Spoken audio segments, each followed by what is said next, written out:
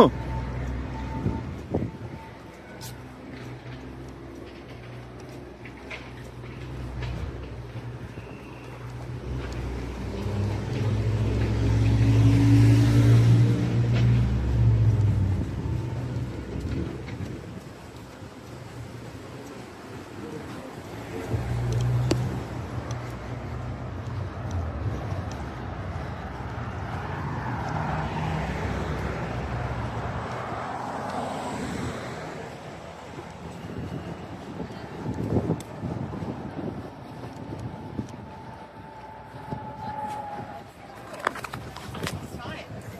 excited.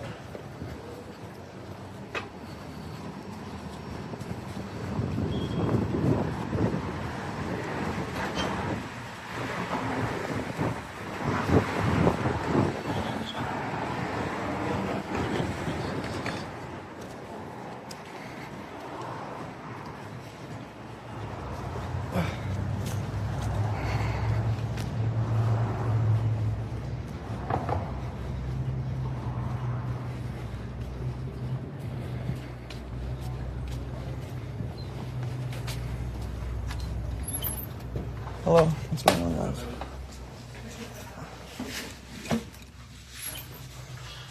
Emiliano! What's up? Look at this! Champion!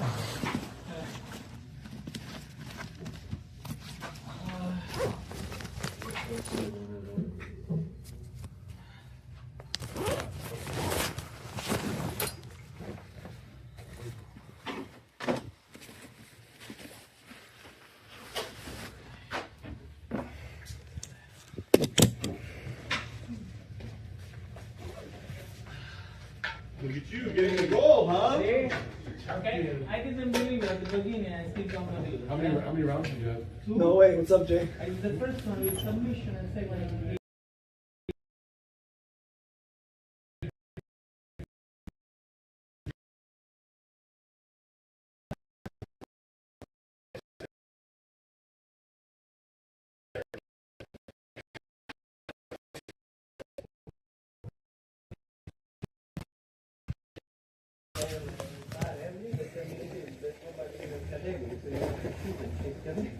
so I have to change it.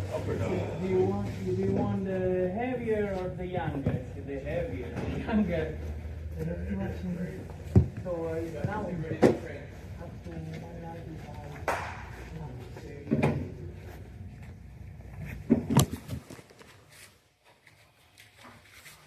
You won? Congrats, that's awesome. Go ahead, Mitch. Go ahead, I have still to do something here. There you go. Whoa! Look who's back! Hey, Nicholas, how you doing? You know, what a day this is going to be. Set my stuff up here. Food truck king of the valley. Sure. We've got the coffee on that, what we want. What's the name of the knife company that he's talking about? Which knife company? The knife company that... Oh, Extrema Ratio. Extrema Ratio. Extrema Ratio. Can you believe it? I don't.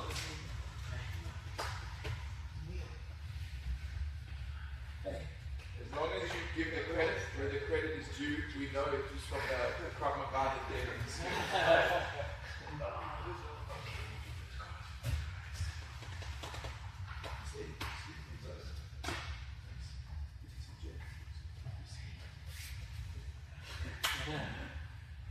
Guys, a little bit of breath work today. Are you all excited about it? First, let's just open the class officially so you're nice and tall.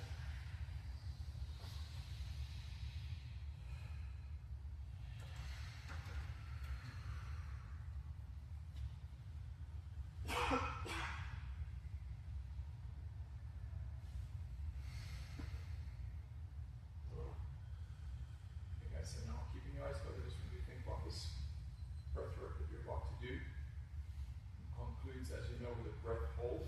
The breath hold is going to take you to an uncomfortable place. I want you to really commit to hit that point where you want to breathe. Just see if you can push a little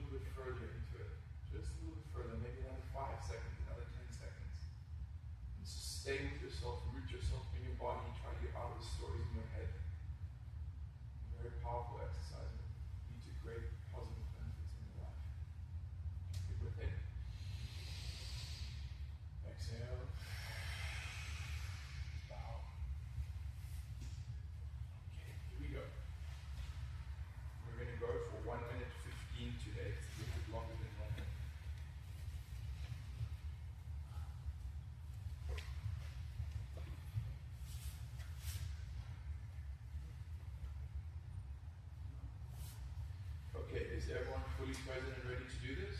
Yes, sir. Okay. 1 minute, 15 seconds. There's pretty much not an adult human being alive that doesn't have emphysema or tuberculosis. You cannot hold their breath for a minute and 15 seconds. You all can physically do it. It's just a question of can your mind let you go there. Alright? Hello, Miss. Hello, what's your name? Niall. Niall. Nice to meet you. Yes. Nick. Yeah. Good morning. Yes. Now we're just doing some breath work at the beginning of some of my classes. We do breath work. Okay. Okay, so basically, just follow the audio instructions that we're playing out that speaker, okay? Okay, thank you so much. Ready? And let's go.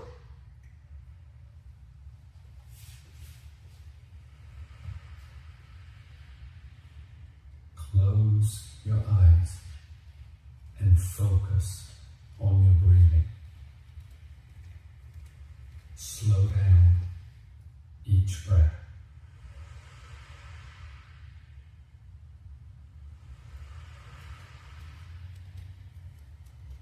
For a few moments, leave aside all the tasks, all the concerns.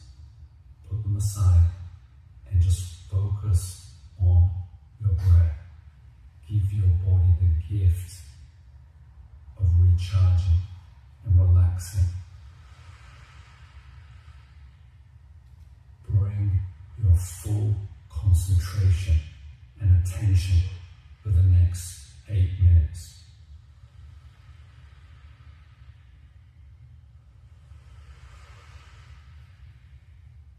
Breathing in through the nose and out through the nose. Elongate the inhale and elongate the exhale. Slowing down each breath.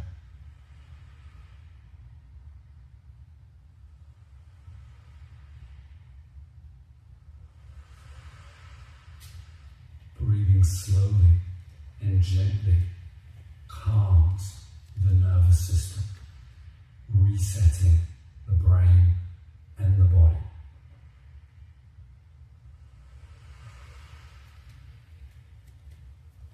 Continue to slow down each breath, elongating the inhale, gently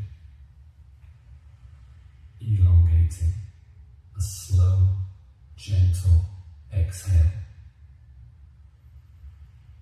Feel the air coming into your body and feel the air leaving as you exhale.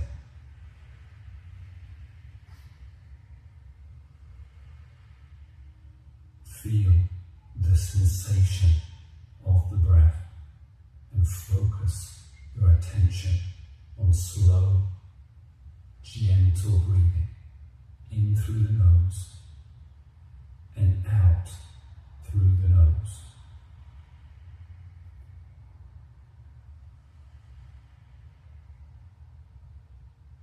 Every breath is bringing in sustenance, life-sustaining energy into your body. Feel each breath. Accept each breath.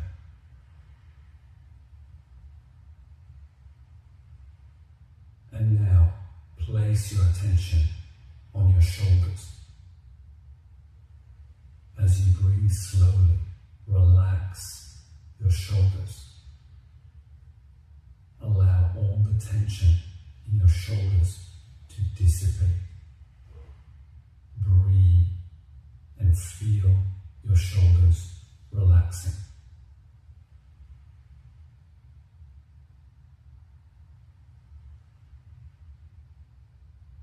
And now feel your neck as you breathe slow, gentle breath.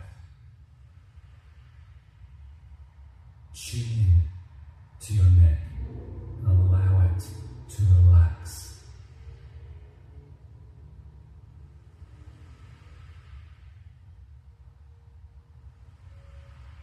And now tune in Feel your jaw, the bones, the muscles, and breathing slowly and gently allow any tension in your jaw to be released.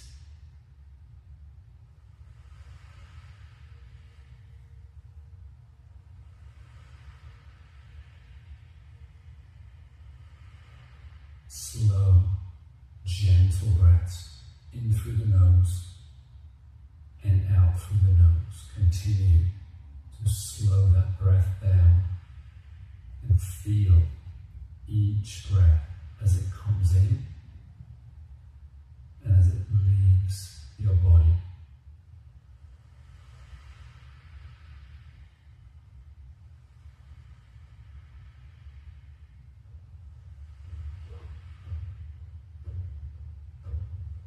And now we're going to breathe faster with more intensity to raise the energy in our nervous system. Follow my lead. Breathe in, 2, 3, 4. Out, 2, 3, 4. In, 2, 3, 4. Out, 2, 3, 4. In, 2, 3, 4. Breathe out, 2, 3, 4. Stronger. In, 2, 3, 4. Out, 2, 3, 4. In, 2, 3, 4. Keep up. Out, 2, 3, 4. In, 2, 3, 4. Out, 2, 3, 4. In, 2, 3, 4. Out, 2, 3, 4. In, 2, 3, 4.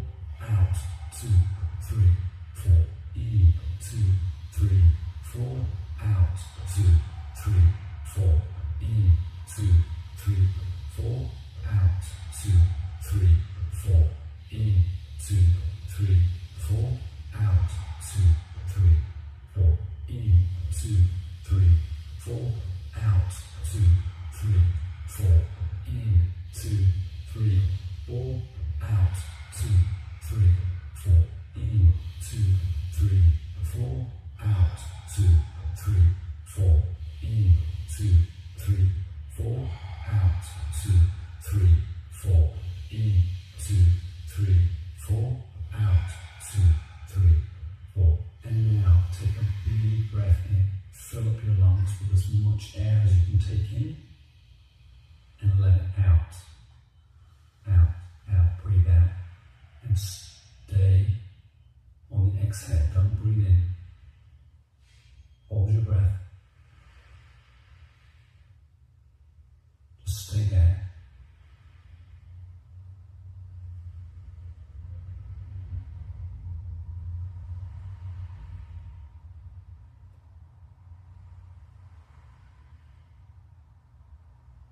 Relax. Your body has plenty of oxygen. Just relax into this breath hold.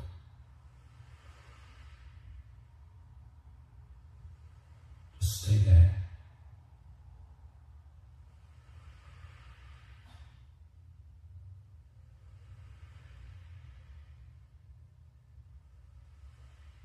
Feel your body relaxing.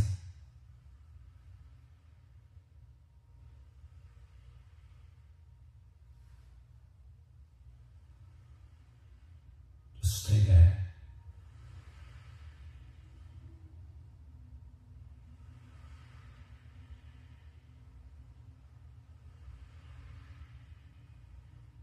A little bit more.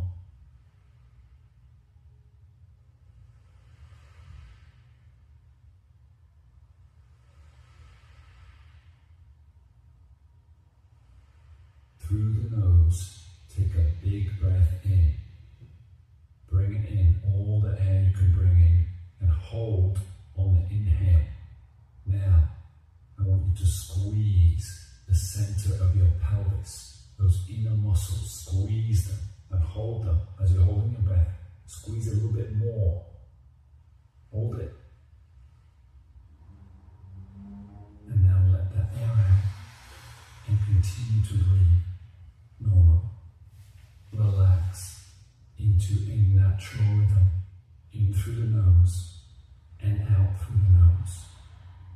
You've just balanced your brain and your body. Give yourself, give your body the gift of a short daily practice. Take the time. Now, move your body from side to side. And when you're ready, you can open your eyes. Good guys. You made it in 15. Anyone? You did it. Good, Jay. Very good. Look, guys, if you want that audio file, I'm happy to share it with you. This thing, I can't even tell you how many positive benefits doing this practice daily has brought into my life. And it also, you'll see it on the mats as well, because in Jiu-Jitsu, there's often positions where you think you can't hold on any longer, or there's no space, or you can't breathe. And it's usually a lie. It's usually a little bit more, or even sometimes a lot more. And when you train with the breath work, you see it in Jiu-Jitsu, you see it in your relationships, you see it in anything you're encountering. Like you have more to go than you think you do. You have more strength than you think you do. Okay? Let's take a part, guys. We're going to run through our sequence for the very last time. Our triple attack, starting with the inside foot sweep. I'll demonstrate it once, and then we'll all practice it.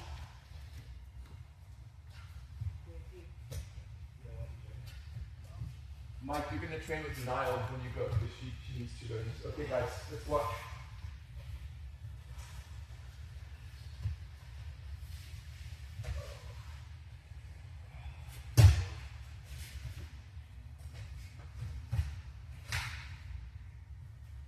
Everyone got it? Besides Niall, no, she hasn't done it yet. Okay. Take part in practice 3, 2, 1. Oh, EV. Yeah. Mike, can I trust you to talk Niall through or teach Niall with the sequence? Okay, great. So, So let's get ready, guys. 5 minutes training, 1-for-1. we have to mirror this as well. So, stay with me.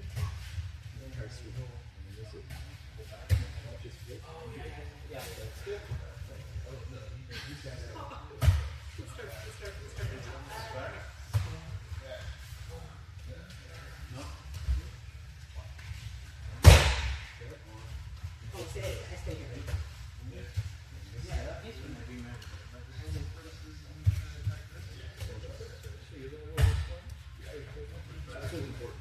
So before you put arms, always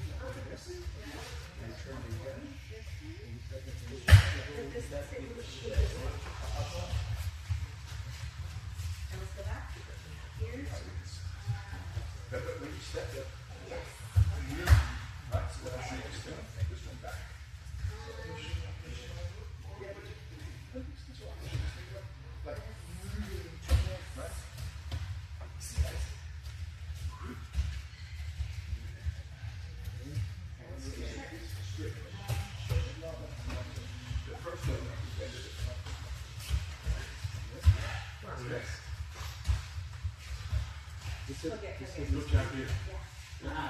King Academy. You know a champion.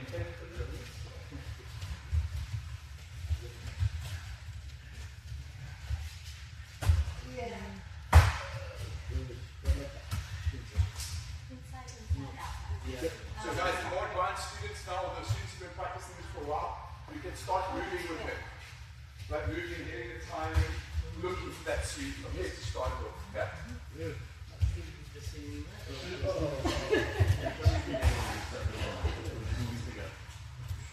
Big one? Okay.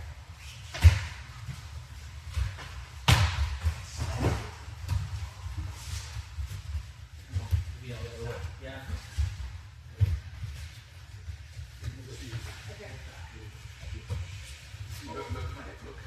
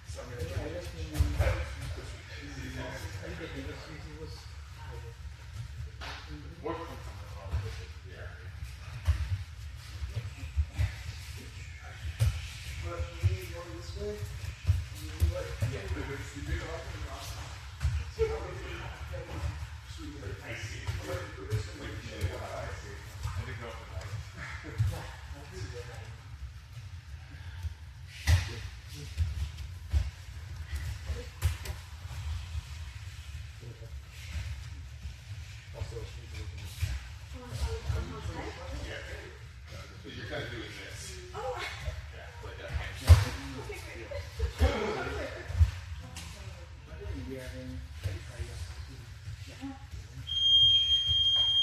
Okay, guys. So for most of you who've been attending my classes, we've done that probably close to 5 or 6 times now. We will now move on to something different at my next class, next time I teach stand-up. That's yours now, right? You can always, you have the choice. You can either never practice it again and then maybe it's going to work, or you can continue to practice it and you can stand up or mentally rehearse it or whatever you want. Okay? So today, guys, we're moving back to passing the guard. Neil, may I demonstrate you, please? So, I've come to the place now where I have a handful of sequences that are just very effective. And so, I don't really feel the need to add anything more because these things are working so well. And they come from the source, right? They come from some of the best rappers in the world. So, what you guys have noticed is I'm starting to move back onto lessons that we've already done, right? Like things we've already learned with me. Maybe it's boring a little bit, but man, this stuff will work, so let's get it right, okay? So we're going to work with passing the guard. And just to come to you, can you see something new? Most of the time, in an open guard, our opponent will be sitting, he won't be lying on his back. If his guard's open, he will usually sit up like that and take a butterfly guard. So the very first thing I always want to do is I want to split the middle of his guard. So I will stand up and I will try to position one of my feet between his feet. See how I split right down the middle. I don't want to be like this, and I don't want to be like this. I don't want his legs around mine, and I don't want his legs both inside mine. I want one in, one out. That's always step one. Okay? Split the middle. Got that now? Yeah. Okay. How much have you trained? How many classes have you been to? I've been here since December. Oh, okay, so you're getting an idea. Okay, you know passing guard is. Okay. So that's step one. What we can remember what step two is. It comes a little bit further down. It is one of the steps, so it's a little bit further down. Yeah, I think get him on his back. I guess his neck part can include. I want to turn his hips over, right? I could get him on his back. Actually, yeah, let's go. I put him on his back, right? Because now he's lost a lot of movement potential.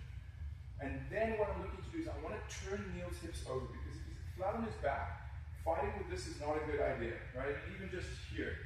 Look, Neil can take my weight all day long. He can even push me like, look, I'm not going to beat that.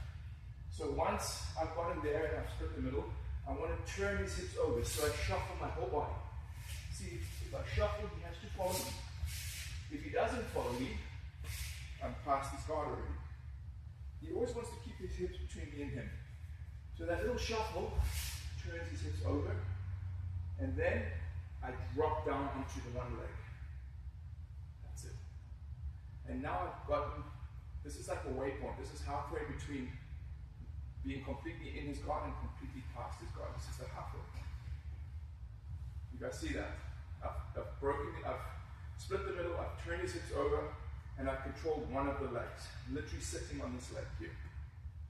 Controlling it with my hand. Now you can't see, but my hand is cupping on the top of his thigh here. Now pay very close attention, guys. This is, I can't make this any more clear or emphasize the importance enough. In this position, if I do not control this leg, I will lose everything I've worked so hard for. So if I now get greedy and try to pass the guard, you will do that. His leg has come out. You guys are all familiar with it. I'm sure you all notice it happened to you now, right? You know what I'm talking about, John? You know what I'm talking about? You know? Okay. Okay, are you still teachable now that you're the champion of California? Here. Here. See, I make a cup. I don't grab any of the cup, I just make a cup. I place it over the top of his thigh, and that will stop Neil from pulling his leg out. Look. And to make it extra strong, I lean my way over it. Here. This arm is doing something very specific. My elbow is touching his calf, and my arm is draped over the top. You don't really need to hold anything here. Just cup your hand here. You don't have to hold any cloth, and that's good. Because if I don't do that, Neil can go through that gap, and now I'm starting to make it quite difficult. So it's just elbow to the top, holding here. And now this is it's a generally safe position. There's not much Neil can do. He cannot sweep me that way. If you try to sweep me that way, I mean, there are a couple of sweeps. It's very hard. My weights here. He definitely cannot sweep me this way because I just block myself. And he can't really submit me unless I really just stick my arm out begging him to do something, right? My neck or my arms, everything's pretty safe. And I can just chill here for a little bit. And so one more time. I'm in the guard. And I would always stand up. Like if the guy, okay, let's say we start the match on our knees, right? Or like, we're starting the match, okay? We've all lined up, start the match. If the guy does that, I'm going to stand up. And now I've got a big advantage. I'm much more mobile. I'm ready to move where I want to go. So then I split the middle, and then put him on his back, and turn his hips over and drop on one leg. Hold. Hold. And here I'm ready to fight. This is where all the fun starts. Does everyone understand that? In fact, take a partner, put them in, once you've done that sequence a little bit, ask them to like move and attack you a little bit from here. And notice how difficult it is for them. If you go to attack Neil.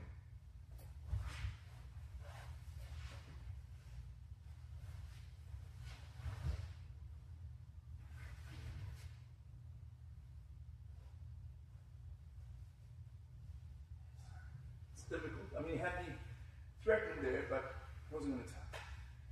You guys good to go? 3, 2, 1. You want to do what's this? Now.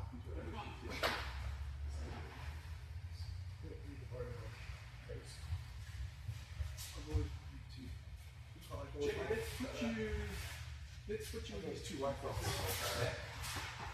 Jay's the master of this, so he'll help you. Oh, yeah. Split the middle. Yes, I want that. Okay. Okay.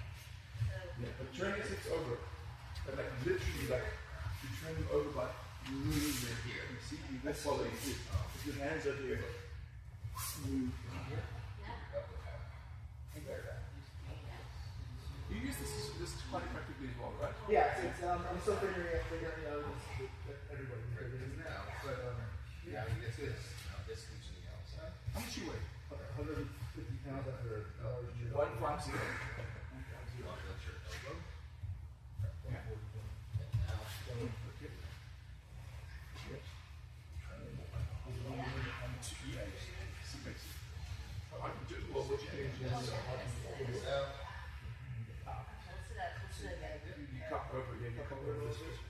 That's right. Not really. once you get to the point, you just keep going down. So you want to keep it like this. You have to fight to get there. I got to see here.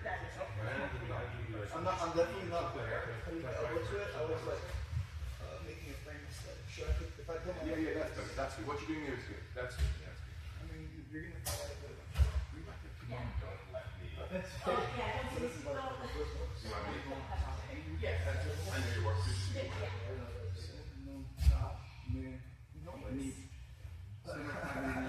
If you got that one, I would have just went like this. What happened? Like, was that a little angle there? Should be cupping. Yes. Try that. Luckily, no. Should be difficult. I do like that. This, I'm not doing a lot of this like, One more. there's that space.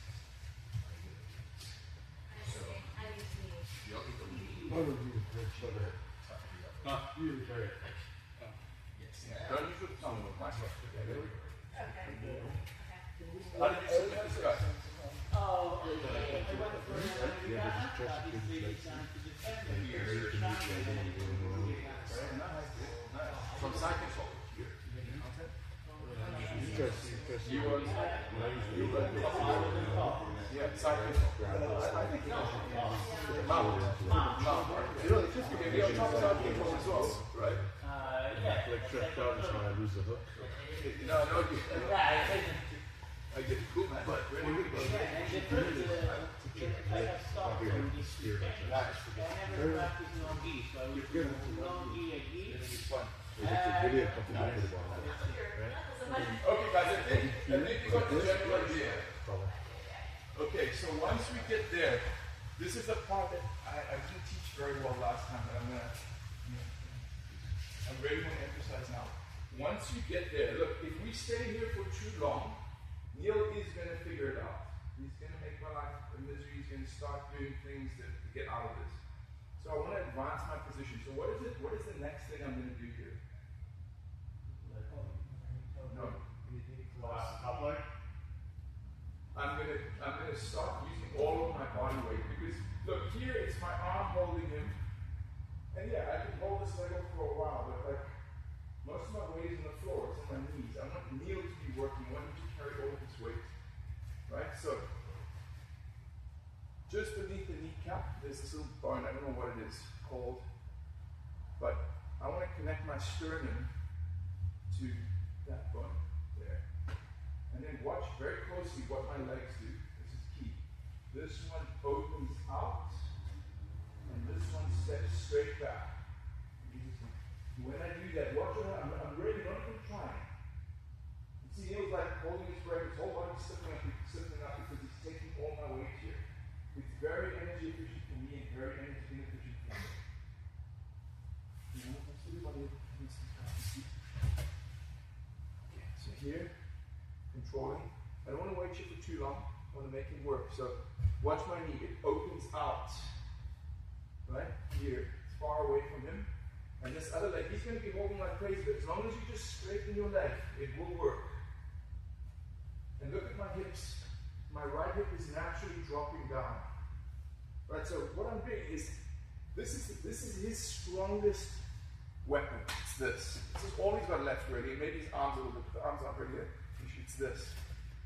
So the leg, even in this crappy position, is still very strong. So the only way I can really get into a fight with this leg is I need what? My whole body, right? Not my arms. So that's what the purpose of this is. So it's here, here. Now, I'm 206 pounds as of this morning, but so I'm a reasonably heavy person.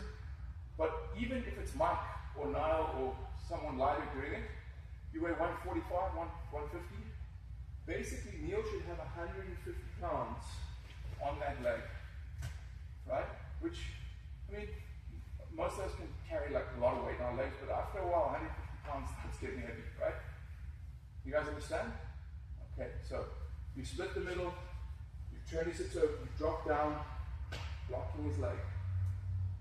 So I put my chest here. Already I start pushing into it. If it's just my torso, it's not going to work, so I need more. So here. So, okay. You guys got it? Okay. Let's take. Can I ask a question? Yeah. Does it matter which foot you're sitting on? I mean, meaning could you sit on it with your right or your left leg, or does it have to be the right leg? You say sit on it? You're sitting on his foot. No, it's just, he will hook this one, he has to. But does it matter, what if you were sitting on it with the other foot? Would that be okay? Or like this? Yeah.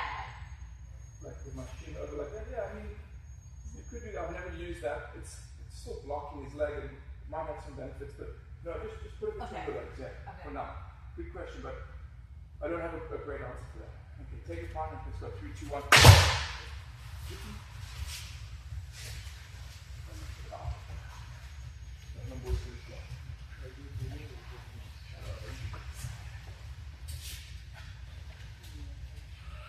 That's exactly right. We continue the pass or just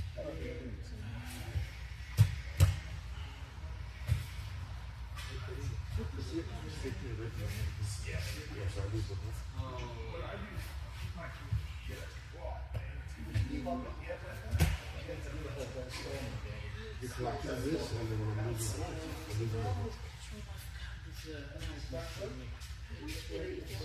Yeah, you're a little bit too wide. I kind of feel like you've got to The only things I don't like is down like this, because you can drop this up and then down.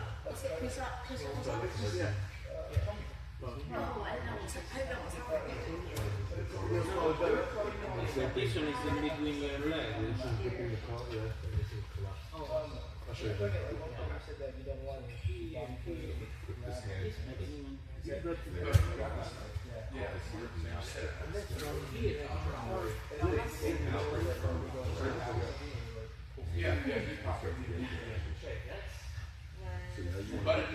That's my favorite.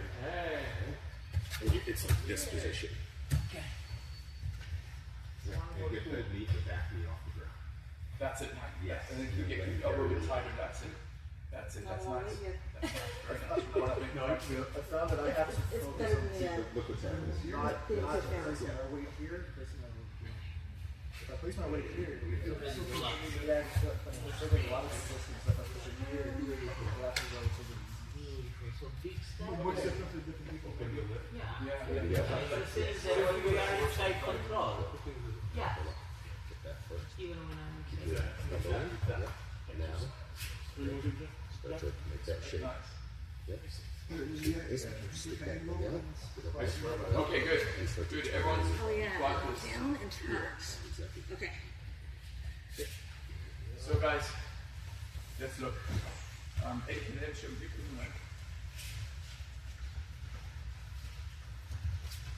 So from here, I don't want to go into it too much today because I want to get you guys to do a bit of specific sparring. Once I'm in that position, once I'm in that position and he's carrying all my weight, my objective is to do one of two things. I either want to get his knees to touch, or I want to get this knee to open out so that I can come over it. Because either one of those has taken care of this weapon that he's working with, right? So, I always say, you have to become really comfortable here. Like, really just learn to chill out here. Like, literally, the more you relax, the harder it is for him, the easier it is for you. And very often, the problem will solve itself. He hates this pressure so much, he pushes his knee forwards. Like to kick your knee up. If you can do it again, there. If he does that, man, his guard is infinitely weakened. Now his legs are almost up again. Now all I'm fighting is this one hamstring. Right, and then I can start getting control here and completing the pass. We're gonna go over that on Wednesday probably. It is Monday today, right? Yes. Okay, so can you see, this is the problem. This is what's stopping me from advancing up his body to get control. Control is this. This is the pin here, or whatever it is, but getting control of this line here. That's how I control him. And he stops that. It's so simple. I wish I understood this when I was a beginner. Like, He stops that with what? Look, with the knee shield. That's what stops me from getting control of his body. So if I can beat this guy, right here, then I can get here. You guys understand? Yes, sir. So what we're going to do is we're going to do very specific sparring. We're going to go with a partner. We're going to start in, let's start here on your knees. And then you take your hand here. And then your objective is to either pin his knees together or get past that knee and lock it in place on the outside. Does that make sense? And then once you've done either one of those things, the fight's done. You start again. His objective is to try to get this leg out, pull this leg right through, and get back to God. Oh, terrible mistake on my part. Right? Or let's say, well, what Eddie can do is if he gets an underhook here, that's over. Because the underhook is not a good look for me. You guys understand? Okay, can we practice? Yes. The bottom person, what should they be looking to do? Breaking in their shoulders or? So what I do is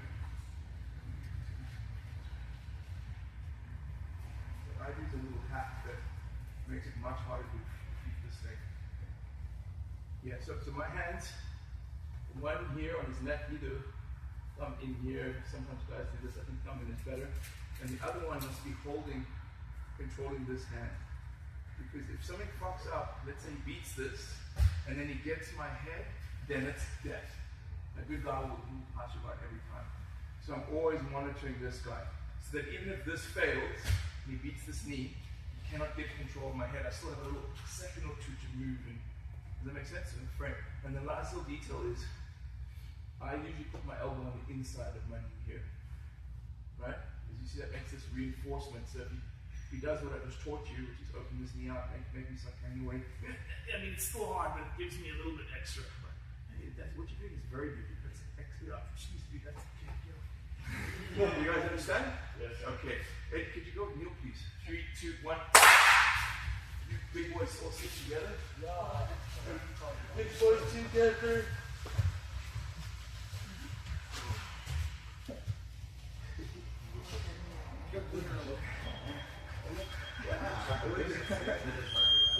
And try this foot here. Try to look at my back. Set this leg straight back. Straight back. There we go. There we go.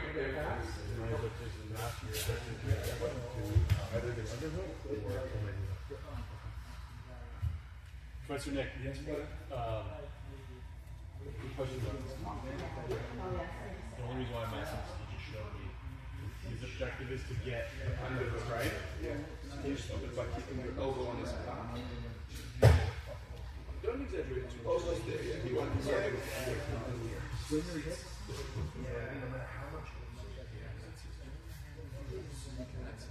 right there. Step your right on straight back. Straight back. Drop your right leg. So how do you feel that, Jay? Yeah. Yeah. He's got it. Gives me more time. Oh, actually, no.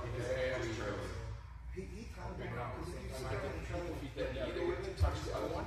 Yeah. We'll get on the outside. So you get here now, what would you do? Yep.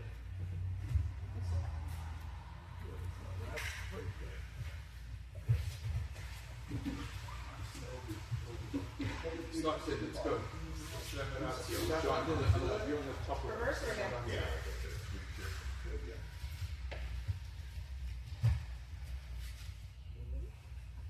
Good, split the middle, that's it. Drop down, okay. And you get your balance. Good now. Put your elbow behind his calf. Your right elbow behind his calf. Your right elbow, yeah, that's it. And show her what happens if she doesn't do that. Right? See, and then it's not a good look, right? And remember, you're not trying to pass the guard, you're just trying to beat his knee. I'm always aware of Passing you. his It's not something that can happen like.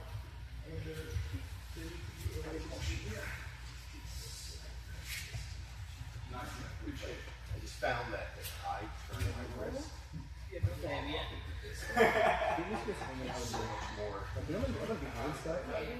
like if I do this, no matter what I do, put my hand up. If you feel me, No matter what I do, you're gonna lose it, grab my hand. like this, pull my hand up. It's much better to do that than holding the Okay, and then I just, you're good. You're good. Hey guys, look here. Neil's on a little hack here. Niall, Mike, Neil, I think Neil's improved upon this. So Neil, could you show? I was just saying that I find that no matter what I do, like if I do this with my hand, no matter how much weight I put down from my hand off, it'll happen every time, at least for me. But if I turn my palm up, and I do that, very well in the generational position. Yeah, it's kind of like that thing in X-Bar. You grab the knee, grab it with another hand grab. Right. Yeah, it's a similar thing. Yeah. So let's try that, okay? I think that's better actually. Let the other person have a go as well. Ground.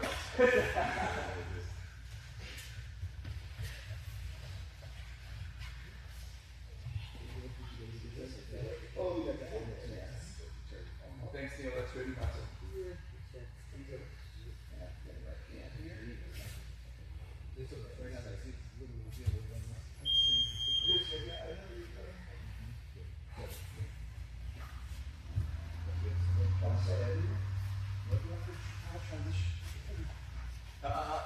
Get your proper shape. That's better. Yeah. You can definitely pass. You want to pass me? I'm trying to go this way. Remember showing around, so what's the problem you're trying to solve? That leg. So yeah. That will do it. Next slide.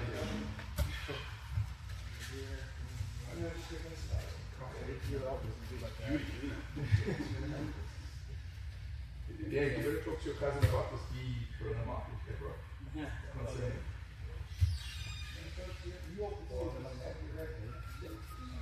Hey friend, hey brother. How's it going, man?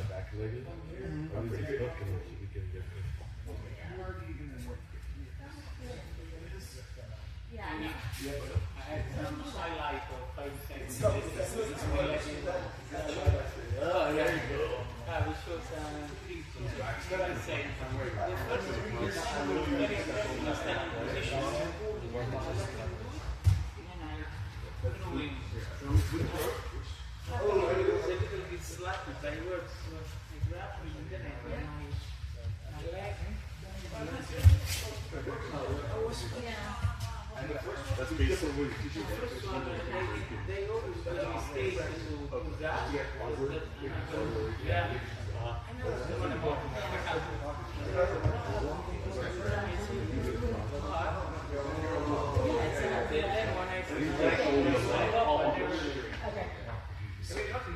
You're going to get to go all the north, south, smart. Especially I believe my strategy.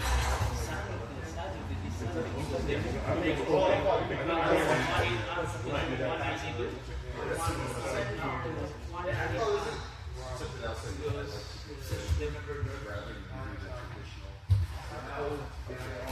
We're 30 years ahead, right? It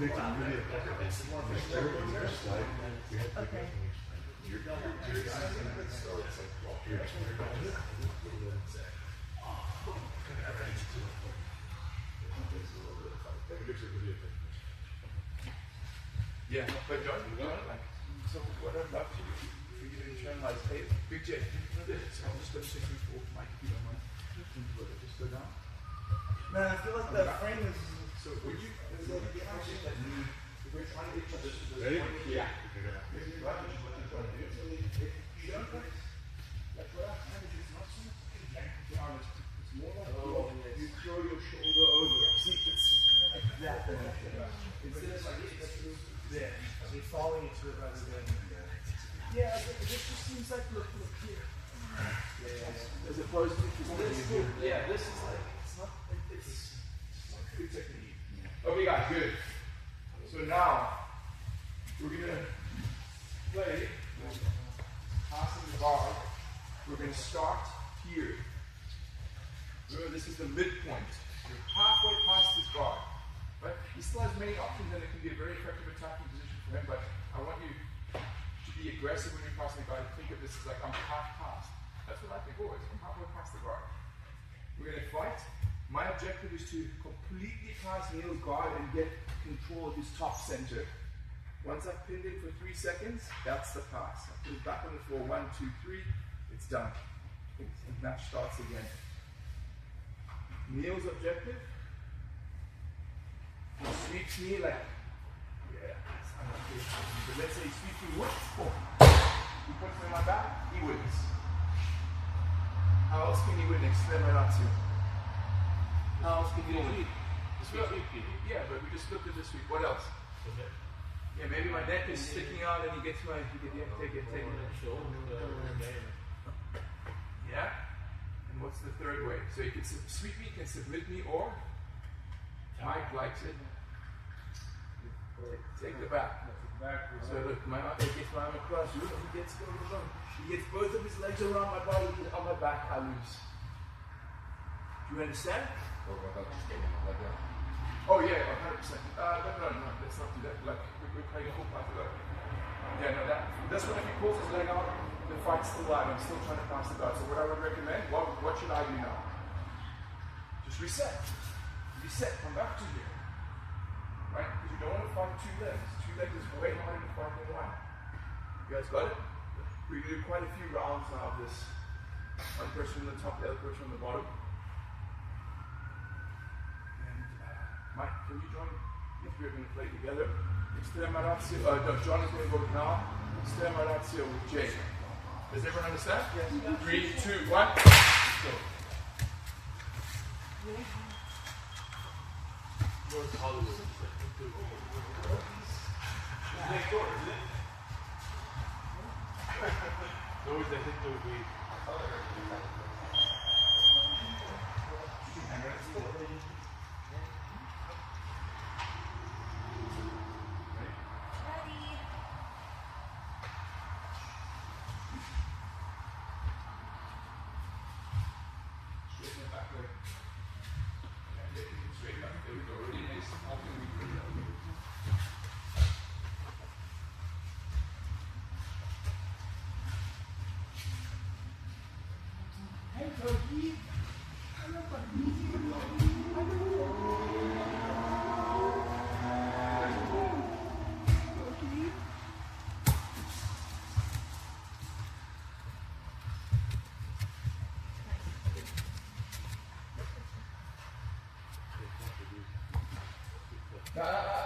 No, Rogi.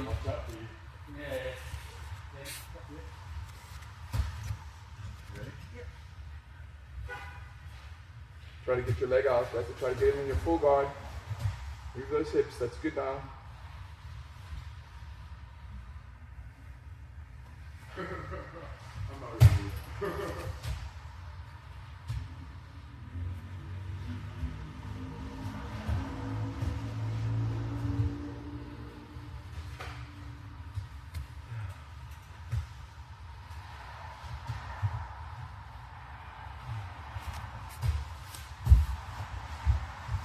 Nice now, good, square your hips up.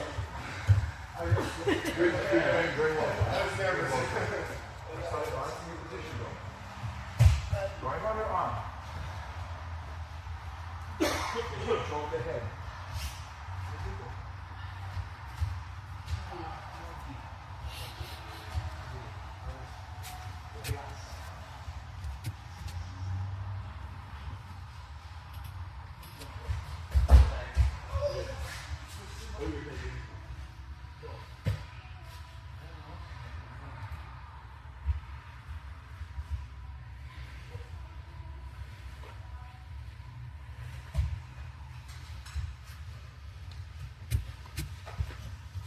Now it's got some skills, huh? So John, look here. If you pass, all the knees come over like this, and you want the hand to get ahead, then your knee must now control your knees. So squeeze your knees together. See, otherwise your leg will just come back out. So there's always something on that bottom leg. It's either your right hand, sorry, your left hand, your right hand, or this knee. Right? Because if you just stand like this, look, and you worry about grabbing your arm or your head. Yeah, exactly. Yeah. This is so simple, but it makes such a big difference to understand this. Deal? Yep. Thank you. Okay. Go ahead. I was like, I know you lied.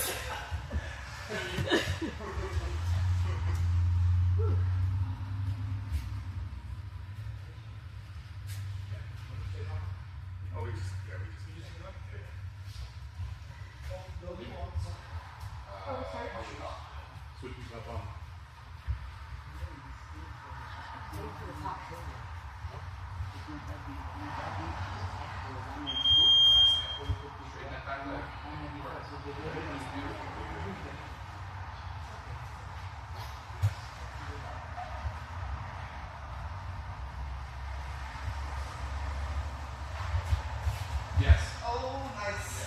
Yes. Good now. That's it now. Good.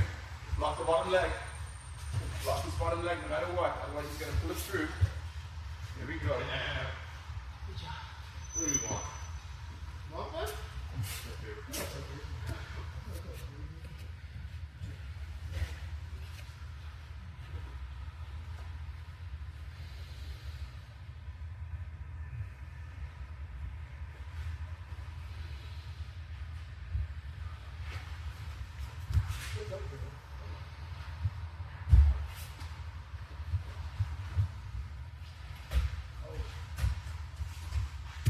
It's past, Neil.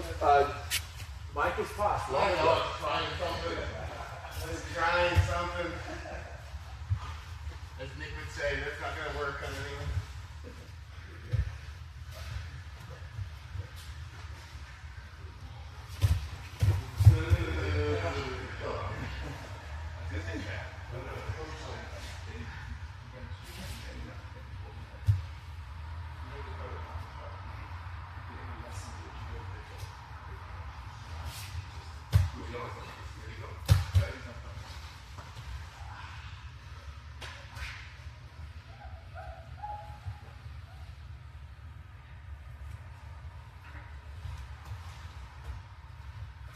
I'll go the other way.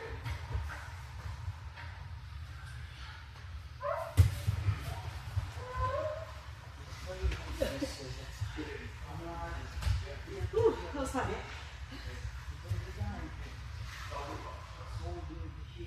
Just remember, you'll keep like, yes, you can find yourself and make look negative. You know what I mean?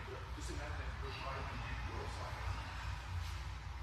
It's a very hard thing. It's a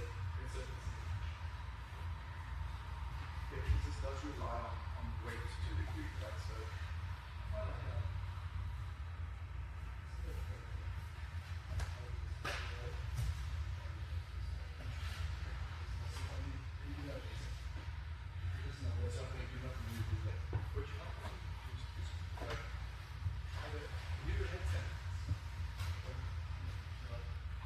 So there's a headstand, there's one where so you hear if the guys I got lucky with that. you can have through these things kind of like you can put your foot on the ground and keep going yes that way yeah keep your mind easy okay let's continue with the same drill new product please here would you go with Big J I want the king to come.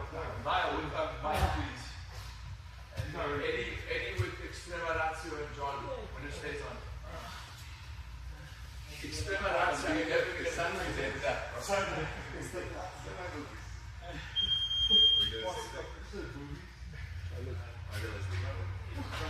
Let me see. Let me carry that. Alright, Neil. Really big. My favorite.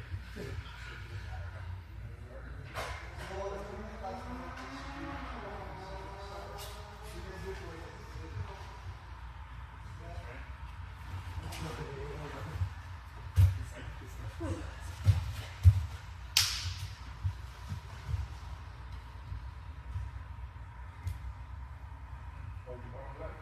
Or use your knee or something. You gotta hold it. Make sure shake.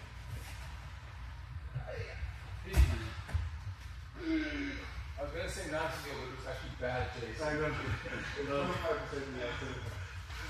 First is back to 2 months. Head on the ground on that on the left side.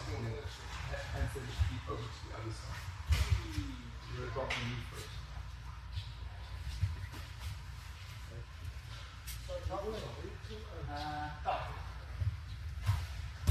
Nicely done, Mike. Yeah, and then head control. Yeah, good. Work.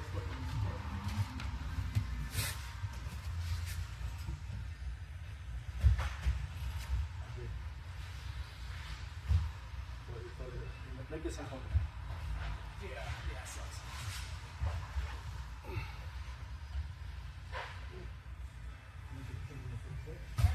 What you're looking for all the time? Yeah. Best case scenario.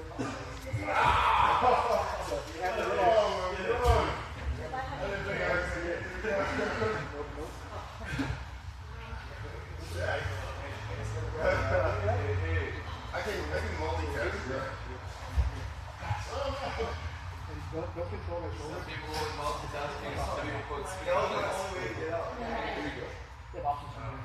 Okay. But this is work to get to this position. Even if you lose it afterwards, it's still win on Okay. once. That's what defeats his passion. So the game. When it defeats his game, you can't pass me, I guess that's so hard. Who's this one? I'm not. Oh no, the on up is side control. Hey, Brent, how would you deal with this, bro? So you're trying to pass the knee shot and slip on and then act like this. The knee shield? Yeah. It's a little bit This tough. way. I would adapt this way. Why don't you go straight back? But if you do that, so like, if I don't let go, I don't let go. I don't want that. No, Oh, I know I do, but I really don't. he's going here. There's a couple. Yeah. One. Yeah. Pull this out and go here. And then we'll take this Okay. handle away. Cool. Right. So now it's much harder for him to keep that. Another, if I'm facing this, I mean, obviously break it. Or do a whole stand up.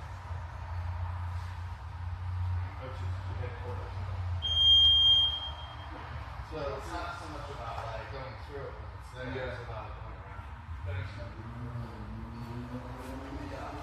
You guys switch something up?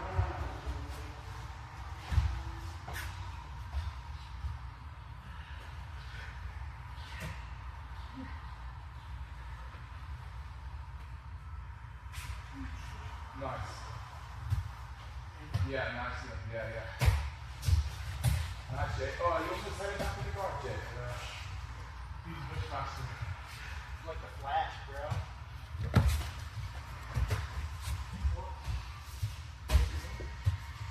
Just sit down.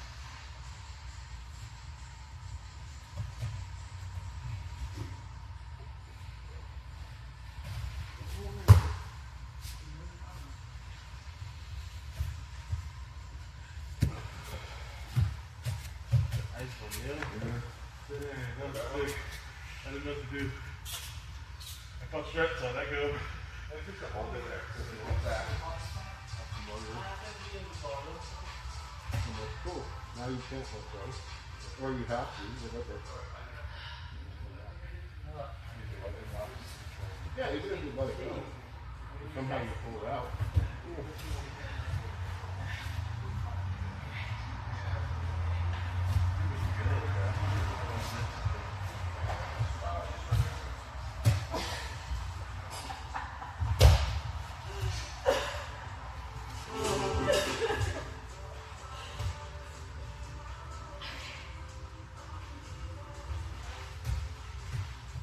Ready?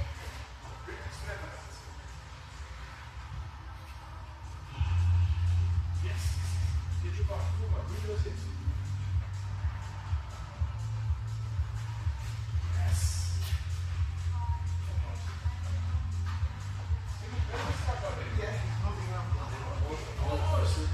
Yes. Yeah. Okay. Okay.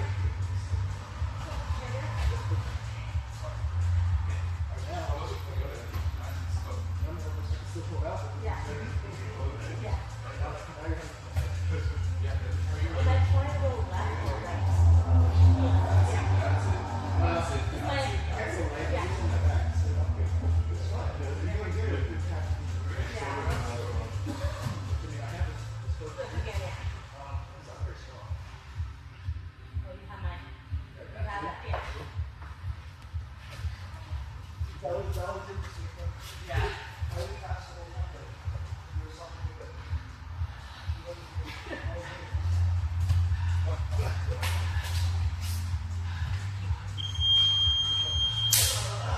Okay, time.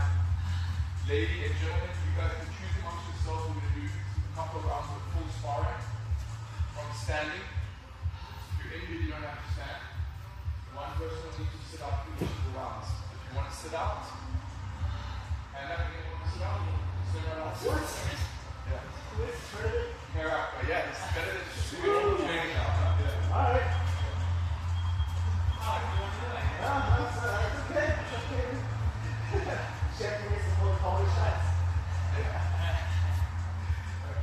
the chat makes the rules now. That's right. Are you ready? Yeah. Ready, guys? Eddie, you gonna go quick jet? Yeah. Okay, are you all? Let's get ready. Very ready. Yeah, you should be. I know judo. Yeah. The real reason is Ready, and let's go. Remember, she's a beginner, huh? I think you know.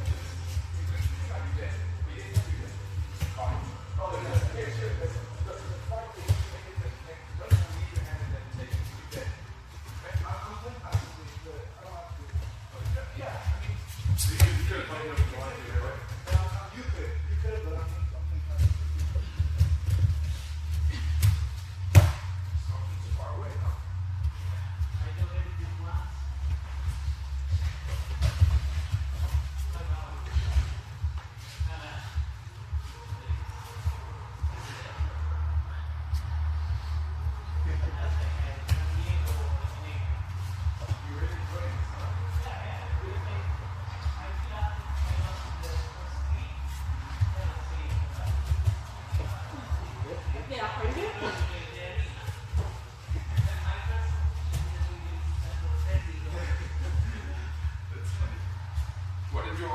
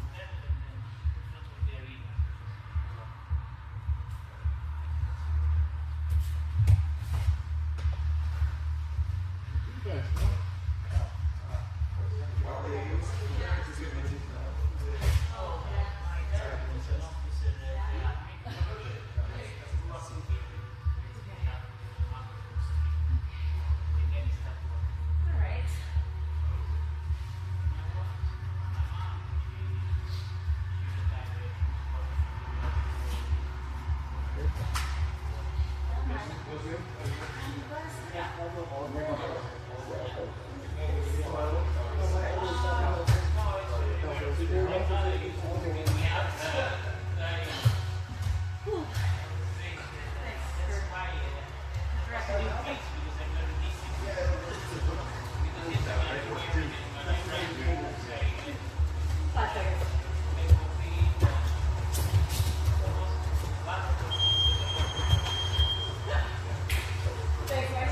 guys, one more. Who wants to sit out? Okay, sure. Okay, last one. Johnny, how do you want that to chat? Sounds like you're gonna kneel. Yeah. Or no. Yeah, you're gonna kneel.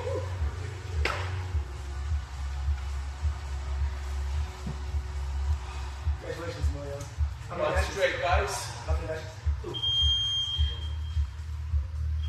Ready?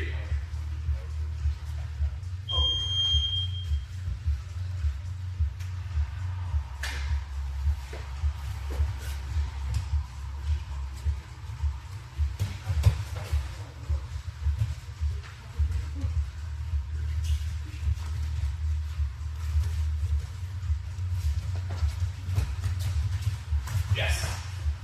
Oh. Still, can't you play?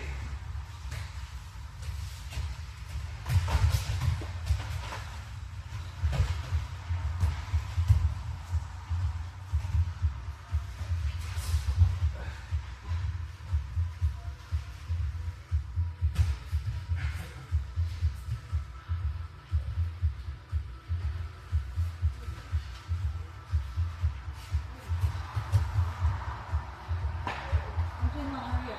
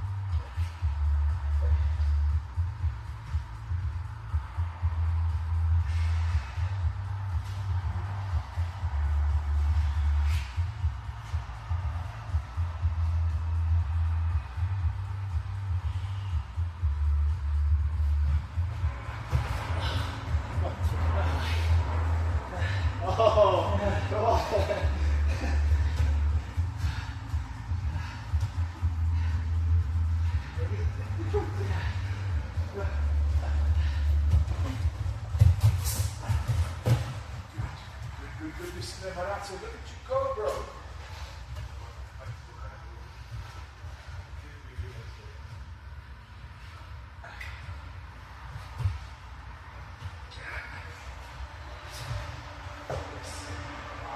The pressure, I was getting tired.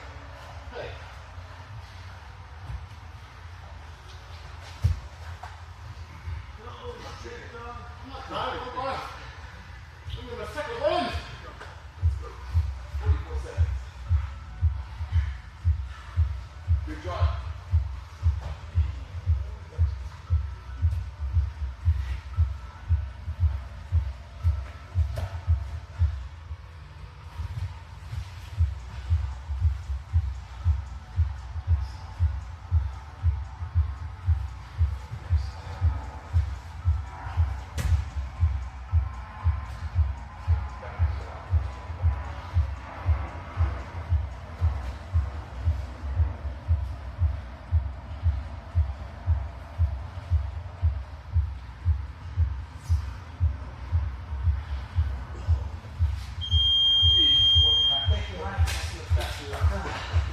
Okay, let's stand up and start walking around the edge of the mat. I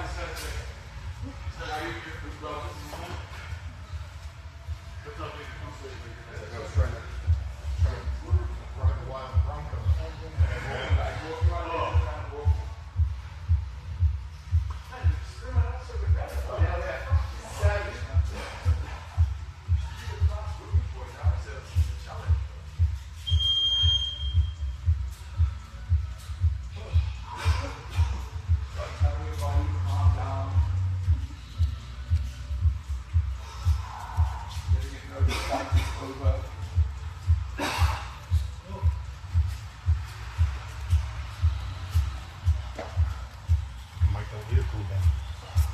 Deep breathing.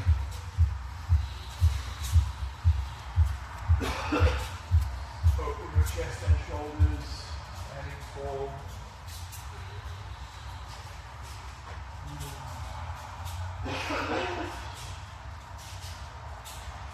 Okay, let's line up against the wall.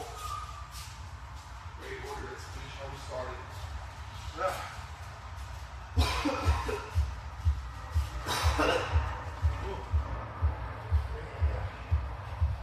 So, before we bow out, guys, so let's stay in the position, please. Before we bow out, I'd just like to say just how impressed I've been with Emiliano. Not just how well he's doing in the competitions, but seeing, I mean, let's be honest. 6 months ago, it was a bit of a chump, right? Like, but now look over there now. It's making a lot of you guys work, right? Like, it's really cool to see, right? It's one thing if you're a 20-year-old kid and you come in here and like train. It's nothing if you're slightly older and starting at the beginning. You stick out that initial part. It's really difficult, that initial hump. And he did it. Now he's only up from here. Let's nice and tall, guys. Nice pull.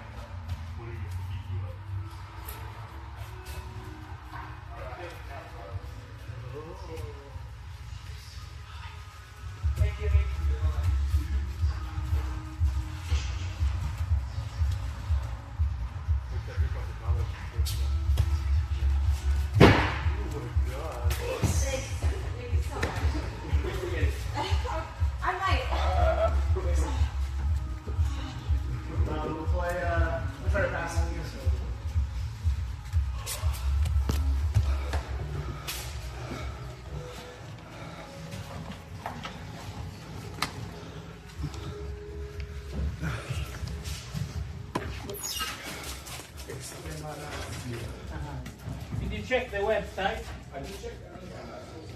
Oh yeah, but I have to send you the link of the website. They have more stuff and they the material. Oh my god. Try it, mate. I was thinking when you were like, oh, it's really, and I was like, Ah, you know. however, there is it's called Consul B. There's the Italian Navy. Okay. Consul B. After the World War, they put some explosive in. His name was Duran de la Pen. He put explosive in and Have a great day. See you next time. You too. Have a good one. commander says, tell me where are the explosives. Otherwise, like it was 30 What's up, minutes guys? of explosion. Otherwise, I'm gonna close in the ship and they didn't say anything. Wow. So he's Yeah. Someone say yes. No, he didn't because at the end Shouldn't believe something it. happened. At the end, they found him eating pizza. They're playing the pizza. Say, oh my god, no explosives. Well done, well done. Okay.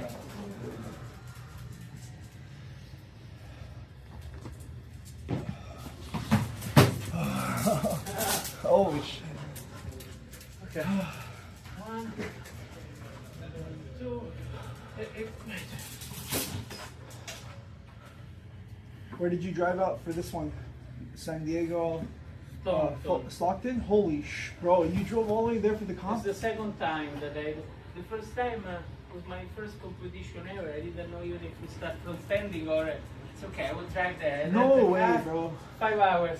That's changes everything, bro. That shows a lot of dedication. Yeah, Fucking- it's 10 hours. no drive. fear. Yeah. No, especially this time because this time I'm more confident, obviously, But I rather think than the first competition. But it's weird.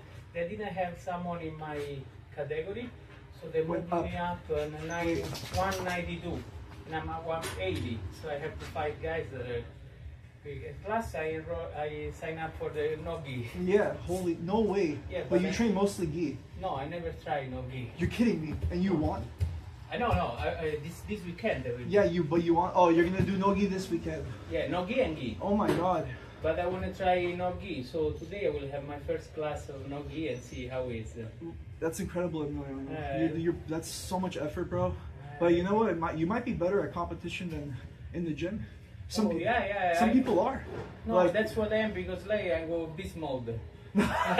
Some people are, bro. Some like Brent said it. He's like some people they dominate inside the mat.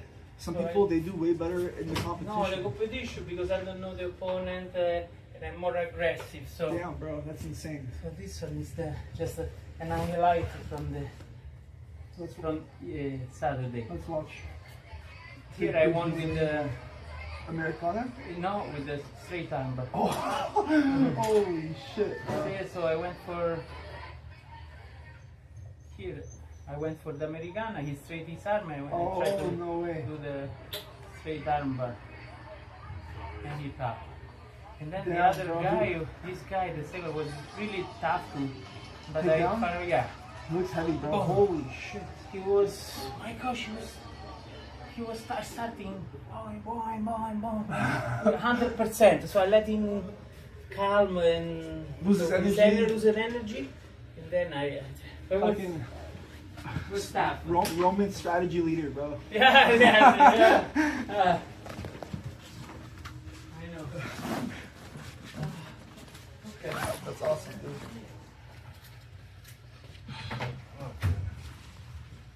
Gotta start working out on the side or something. Yeah. There's not nothing for me anymore. I'm coming here, I'm just fucking like. But you could also be tired too, bro. Could be might need to give yourself a break. Yeah. And then like, but you're so maybe focused on the persistency. That break will fucking change the game for you. Even just coming and watching and like taking some time off. I feel like it's not very productive. Lately, I've been so focused on position that when I get like to my favorite, like side control, and I'm trying to work a submission, once I feel it getting loose, I go back to position, and it's just constantly that. So I try to lock in like a key lock of some sort, and then the moment I feel like I'm losing the position, I let go and I go back to.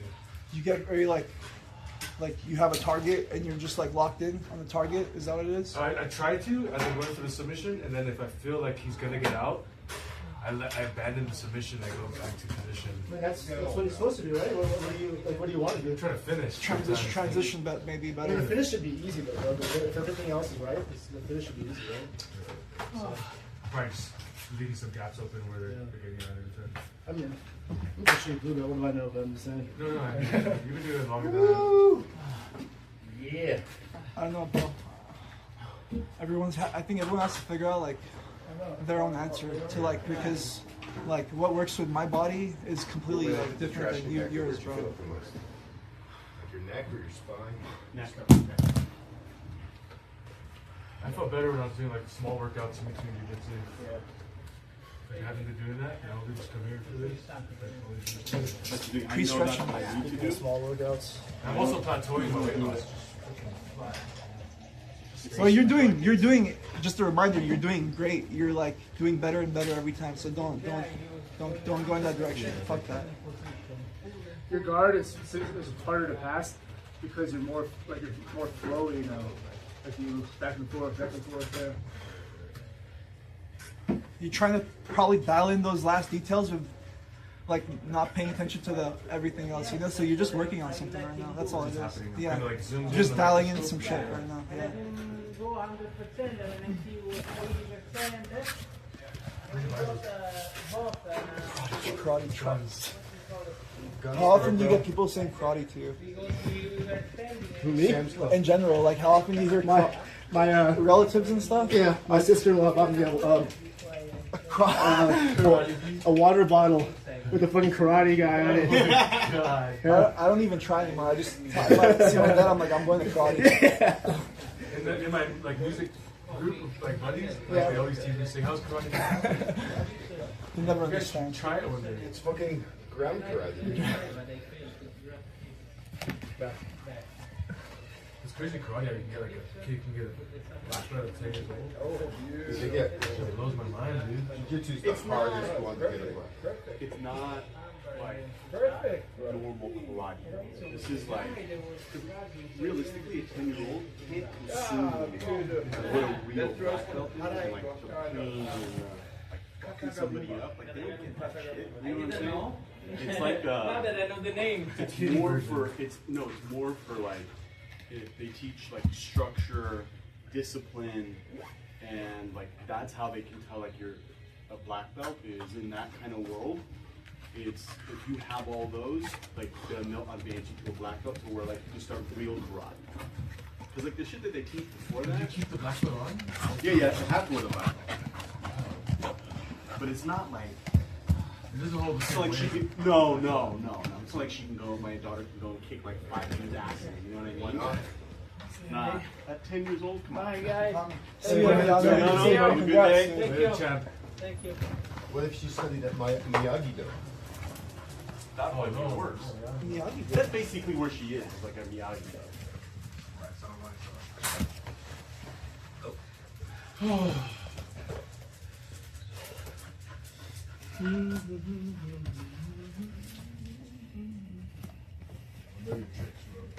Well, come on.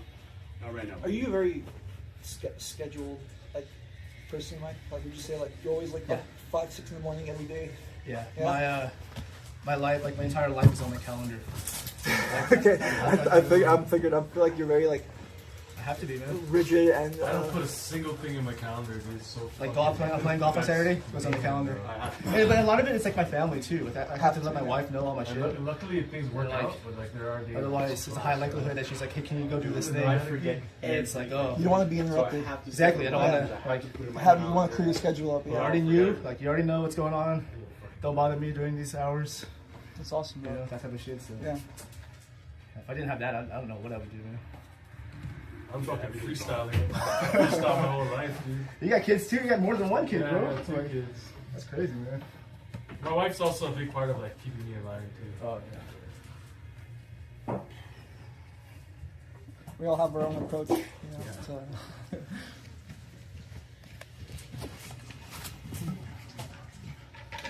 You gotta let it go, bro. Got it. Bitch ass kick was that? Like, give me a real one.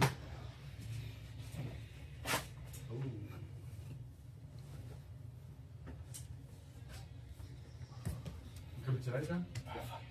Damn, 2 a day. Dude, he's on a steady 2 a day. Well, that's good, bro. Schedule. Remember schedule. It's gotta be Yeah. on schedule. Consistency. Keep it up, man. Yeah, I'm better too. Be tougher. Yeah. You're the Villano. Emiliano has that look in his eye still. He's locked in right now. Yeah. It's so funny. It's true. That's hilarious. I didn't realize that. He started coming after him. Like, okay, back up. He's locked in for sure. Yeah. It was tough, bro. The first year or so that Emiliano was training, I was like, this guy ain't gonna make it. I didn't have the heart to say it. So there was a couple of times I just wanted to say, bro, this ain't for you. But he fucking stuck it out, dude. You kind of never know. Yeah, that's what I was just thinking. I'm like, Yeah, really hard to but tell. there's some dudes. I mean, I was clearly wrong in this case, but sometimes I had this one student, like the guy could barely walk, let alone do jiu-jitsu. Yeah. And I said to him, like, this is... Did he have 2 1 leg? That one dude, what was that one he dude? just had no coordination. What was that one old guy? He's little like me. Jewish guy? Oh, fuck. The guy shat on the mat that one day.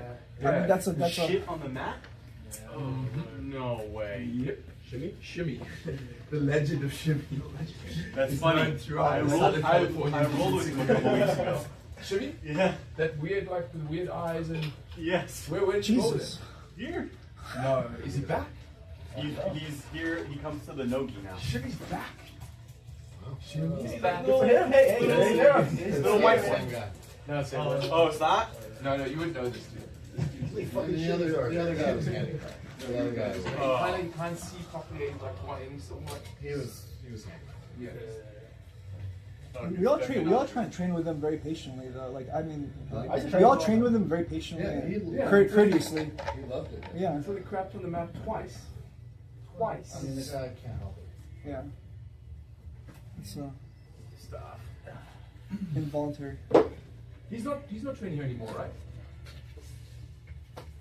But like I said, we couldn't. It's not like he intentionally shit on him. No, I know. He had some issues.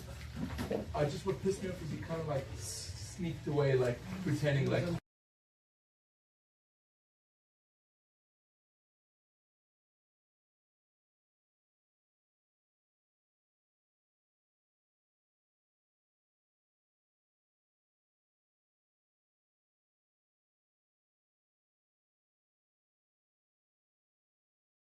I was trying to think of something witty, funny, and nothing. I was stumped. I tell you what, Neil, that's a sequel to the dump if ever I heard one, bro. That's sort of like I saw him like a month ago. There you go. Dump In the too. dump. On the map. What's it? Searching for an I idea. got a dog now. Oh, you did? Yeah.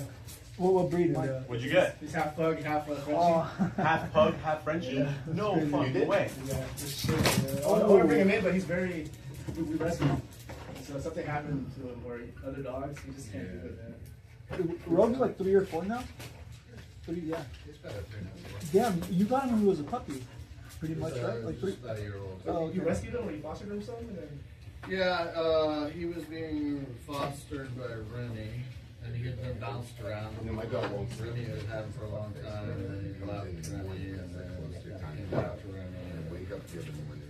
Then Look over. I had Mora passed away. Like a human, dude. You spaced out like a fucking human. Basic. Gentlemen, see you later. Bye, Nick. Have a good one. Have a good day. Kind of decided he was my dog. It's, my dog won't sleep with me. So it's Dude, I had a pug tension for- in our relationship. I had a pug It's too hot He for gets him. in Oh, yeah, before so they he know does it's that. kind of time to fucking hold that dog.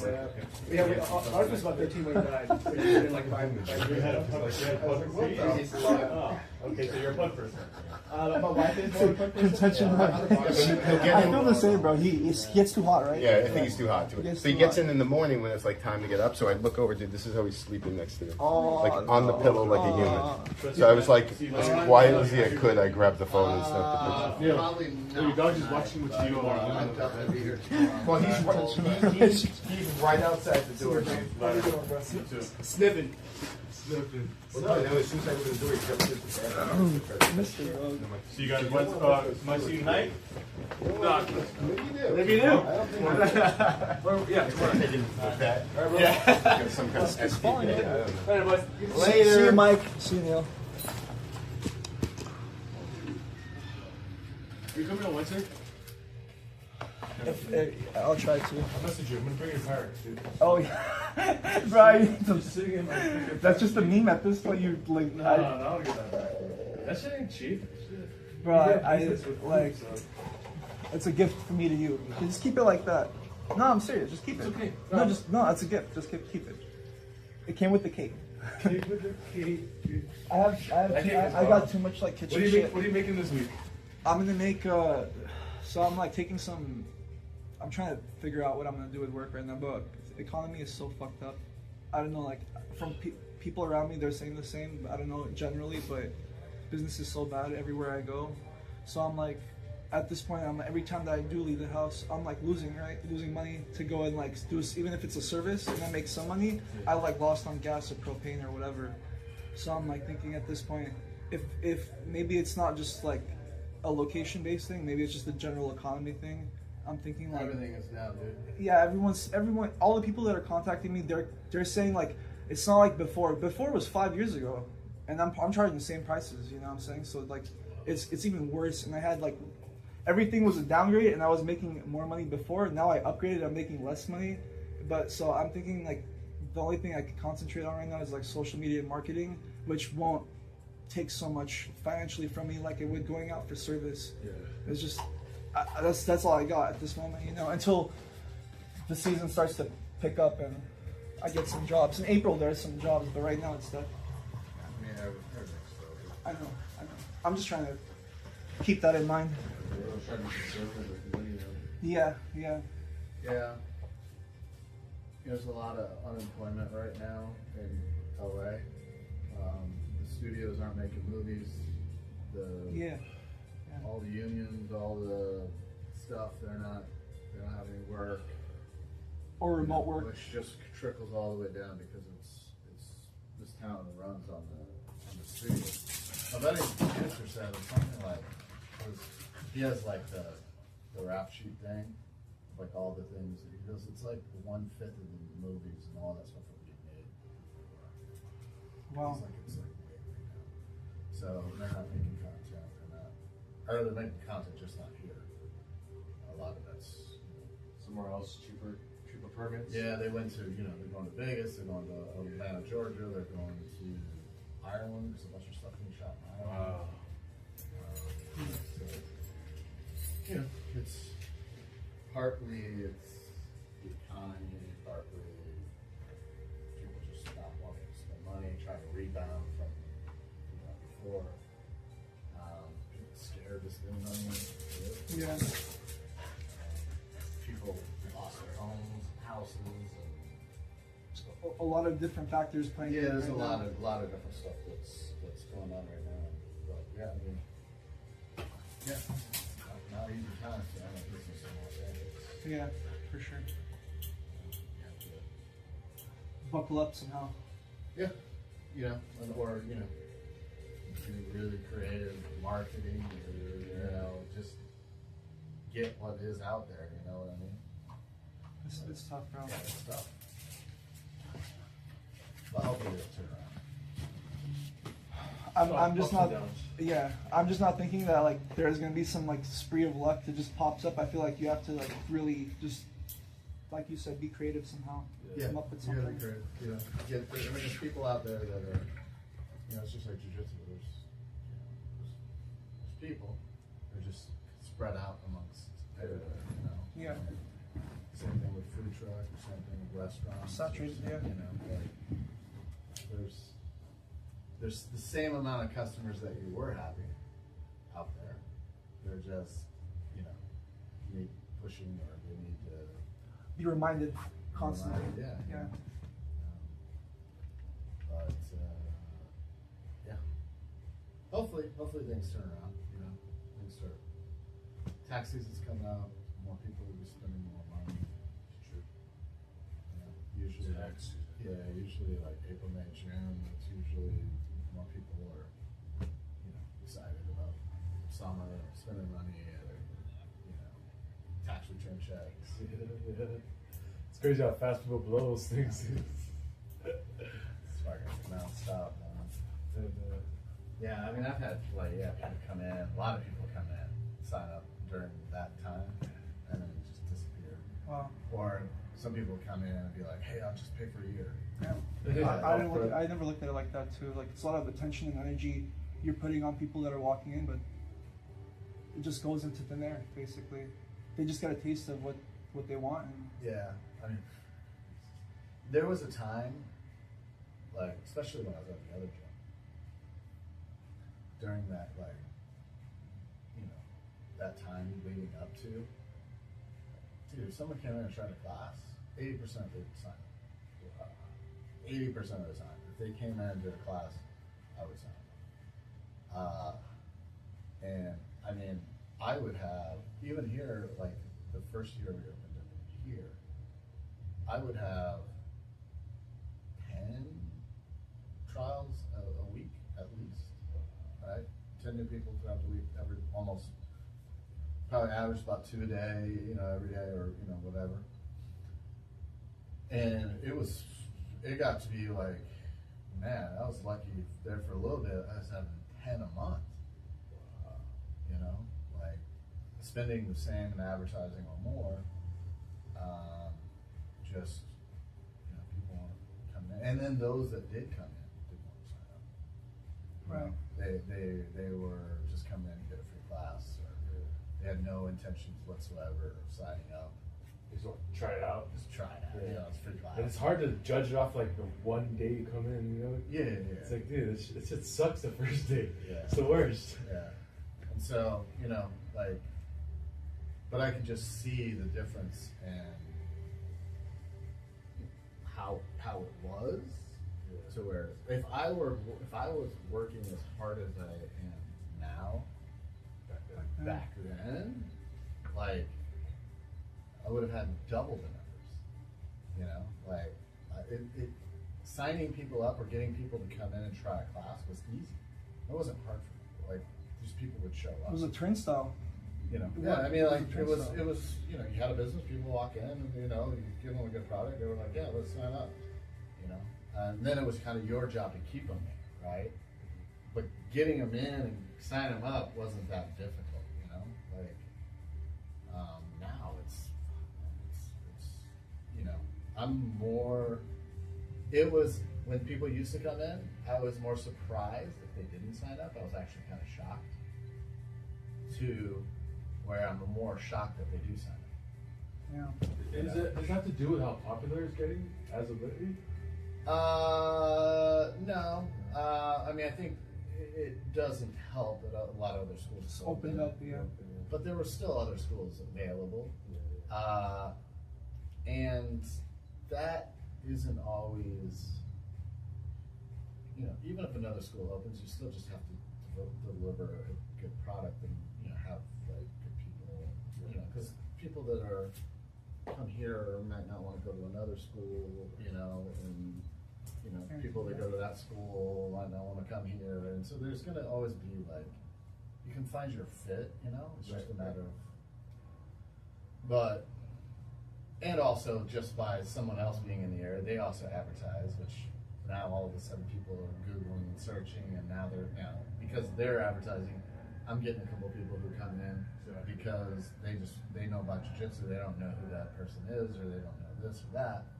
So now it's just a matter of like, having a good place where they feel comfortable to start, but that being said, like I said,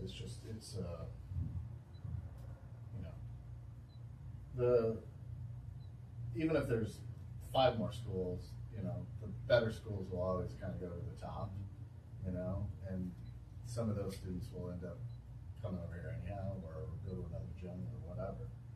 So with the competition, it sucks, and you're not happy about it, but it's like, provide a good product, good service, just, It'll speak for itself.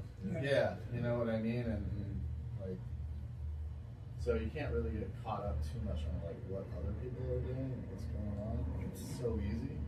It's so easy to do that and then make excuses for that and all that. But at the end of the day, it's like anyone's a customer, like anyone's a customer. And so it's our job to like present that in a way that makes people who wouldn't normally want to try Jitsu, try a chicken sandwich, or try whatever, right? Or a food truck, or whatever that might be. So, it's just figuring out how to go about that. Being creative about how to get it out there. I mean, what do you feel like is the strongest form of marketing for you? Word of mouth, or some of the online platform stuff? Do you get a lot of return with the online? Yeah. You invest a good amount. I invest a good amount of money in that for online stuff. I get more online stuff. We get very few student folks.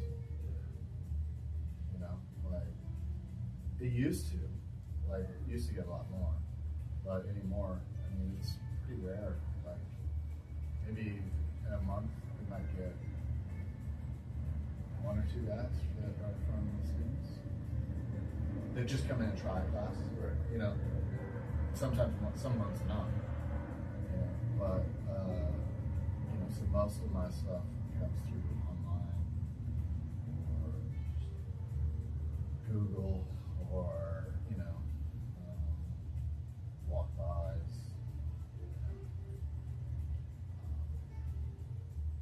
So yeah, it's tough. Tough living in business right now. Yeah, man. Me and my later in the healthcare industry, so we have like a home health business. They're opening, in the process of opening it now, and it's fucking gnarly, dude. Yeah, it's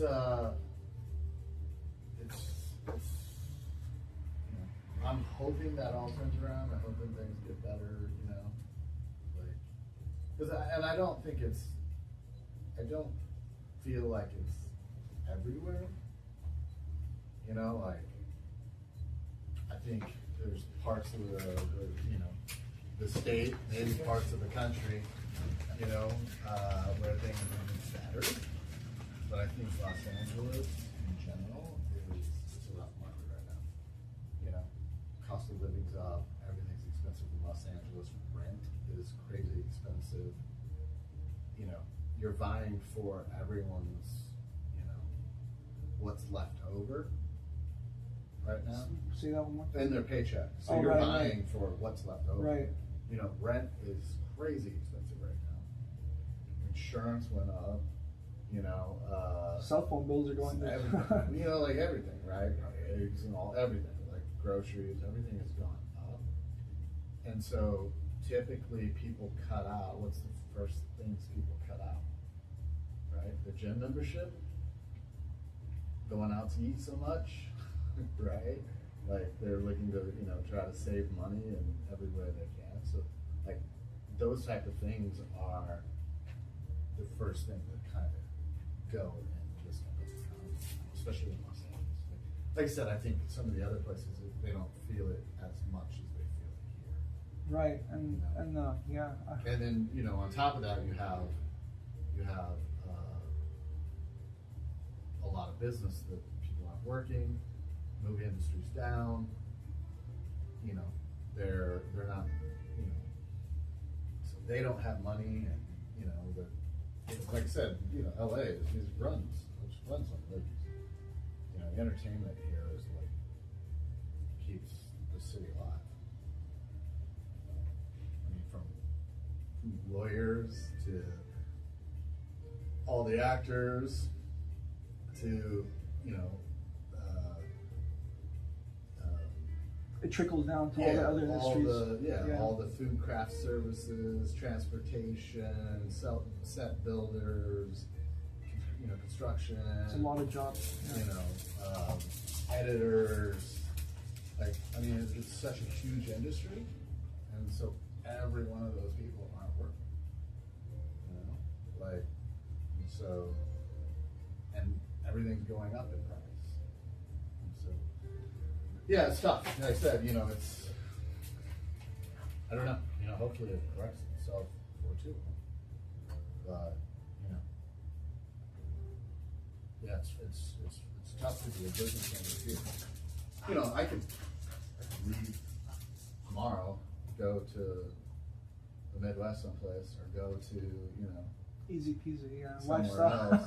That lifestyle probably do you good too. Yeah, and it would be half my rent, you know, like both here and the place I live. You know, like all that. I would need half the students. You know, I would need just to be where I am, and that would be easy. I could do that probably the first year. You know, like so. It's It's the toughest environment to try to build that business and really, and the incentives here are not are different from over there. It's like a little gesture goes a long way. Here it's like thanks. yeah, and people too. You know, like the people that are here, they're very like, how do you say it? It's very transactional, both in friendships and just day to day. Right? Everything's a transaction, and everything's like, you give me this, I give you that. It's all building blocks basically. It's just, but it's very shallow, like the relationships with a lot of people, even coming back, even looking at the martial arts in general, and even when you start to talk about martial arts, also its character, it's all those other things. You know, there was a time, and I'm not saying like culty behavior, because I don't like that either. Yeah. Right? But there was a time where it was, you know, there was honor and loyalty to a gym. Not necessarily a person, right? And now, a lot of that's lost, you know? And I'm not saying all of it's good, because I don't think you should blindly follow anyone, right? Right. But there's a lot of lost honor and loyalty in general, just in the overall population. But I see it a lot here, or in martial arts. It's not even an equation. Mm-hmm. It's not even an equation a lot of the time. You know, it's Yeah, it's transactional. transactional. Yeah. You know, Not to sound sadistic or cynical in any way. Yeah. it's just very, you know, I pay you, I come up, I show up, that's it, you know, and But it's different with martial arts because that transformative process can be, you can look at others with not necessarily owed, but you know, these people played a role in that. These people, there was a lot of, make your life better. don't dismiss all the They're conversations. mentors, Yeah, they're, exactly. you know, yeah. they're, you know, a lot of times psychologists, they're your, you know, or psychologists, you know, your sanity, your health, your motivation, your life coach, your, like, you wear all of those hats when someone's your instructor, like they're there. And, you know, and I've found that, you know, that's a difficult transition from going from having that and then seeing people kind of go away from that. And then, you know, as a, you know, you have to be like, also as just any business owner or anything else, you know, that, it's really hard, but it's even really much more difficult as a martial artist because you are those things, right? You are kind of like a mentor, a coach, life coach, therapist, you know, all these different things. Sometimes it's hard to separate that to just being transactional when someone leaves, you know, or It wears you down too because that now you're reminded of the it's I understand completely what you're saying. like as you know, because you want to help people, you want a gym full of people that, you know, are all positive and, you know, feeling good and, you know, all these things, and then when you see a lot of just transactional relationships, it sucks, you know. But that's part of business, you know. Like some people, you know, you have to find those that aren't that way. And others that that's just what they're here for, and very transactional, and it's, you know, it is what it is. And, you know. But you never, I've always seen you like welcome people with open arms. You never dismissed anyone. You always try to like engage with every single person that walks in here. So I hope that never impedes like what happens in this world or in this area. I hope that doesn't impede like what you try to do, because Yeah, no, I mean, I'm always going to try to be that person. You know? I know, and, yeah. and it's, but yeah, there was a time not long ago where, you know, I was getting very jaded with that. You know, it happens to everyone, to the best of us. You know, it's natural. Like Yeah. I couldn't imagine. Yeah, you know, but you know, and you know, you go out of your way to help somebody or do something. It's not that you expect it, right? Because you never do something and you expect something in return, because that's a transaction. Right. You know, like that's not help. It's like doing something nice for someone, posting about it, and then putting it on your Instagram, or hey, I just did this or that, right? It's like that, but doing a lot of that takes away from why you did it, you know. But that's now becomes like That's just a way that people communicate now. yeah, Almost. And I'm not saying like, oh no, I'm not done like this or that. I'm just saying it's like, you know, just being nice just to be nice is so important, you know, and care, you know, and like anyone who walks in here is like, you know, for me, it's not just about, you know, 200 bucks a month, you know what I mean? It's like, That's not going to be what gives you the gratification at the end of the day. you know, It's like, you know, that's what keeps this place going. That's what, you know, like propels things forward, and you know, doesn't. it adds to the gears, but then there's something you're building essentially with these people. Their lives are changing, right? Like, yeah, there's a business aspect of it, but then there's you watch someone like 4, 5, 6 years down the line, you're like, what the fuck? You know? Yeah. Holy I mean, shit. you know, like I look at Benny, I look at, you know, Kyle, you know, Rafi's cousin Kyle. You know, I look at Raphael. You know, a lot of these people who Came as kids and they grew up. yeah, you know, and they weren't Solid like, they man. probably weren't on that path. You know what I mean? Like, they could have easily ended up somewhere else. You know, but you know, because they have a little direction or hanging out with good people, you know, and things just kind of manifest. You know, people around you are doing well, you're doing well. They help you. They guide you. You feel like, I need to do well because he's, you know, like he's counting on me or this or that. So there's that. At least there's like definitely a positive side to it, of course, because like you have those like really strong examples that completely like overshadow all anything else that has happened. You know? No, and I mean, I'm totally like, I'm not leaning on that direction. We're just talking. I just, you know, those are the things, and, you know, and as things always, you know, always as things get bigger, there's more problems. Yeah. You know, as make more money, there's more problems. As more people come, it's harder to keep everyone together because now you have more. Be careful what you wish for too. Like that's if you get that limelight on you, all of a sudden you're the it gym in Los Angeles, and who knows how to engage with that too. You know, that kind of audience that it's, you know, as that, you know, my overhead in this place was it's more than double.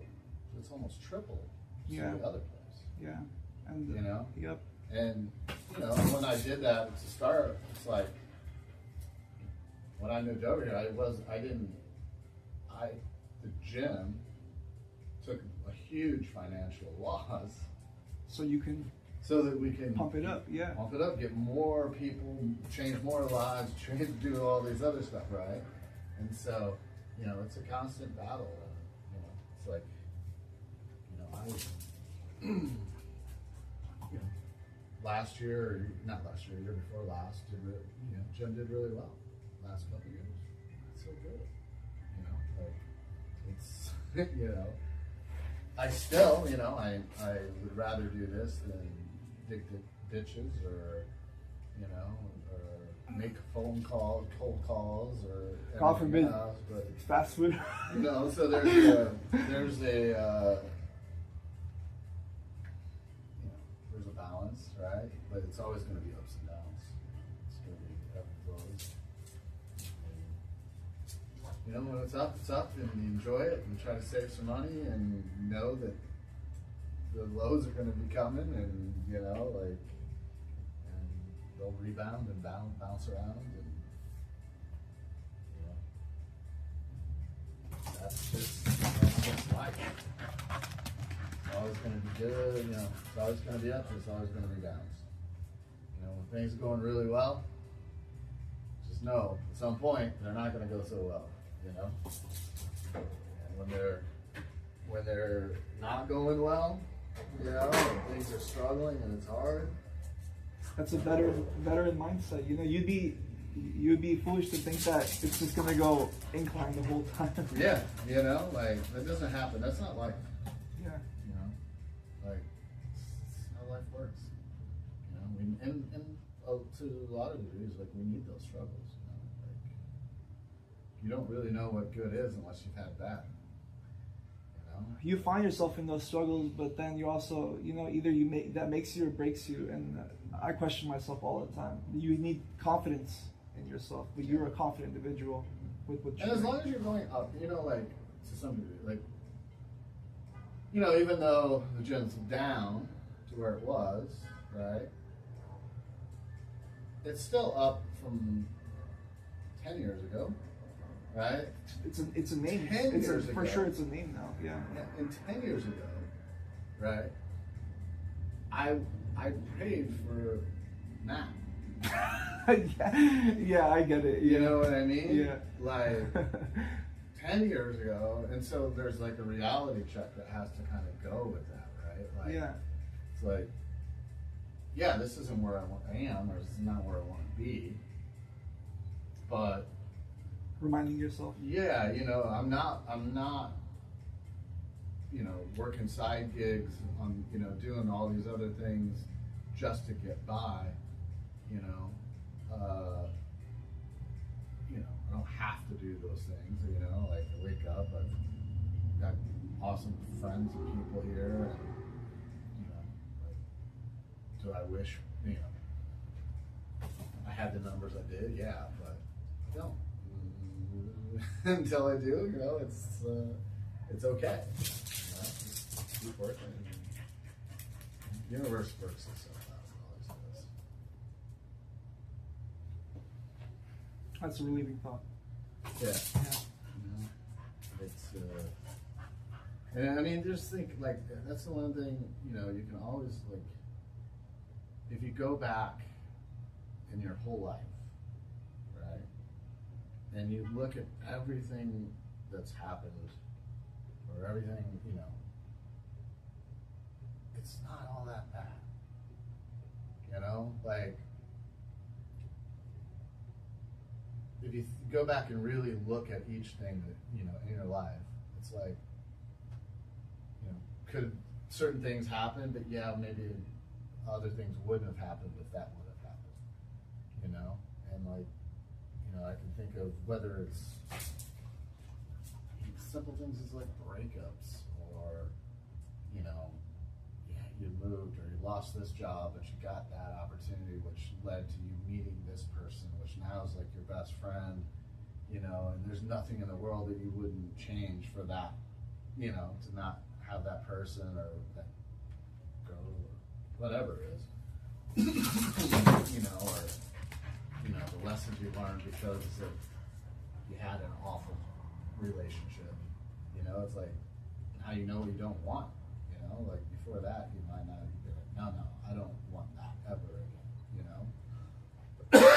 That will eventually lead to better things, you know, and it's just how life is. And like I said, nothing, and also like everything is happening now, and if you keep putting that in your mind, that's what I have to remind myself this all the time, is and I don't always do the best job of it, but is like, what right this second is that bad?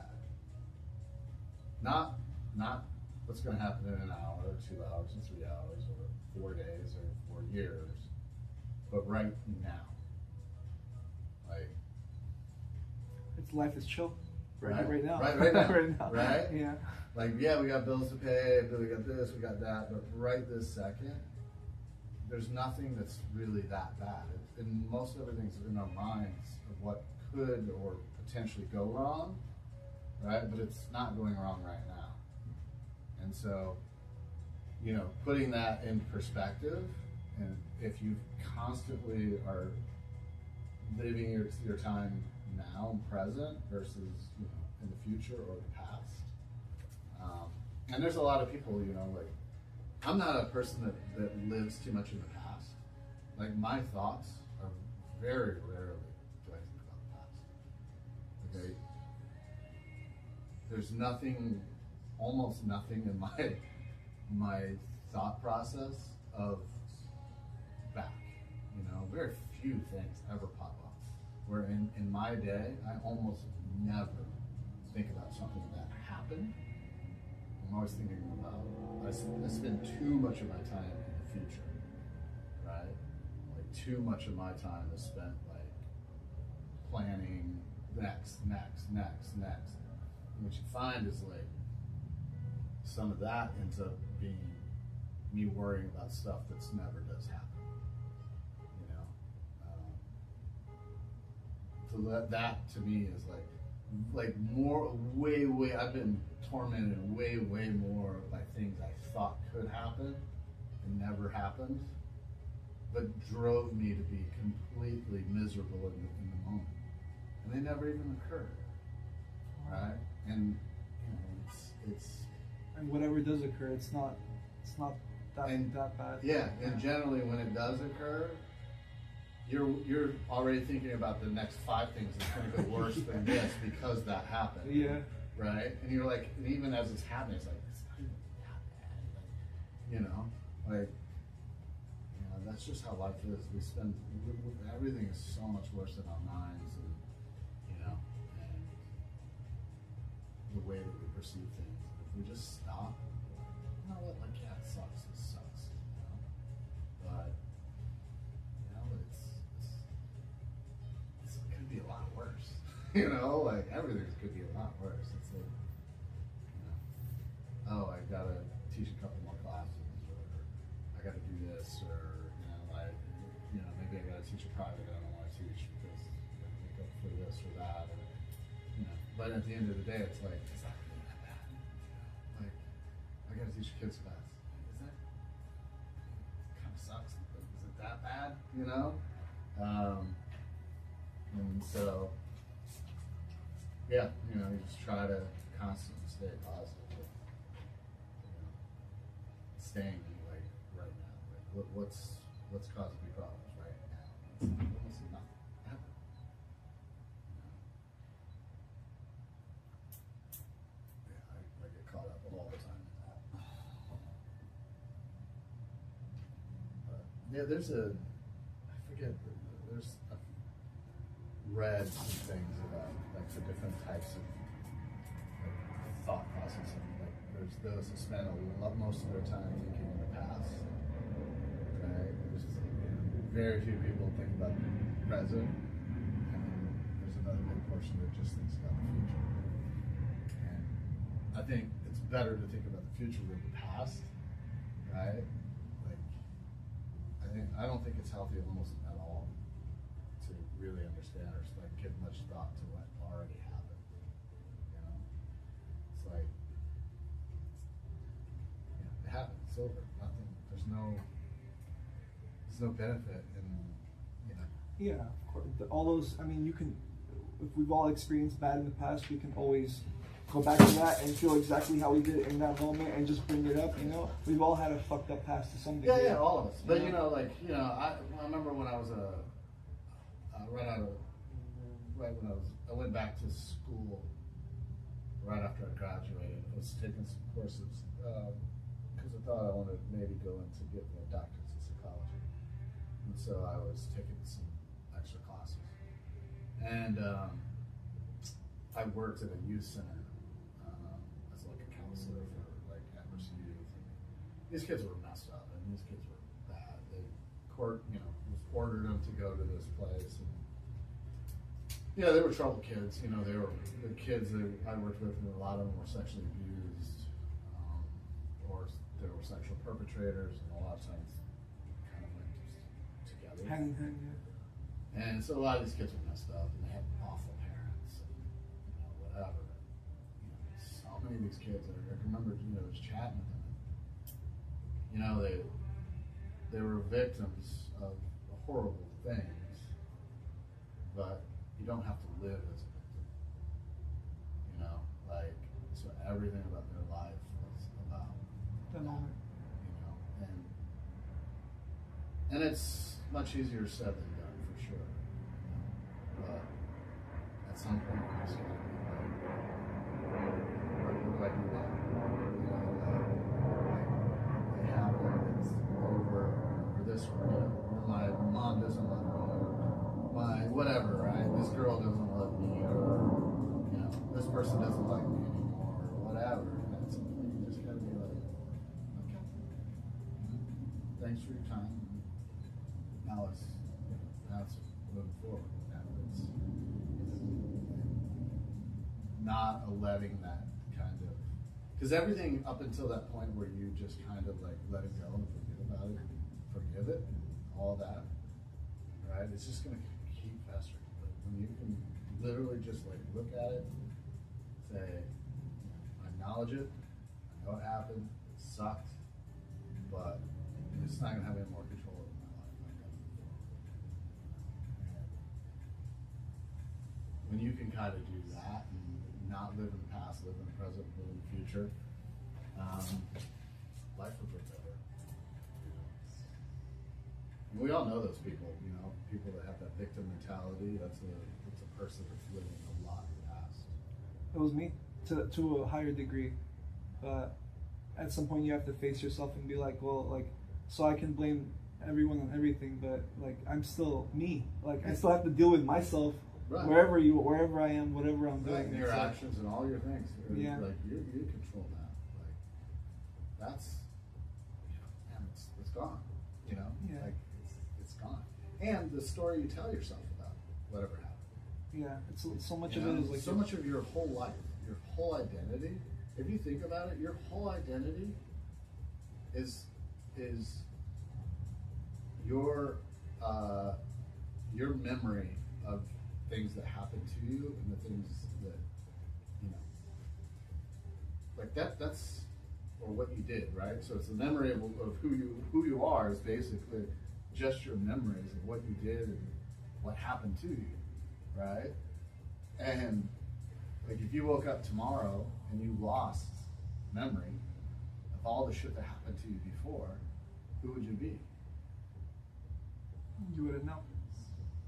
Yeah, because you'd be Someone, but you'd be you right Yeah. now, same person, right? You just don't have all that baggage and luggage but it's still you, it's still your cells, it's still your mind, it's still all of that, right? Like, so it's like being able to kind of take yourself out of like not blaming, up until you're like at least 16, 18 years old, like all that shit that happened. it's just on like auto. But now, as an adult, it's like now you're responsible for yourself. Like you're responsible for healing all the shit that's happened, or letting it go, or doing whatever.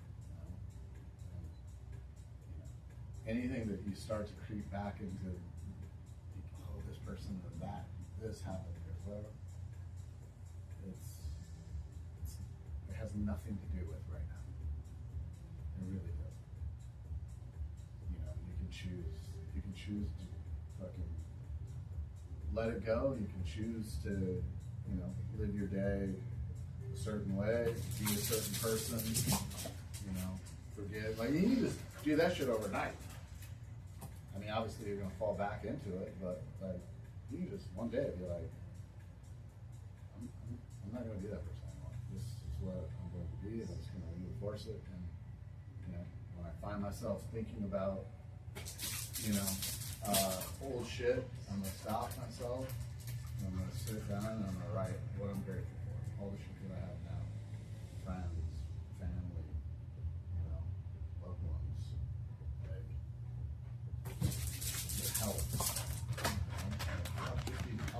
Just being grateful for fucking health, waking up, not having a sickness, or you know, or your parents sick, or even if they are sick, fucking be happy that they're still here. You know, be happy that they were the parent that they were, or you know, the friend that they were, or whatever it is. You know, it's just reframing your mind. And that's also, you know, that's all easier, you know. Said that. But I mean, it is true, you know. Like, I'm not saying it's easy, but it's completely possible to do that. You know? You just have to believe, you know, and know that things are going to get better. And so much too, you know, like so much of life now too is like, It doesn't reciprocate to you in a lot of ways, and so it's like you have to constantly remind yourself that, because there's, I don't know if the reciprocation is the right word, but it's like you step outside, it's like, if I feel like if you don't actively try to just, I don't know, water your life in some way to make it grow, it's like the city doesn't give you, I feel like, from my experience. yeah, no, yeah, you can't just sit back and expect good shit to happen. Yeah. That's not how it works. You've got to work, you know. And you got to put the time in. You got to believe in what you're doing. And not just business, but in life. You got to believe the path that you've chosen. You got to believe that you have a certain code of honor, and that you're going to live your life a certain way, and you know, like, you're just not going to accept, you know, going and working a 9 to 5 every single day and trading your life away for that, you know. Some people are just born that way. Yeah. You can't. Some people, they just can't. I mean, like, if no one did that, right? Right. The society would collapse if no one went and did a 9 to 5. So there's, you know, but if you find it that that's just not how and that's a very comfortable life, like, can be, you know. Like, Can be, yeah. Can be, you know, like, you know, I grew up in Indiana, so, you know, I have a lot of friends I went to school with. They graduated high school, went straight into a factory, and making pretty good money, and, you know, they hate their life Monday through Friday, you know, and then they live for the weekends, and, you know, they have a nice house, they've got wife and kids, and, you know, they just kind of do that until they're old enough to retire, and by the time they retire, they're already kind of like not healthy because they haven't, you know, they've been eating crap food and, you know, working nights and, you know, everything else. Where is the victory in this? Right. But some people, you know, that's fine, and that's, you know, that's the life that they chose, and that's what they like, you know. And then, you know, others have said, no, I refuse for that to be who, you know, what I am. And money, you know, you only need you just need to be comfortable. You don't, you know, like, it's nice to have money because, you know, it's a certain amount of money at least, right? But it really isn't for you. It's not the answer. It's freedom. Right. You know, it's Affording like freedom. your freedom is like so priceless. You know, it's like, I do it every day. You know, I could probably, if I really wanted to, I'd probably teach a product every single day, right? like if I just really pushed it and lowered my price a little bit and did this, and you know, have maybe I make, you know, extra 10,000 a month or a year, 20,000 a year, or whatever that is, right? But it's my time, right? It's like it's not worth it. You know, it's like me going to do a security when I was making $1,800 a day, and Wow, that's insane. I made over 40 grand in my last like thing I went and did. You know, I spent a month in Europe and made 40 some grand or whatever. And I got done. I was like, this isn't worth it anymore. You know? You always clocked in like. Yeah, I was working crazy. I was working, Yeah. you know, tons of hours. Wasn't sleeping very well. Stressed out, constantly stressed out, you know, and this, and I was like, this isn't worth it. Like, it's not, you know, and so that was the last time I ever did it. You know, I was like, I don't care how much you pay. And I mean, it was stupid not to, right? Like, fuck yeah, I could have stayed there another month, easily. And I was like, no, it's not worth it. You know, and I mean, there's times where I think about, man, I wish I had that money coming in right now, but what would I do for that money? Like, what am I trading? Trading like your life away. You know, it's like, no one wants to do that. Like, if I told you, like, you know, I'm going to take 10 years of your life off, how much money is that worth to you? You can't put a number on that. Right. Or, yeah, 10, especially these 10 years. Yeah. You know, like, so, yeah, maybe you don't make as much money, but like, you know, have a lot of free time, you have lots of jiu-jitsu, you love to hang out with friends, you're working at something you like to do, you know, it's rough and it sucks and it's hard, but everything's hard. Yeah. You know, like everything's hard. And so, you know, like, There's just one point at the end of the day which like gets to me is like after everything that I do, like what is it that I'm like not a currency, but what am I bringing to myself that's satisfying me? Because it's like everything that I do, it's like I feel like I don't even know what it is that I'm hoping for to happen. That's gonna. It's hard to explain. well, you should sit down and you should write out, like, what is it? Like, not, oh, I want to make $20,000 a month, right? Write down, what is it that I actually need? How much money do I really need? Because that number is a lot less than. It's not just a flat million or something like that, right? Right. Yeah. You know, because most people, when they think about like, oh, I wish I won the lottery, or I wish whatever that is, right? Or I wish I, you know, got X amount of money or had X amount of money or whatever that is. Whatever that is. Most of the time, you could do it for a lot less money. Like everything you want to do, you can do for a lot less money. You know? And so like sitting down and actually like making some of these goals of like, all right, like I need this much money to pay all my bills, right? And I need this much money to have the vehicle that I want. You know, Realistic. yeah, goals, realistic stuff. Yeah. You know, Not just some random number. and then just Yeah. and because if you don't really like put that down, what you actually want, or what you at this point, or what you know, like if you said, all right, what's the minimum of all these things that I would like to go on one trip, you know, to Mexico, Cabo, you know, every December. All right, you know, that's $3-4 grand, $5 grand, depending on how you want to do it. All right, I want to, you know, have all my bills paid, and have, you know, an extra few $100 a month or a week to, you know, do whatever I want, and I won't have to think about it. And you just start writing all this stuff down, and you look at like how much that actually is, it's much easier to get there. And then also just to understand, like, oh, okay, like, I only have to make this to make sure everything is paid for, all my bills are paid, you know, everything's set.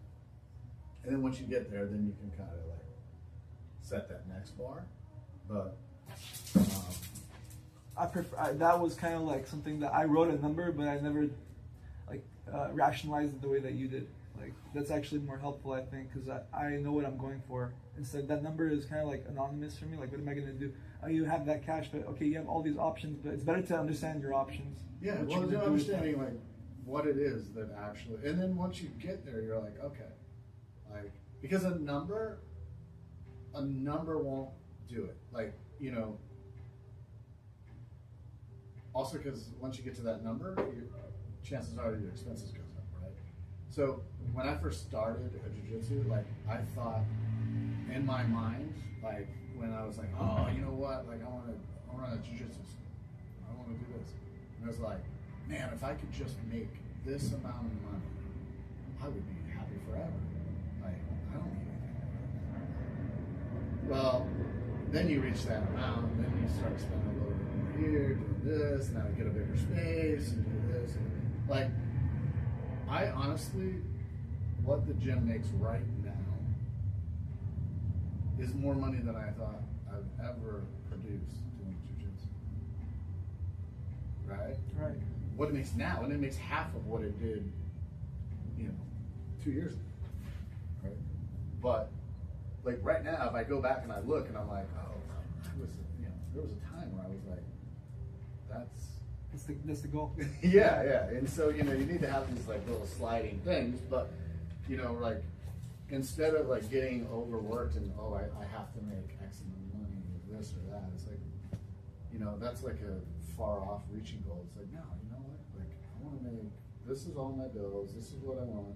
You know, it's even like, there's a book, 4 Hour Work Week by Tim Ferriss. It's a really, book, yeah. really great book. And one of the things I've been talking about is, you know, he was like, oh, I want to DB9, I think it was, you know, Aston Martin. And he's like, he was like going through all this thing, and he was like, oh, I need $5 million, and blah, blah, blah. And then he was like, when he started looking at it, like, no, it's like, I can lease one for $1,500 a month. You know, like, I don't need $5 million. You know what I mean? So all those things that will actually make you get close to your ideas of happiness. Yeah. It's much easier to put it in those terms. And, you know, then also just like, what is that price for your freedom?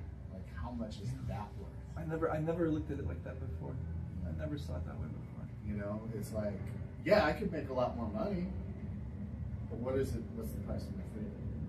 You know, like, I could easily myself, I could go get a job.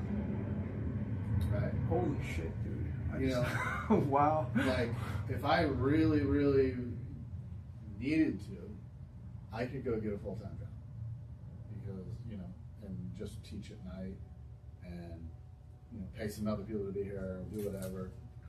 But like, what is my freedom? You know, like, I'm not willing to compromise my freedom. Like, I'll take less money, but don't take my freedom. So now, you know, like, it puts a lot of things into perspective when you look at it like that. Yeah, you verbalize that really, really well. Holy shit!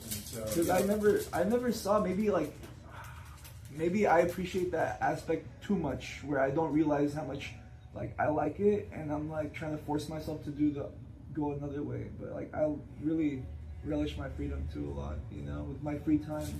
Yeah. And you know, like that's how much is that worth?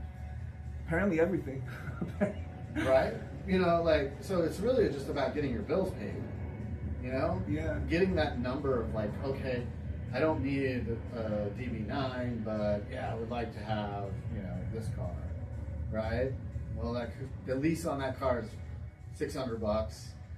You know, like, so really, I'd be just as happy, you know, having that car versus this car, you know, maybe in the first 2 weeks that other car is much better, but after after you drive it for, you know, a few months or whatever, it's not that big of a deal.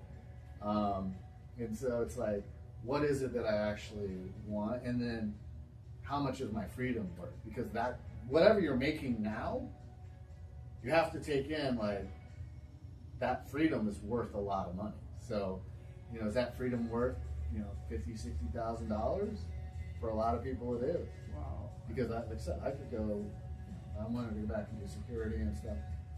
I could go back and make 6 figures easy and still teach, but I'm not willing to trade my freedom for that.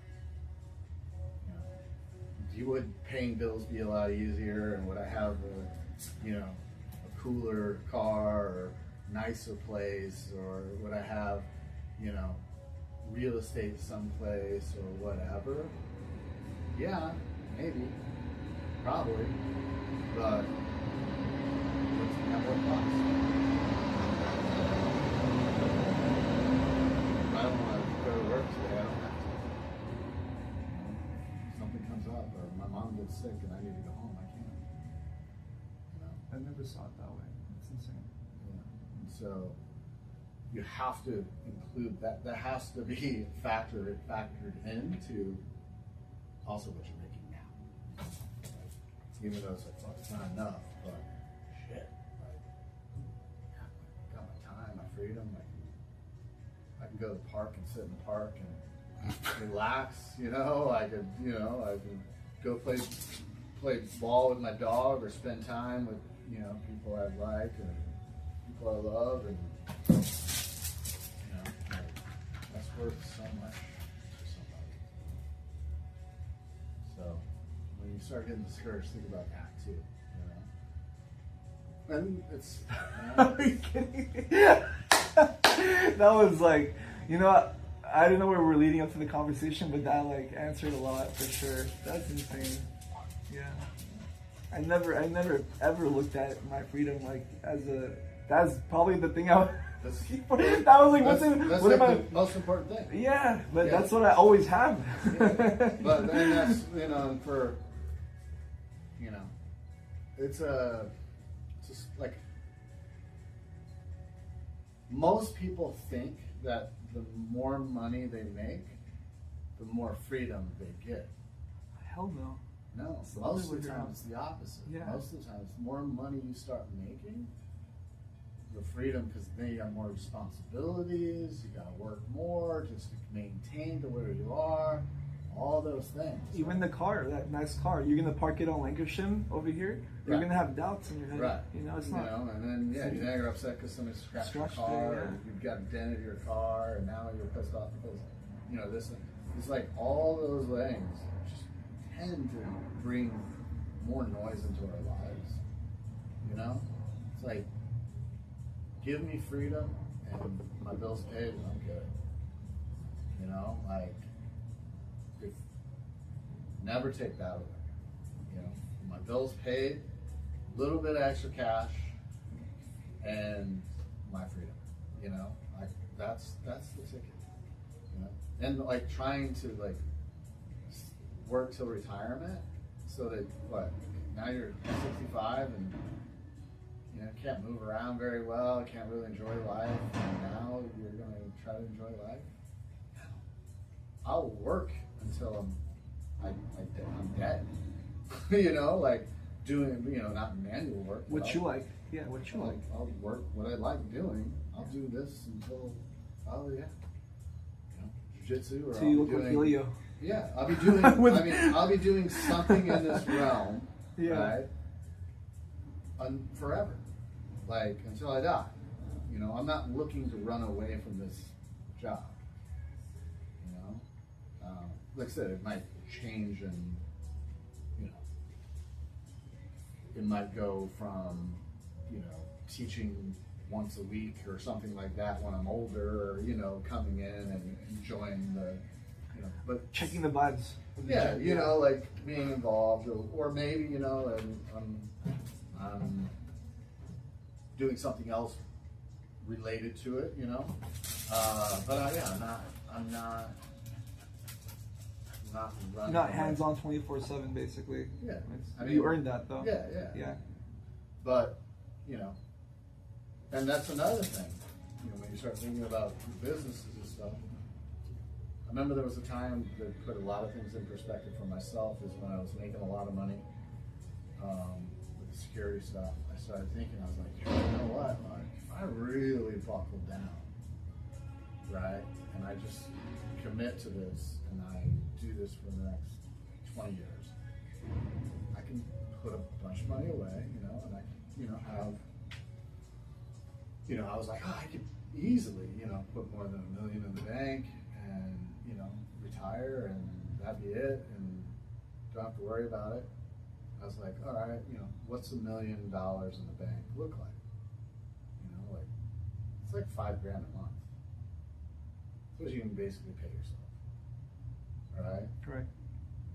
$5 grand a month, is it worth me working my whole life, sacrificing all of the best years of my life, being angry, upset, tired, not eating right, you know, being stressed out, all these things, just to be able to retire and, you know, not have those things? Or I can create something that pays me $5 grand a month forever. You know, like, and still have my freedom, still have my life, and not have all that shit. You know what I mean? Yeah. Because that's what you get. I mean, if you had $1 million in the bank right now, you're like, ah, fuck it, I don't want to work anymore. Right? I'm gonna move to Thailand, or I'm gonna do whatever. Just create a business that does that. That pays you $5 grand. That's a way better option. You know? And now you got all your freedom and all your, you know, everything you want to do. You know? So, same thing, you know, it's like create this business with the idea that it's going to pay me 5. Maybe it's going to pay me 10 grand. You know, I'm just saying 5 because I mean, that's a realistic number. Yeah. That's an easy, realistic number that you're probably, regardless of going up and down, you'll probably be able to pay yourself if you put the effort and time into it now, and you establish it that, you know, I always will have this number. You know, like the gym. Say, I hire a full-time person, I pay them 60, 70 grand a year just to take over and teach jiu-jitsu. And, you know, there's a lot of people that probably would jump at that if I said, hey, you just, you know, teach jiu-jitsu and... The floor is yours, Senator, basically, right? There's a lot of people that do that, you know, and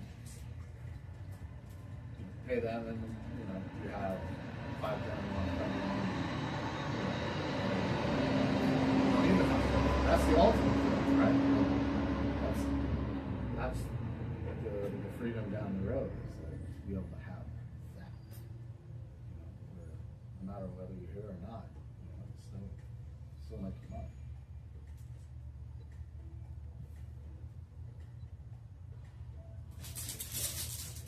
Something with you.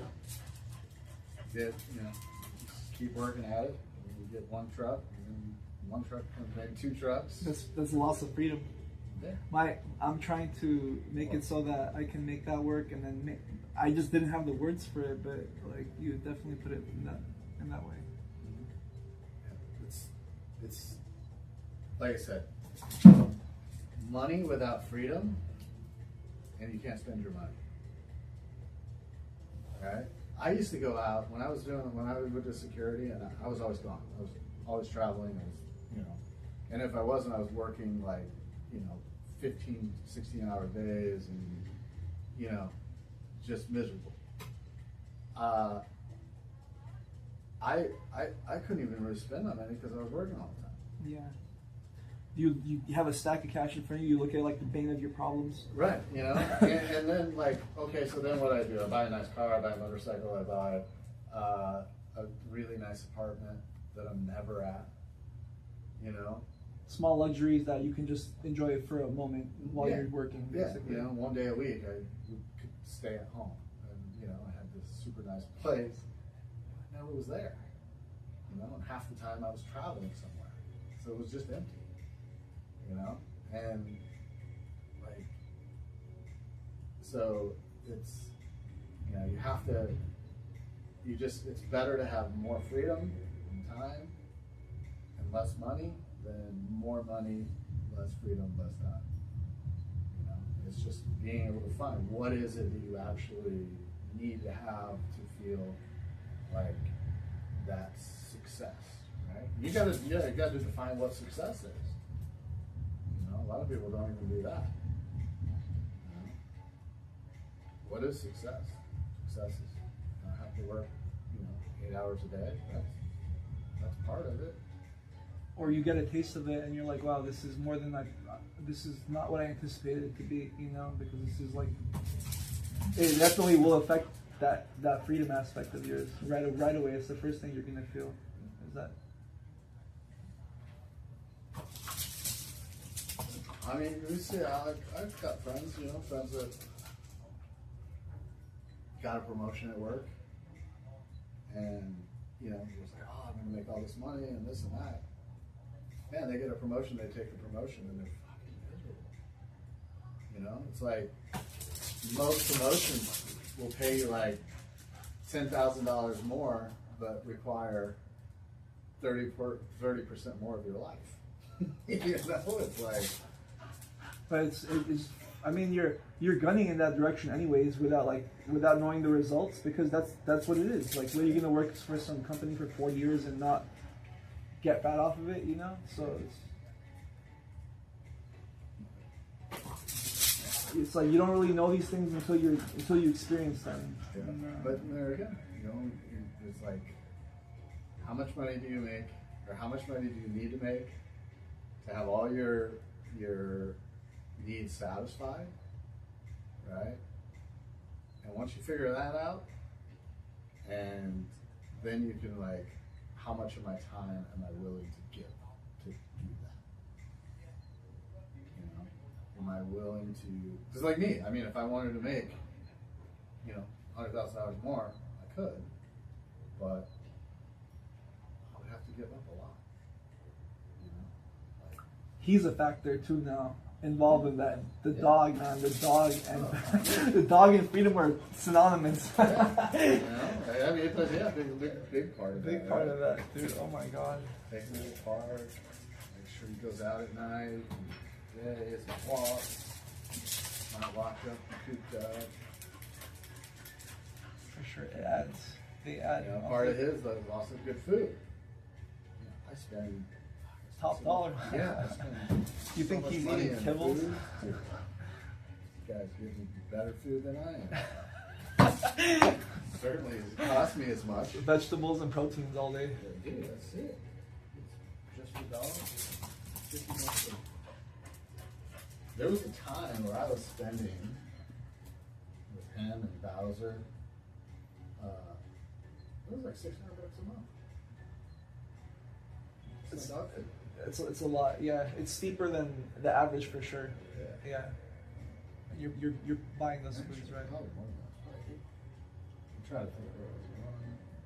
So it was 4. Oh yeah, it was more than that. I mean, kibbles cost like $30 or $40. So I was spending it was between $8,000 and $1,000 because I was spending. I would get 4 things, which were $50 each. So that was $200 a week, and then I would get. Basic was about a bag, full bag, which was $100 kibble for Bowser, and he would finish that like week 3. You know what I mean? So I had to buy like, so it was probably close to $1,000 at one point. I mean, Bowser was $50. You know, but is it worth it? Of course, I'm sure it helped having him around too for him. Yeah, like mental health, man. Put a price on that. And it's just like, yeah, I can't put a price on it. You know, how happy you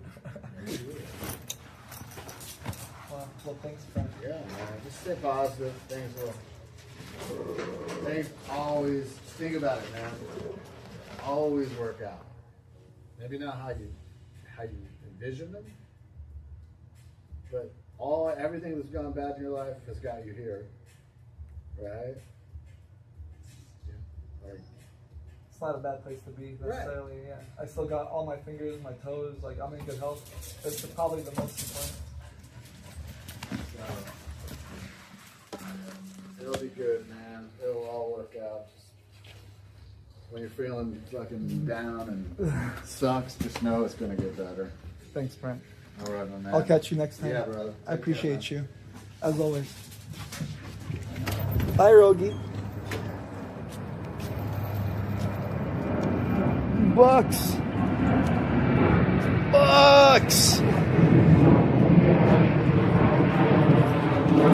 there, Bucko. Landlord USMC. It's probably a Gemini thing, but I don't know. It's exactly what talks to him out loud. Asking for a discount membership. Let me put TTS back on. I don't know who's here right now.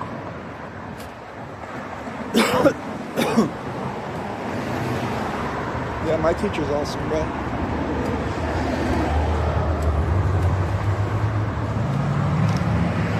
It's probably the conversation that I needed to have with someone was with him. In general. Wow. What time is it right now?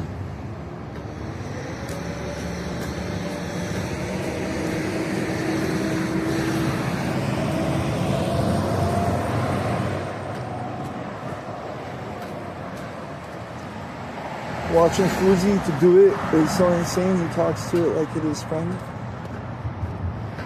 Dude, I can't. When people start talking to the AI, it really trips me out. Like they're asking like full advice, full questions. I can't trust AI just enough to ask those kinds of questions. Sure, I could do it in ChatGPT, but you know, I take it with more of a grain of salt. This stream is dedicated to XI, to Zvat, to Bucks, featuring Landlord, Tony183, Gen Info,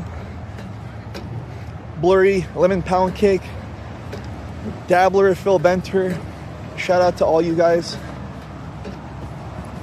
Eddie had to, clean up his nasty ways. Dabler says you thought it was over, huh, Ed?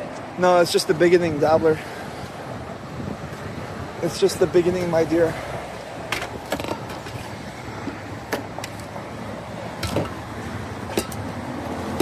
Eddie's turning a new leaf.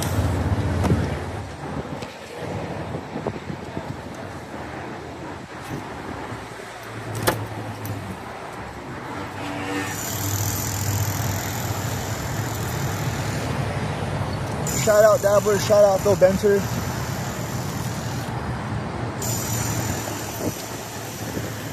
Kick wouldn't be where it is without you guys, bro.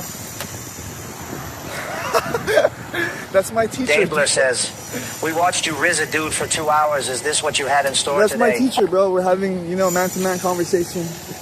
And, I'm glad that I'm able to do that because Eddie, Lord knows that Eddie needed that. Eddie needed that. Oh, man.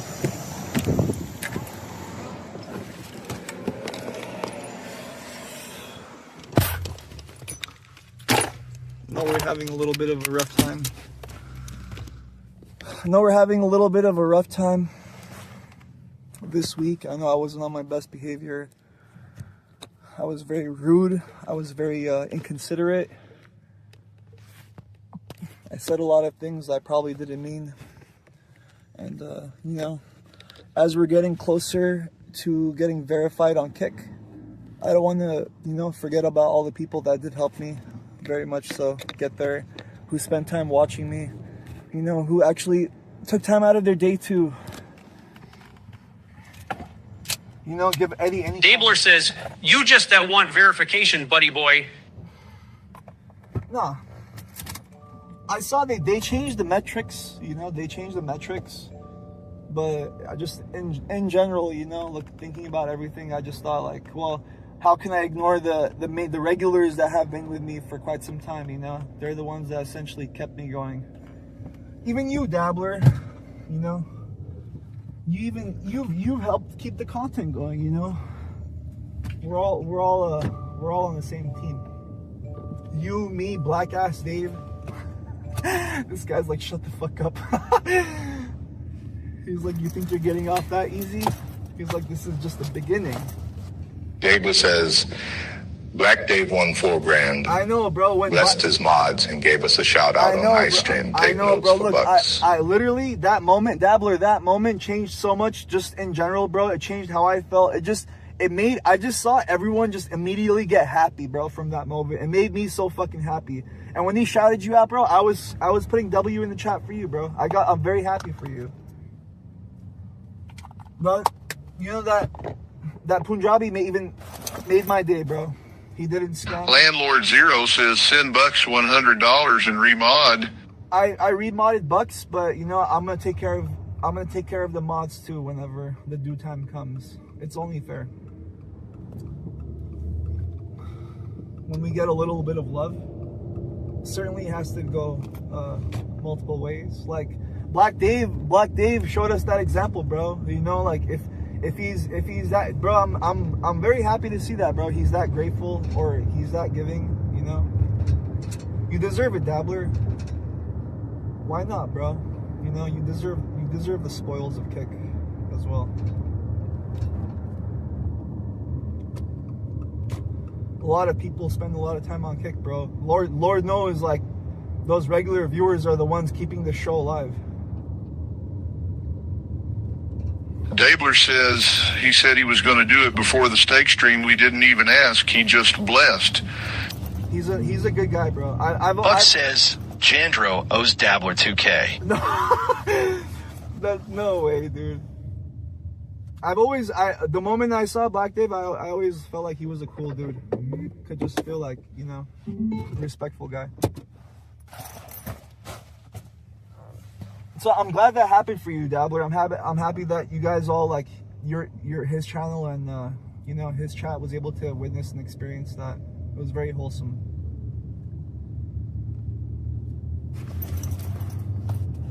It made me really happy. Zero says, I don't see Buck's sword. No, he should have one. Maybe he didn't apply the badge. And I do want to apologize to XI and Bucks, man. I was being such a piece of shit this past week, man. You know, different things really got to me, and I just, like, this nasty side of me came out, and I was like I think I got very egotistical and very... Dabler says, we click on Buck's name, there is no sword. Okay, I'll just have to check that whenever I go back home. It's not a big deal. Well, everything's going back to how it used to be, and, you know, I'm trying to say my sorry for acting out like... I was victimizing myself and blaming you guys for sure. You know, I thought I could hang with the trolls. I thought I could hang. I guess I got the best of me. Who knows? But it's not anyone's fault. You know, all those things will exist. I didn't deal with whatever I was dealing with very well. You know, and I lashed out. That's essentially what it is. I lashed out. But you know, like, on this note, and some of these special occasions that have happened previously. Lord says you folded and it will happen again. Well, look, if it happens again, I'm getting used to it happening, and but if it does happen again, I don't want to put it on you guys. That's where I fucked up. Let me you know, let me self implode, but I don't want to put that back on anyone. So that was the main. Janig says, "Oi, mate." Oi, mate, who's that? Oi, Jay, what's going on, mate? You thought I was misguided. You were wrong. Mr. Bucks, yo, shout out Bucks. You know, Bucks needs to have his day too. Dabler says, I woke up to a surprise message from Ed Boy saying he is unbanning me and Phil. Yeah, I mean, like, honestly, I had a talk with XI. And like, we cleared the air, and honestly, I really reflected on a lot of the things that I said to him, which was very, very, very, like, unprofessional isn't even the word, bro. I was just completely like, I was the monster, really. I called him a monster, and I called him several different names. But I think I was projecting, like, that he was mellow all the time, you know. He never really was in chat. I just literally targeted him out of the blue. I targeted Bucks. I fucked up, guys. I really fucked up, you know. Word Zero says Sam Frank commented on your reaction to her saying that you're a bum. I mean, that's fine, bro. Like, we don't need to deal with Sam Frank no more. We don't need to deal with anyone. Like, it's just we got us, and we good. You know what I'm saying? We have other streamers that we're gonna work with in the future. Like, that's what I'm looking forward to.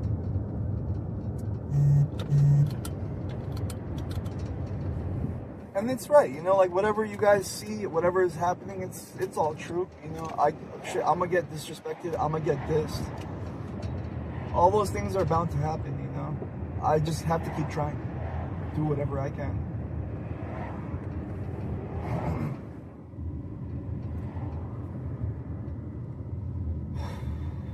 Won't be the first or the last, guys.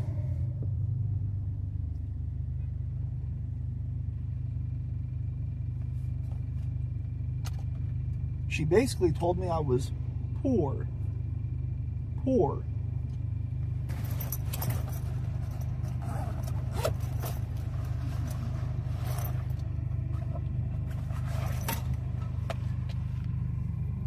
Dude, she breaks like a $40,000 watch, bro. You know. Says it's time to go stream snipe Sam Frank. She's outside right now.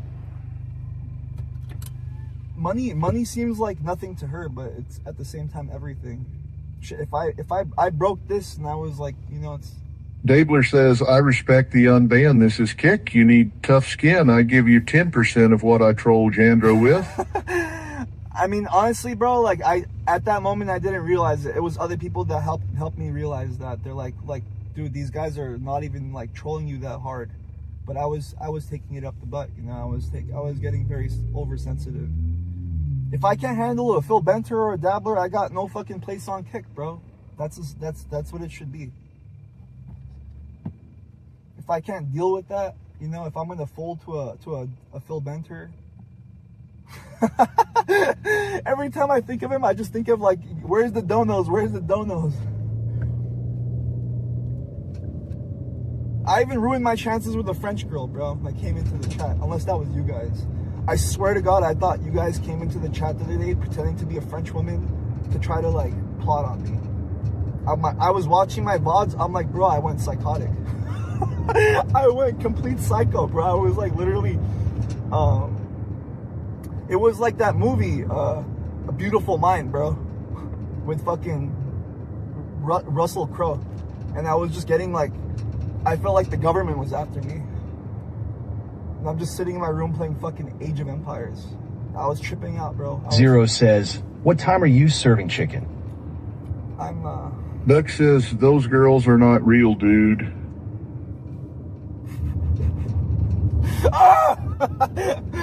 He's back. No, they're probably not, bro. But whoever was saying that, bro, they said, whoever was saying that to me, that Indian from across the world, like, they were saying the right words, bro. They used French. They talked about cake. Are you kidding me, bro?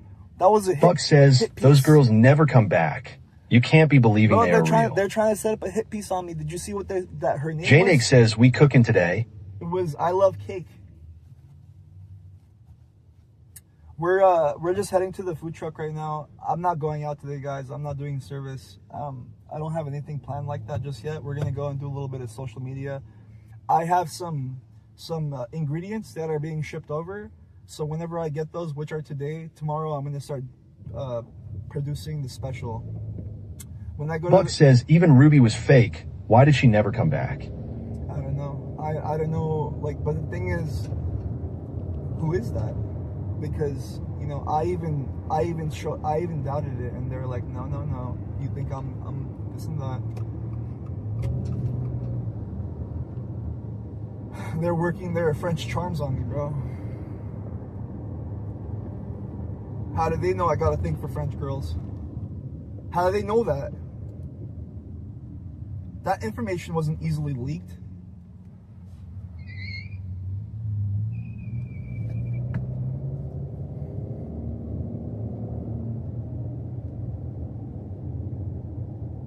I mean, that whole story, bro, was really made me think about it a little bit.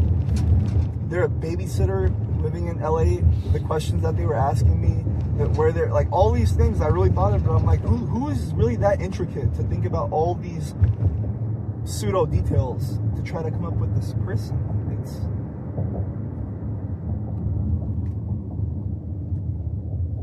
but anywho, you know.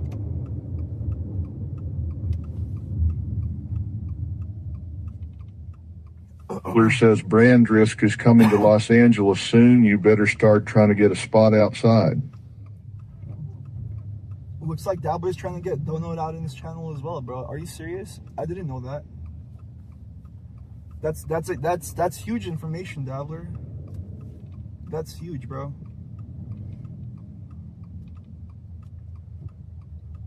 I'm gonna hop on that right away when I get home.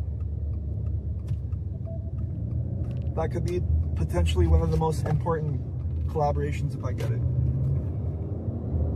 And in the right circumstance, you know, like I'm actually gonna feed the crowd. I won't just have like a few people and giving out free food or something like that. I don't want to get this twice. Says, I'm trying to help you pay your dad back. Wow, bro. We're all turning a new leaf today. I can't hear, bro. Just like when landlord says something like that, he's like showing me a gesture. I'm like, oh. I'm like, are you sure? Is that you, Dabbler? Is that you on the other side, bro? I didn't expect that. But yeah, for sure. I mean, any suggestions that get passed my way, I'm jump right on it.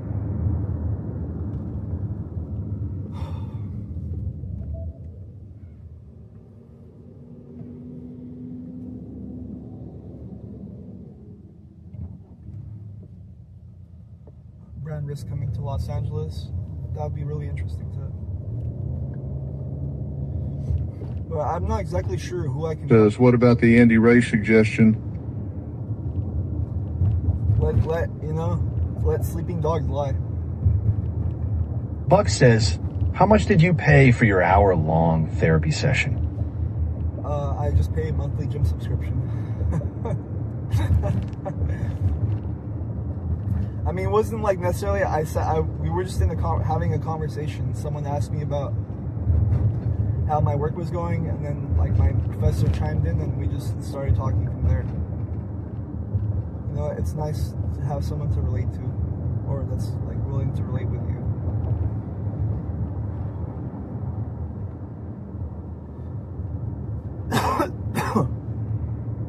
That place helps me keep my sanity, honestly. These past 4 or 5 years, Lord knows how decrepit I would be.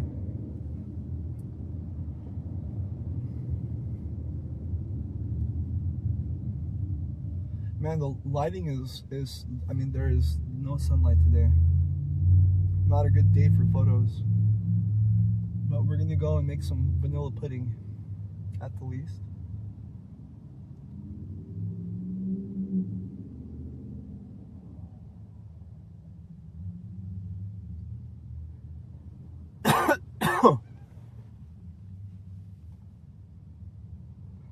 Oh.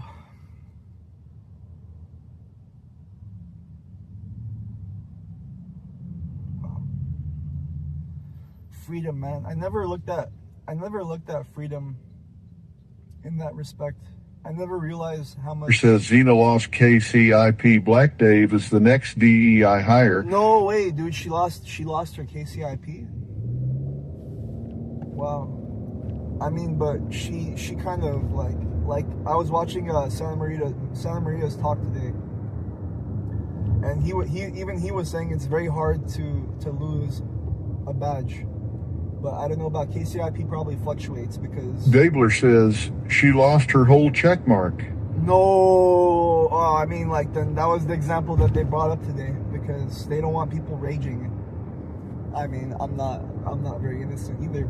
You know what I mean? Thank God that they haven't taken notice of that.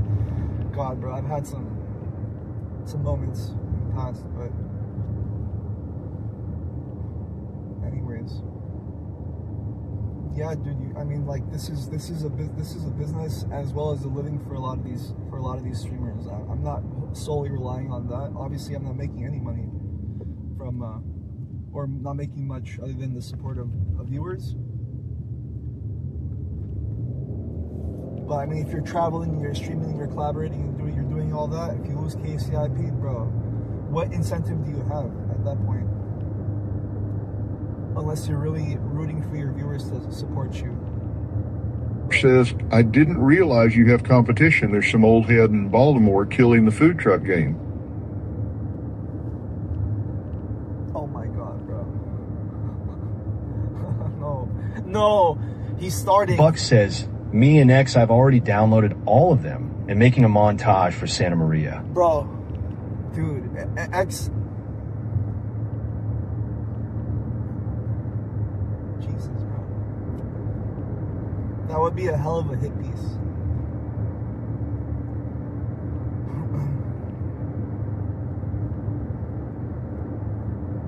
The staple of my toxicity exists somewhere. I won't leak where that is. Holy shit, bro. Well, you know, I'm not a bitter old man on a sailboat. You know, I'm still a young man, and hopefully I have the capacity to change and not to be so absurd. Especially now, you know, right now is a good time to you know, not crash out like that anymore. Or if I do, you know, just change the way that I go about it. I don't want to, like I said, point my fingers on anyone.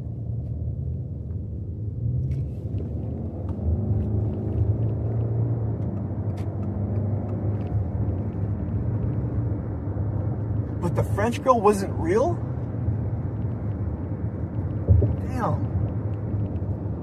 Damn. Y'all had me going for a second. Fuck, dude. Telling me a French girl's out in Los Angeles giving me, you know, giving me the time of day.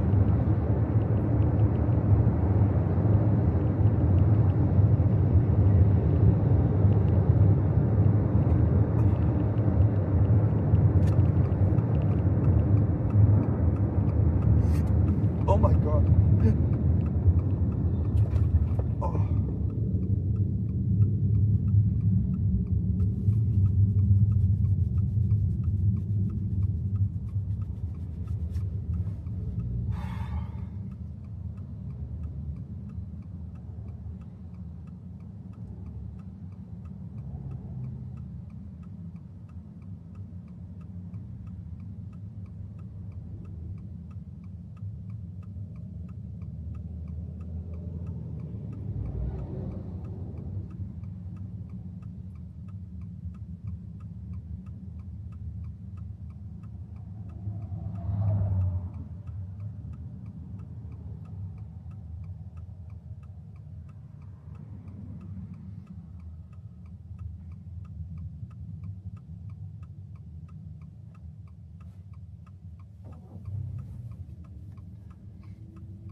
Mustache man.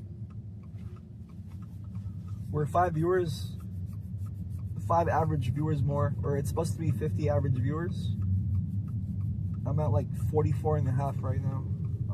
I guess according Zero says we like Ed in the food truck, not in the Subaru. Almost there. Dabler says, I'm about to take a huge dab, then start verbally harassing you with my best troll ideas. Holy shit. So that name is actually like, it's actually pertinent, isn't it? Landlord of Dabbler.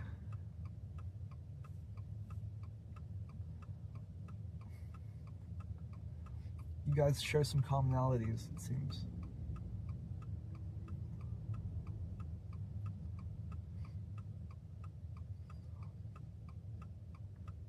Have you ever done a sober stream, brother?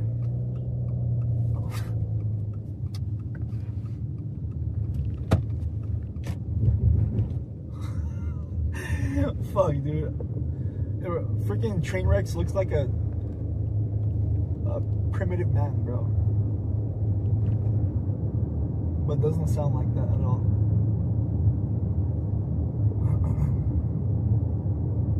Says, how did you Rico case me and Phil Benner when Landlord is the one who brought me to this channel? Bro, landlord.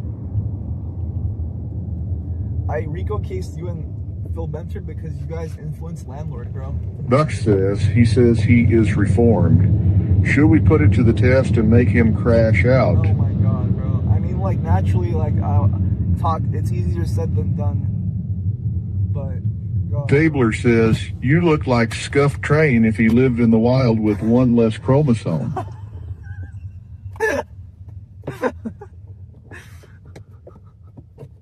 Holy shit, dude.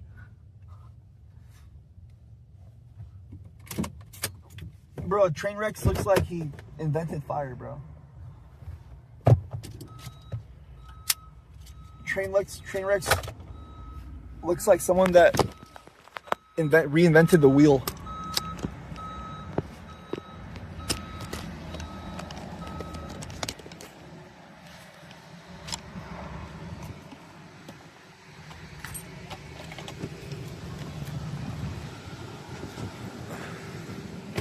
Isn't Trainwreck? Says, remember 2 weeks ago when Eddie was bragging about how important today is for food trucks and that he had a spot?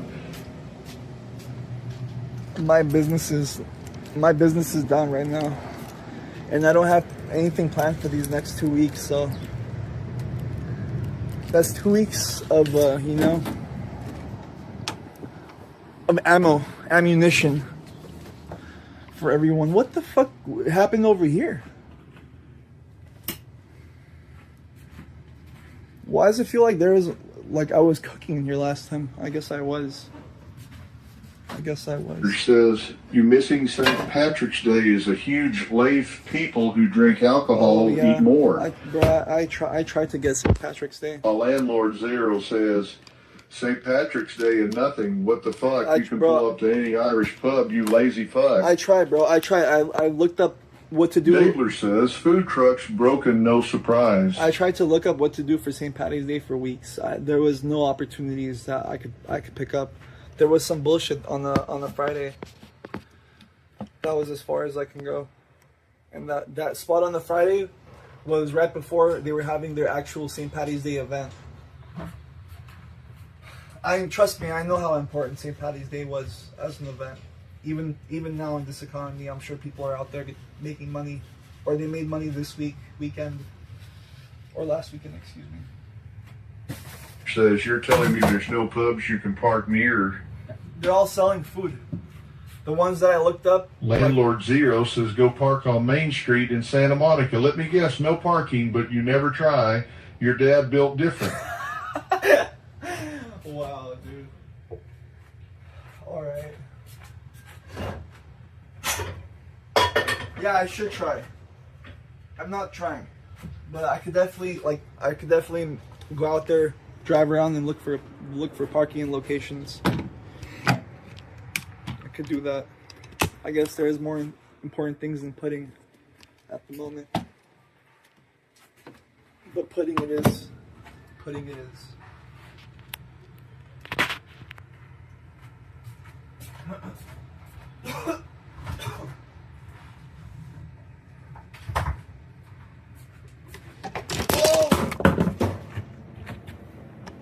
I knew that was gonna happen. Jesus. This selfie stick is just... doesn't agree with me, ever. Here we go.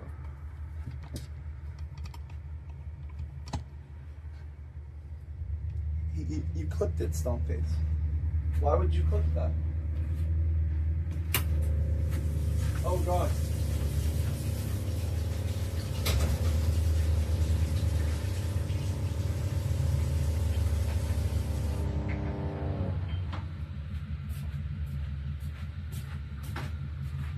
I gotta go get my phone. Oh.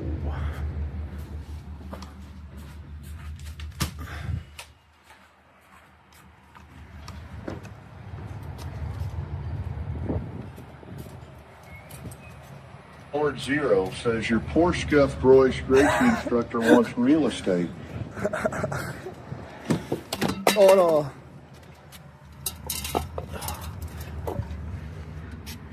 Scuffed Royce Gracie.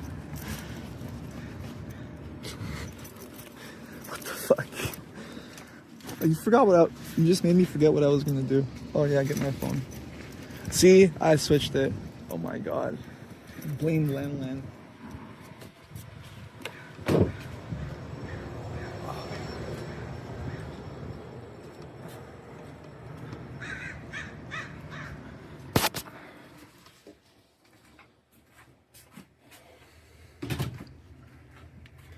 I ain't trying to edit shit. I'm gonna go live.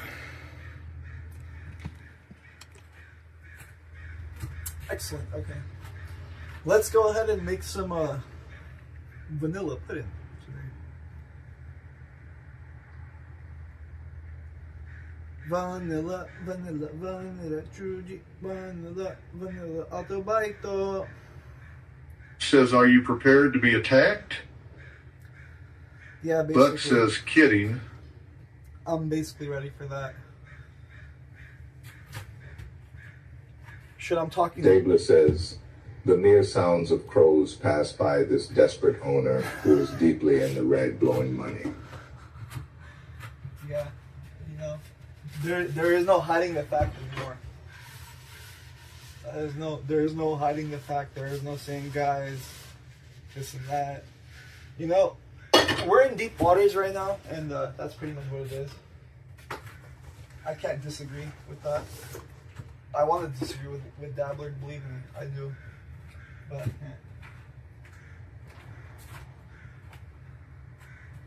Lie top. Says, we have waited for the perfect chance to kick a man while he is down. No, kicking him, you guys, you know when you can actually get me is whenever I go out and it's like really slow. And then when you guys start... Buck says, payback for XI. That's what usually gets my gears going. So you know my Achilles heel.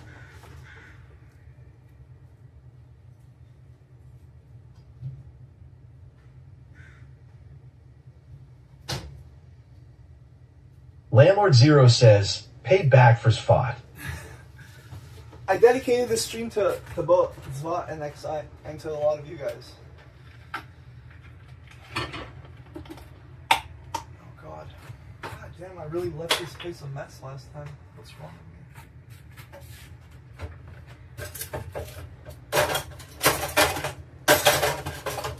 me? Dabler says, Ed, you call me a troll. At least I don't dox like Marcel's purse did to W. Vagabond. That's real bozo stuff.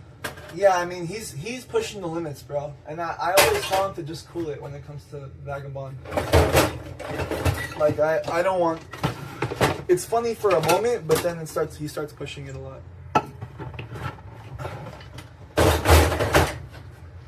Bro, he was saying that don't take it personal or like something that exists on his channel, bro. He's saying it directly to Santa. He was talking shit directly to Santa Maria today, and Santa Maria acknowledged it, bro.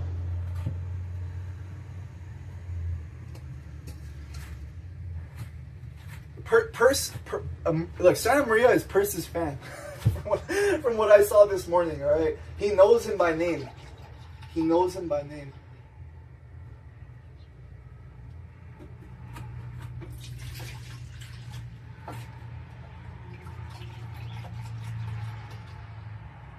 Says, I heard he acknowledged it and ranted about what Vagabond.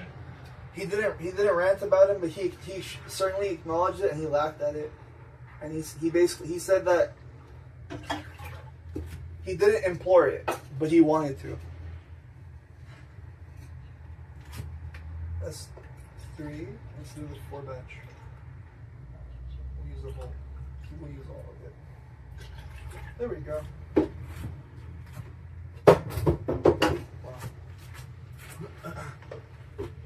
It was crazy seeing that in real time. And would it be even more crazy if Lord Zero says, was it Dr. Chen? Dr. Chen. It was the man, Dr. Chen. Speaking directly. Dabler says, Santa is a liar. He emailed Sparrow last Monday that he would resolve the case CIP for him. Oh wow. Well, that's news, and I mean, after what we heard yesterday, like, Crack Sparrow had like one of his best fucking streams. We'll see, dude. Yesterday he was on one, dude. Yesterday was cinematic. Holy shit, bro. And he was, you know, as much as God, bro. I don't know why he doesn't have it, bro. I don't know why he doesn't have the platform. Why don't they give it to him? Bro, he's really funny whenever he's lashing out. But I guess they don't want that. He's really funny, dude. When he started targeting Lauren Shea, bro, I was fucking dead. I was rolling on the floor.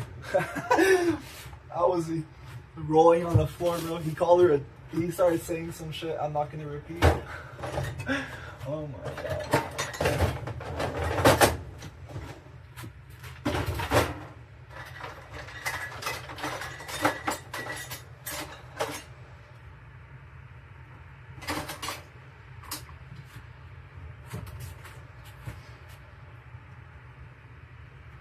Says his crash outs are hilarious and you were similar to him in many ways. You were a vagabond on wheels.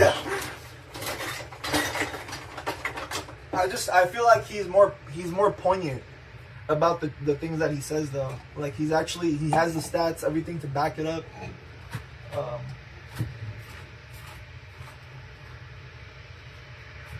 I haven't seen like Crack Sparrow crash out on his viewers as much as I have like on statistics.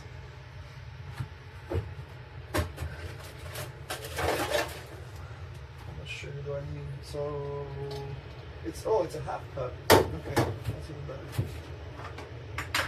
I don't have a half cup.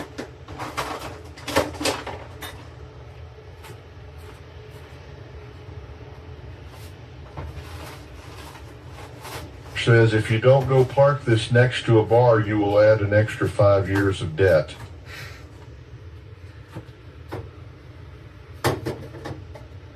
If you heard the conversation I was having with my teacher earlier, I have asked you 2 days ago what your food truck costs, and I was shocked about the price you told me. And then I looked up your Insta and I said, Landlord Zero says, just take our advice, man. What do you have to lose?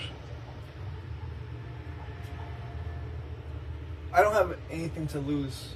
I'm just not prepared to do it. I don't have all the ingredients and everything to go out right now. And that's pretty much that, yeah.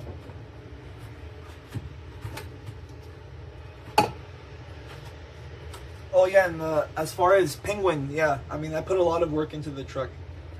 So, and food trucks in general, they're not that cheap. They're expensive.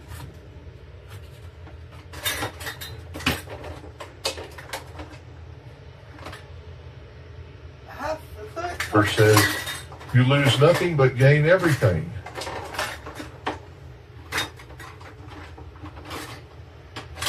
Landlord, I mean, you know that I've been going out and not making money these past like 4 or 5 shifts. Landlord Zero says, I find it hard to believe that you were ever profitable. It was different. Economy was different before. And you would see the jobs that I was getting gradually. Each time that I would go out, I would make a little bit more.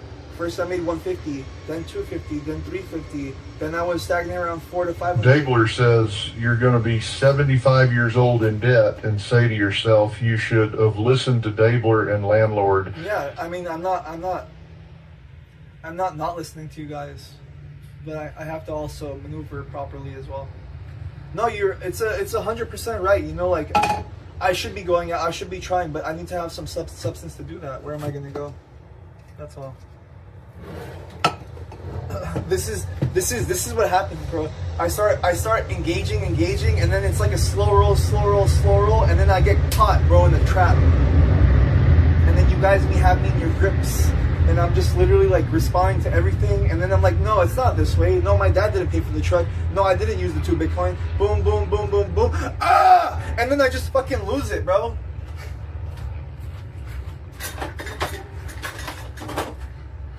And I just fucking...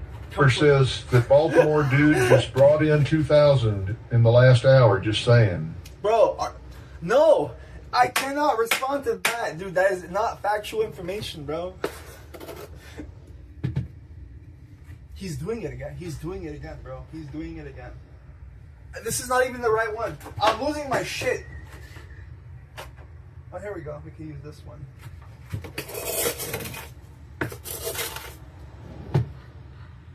What's that therapy session for, bro? Don't reverse Uno it, for the love of God. Okay, here's 3. And then here's... Why is it so... But why is it only... Says, on God, it's facts. People in Baltimore are out and about today.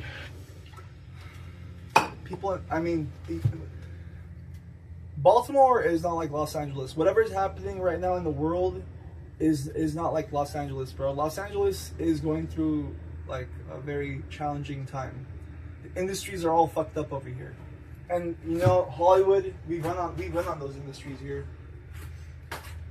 People are tight with their spending. Landlord Zero says, Pusa is so funny. He says, subscription. Woo, he is better at sales too. Yeah. Oh, guaranteed, bro. He's way more aggressive when it comes to marketing. Okay, guys. Follow me on the Kick, guys. He's like talking to his TikTok. Follow me on the Kick, guys. Follow me on the Kick, guys. One day I want to meet the Aiden Ross, so I make famous, guys.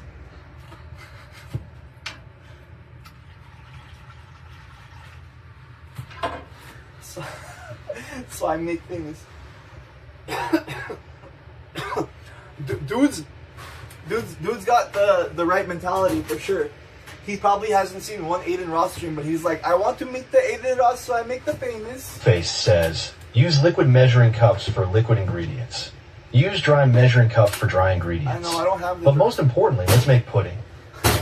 I don't have the measuring cups, that's why. Dabler says, take accountability and say you're lazy. He's out here grinding, making $2,000 per hour. Yeah, for sure. I mean, like, I'm not, I am lazy. I am.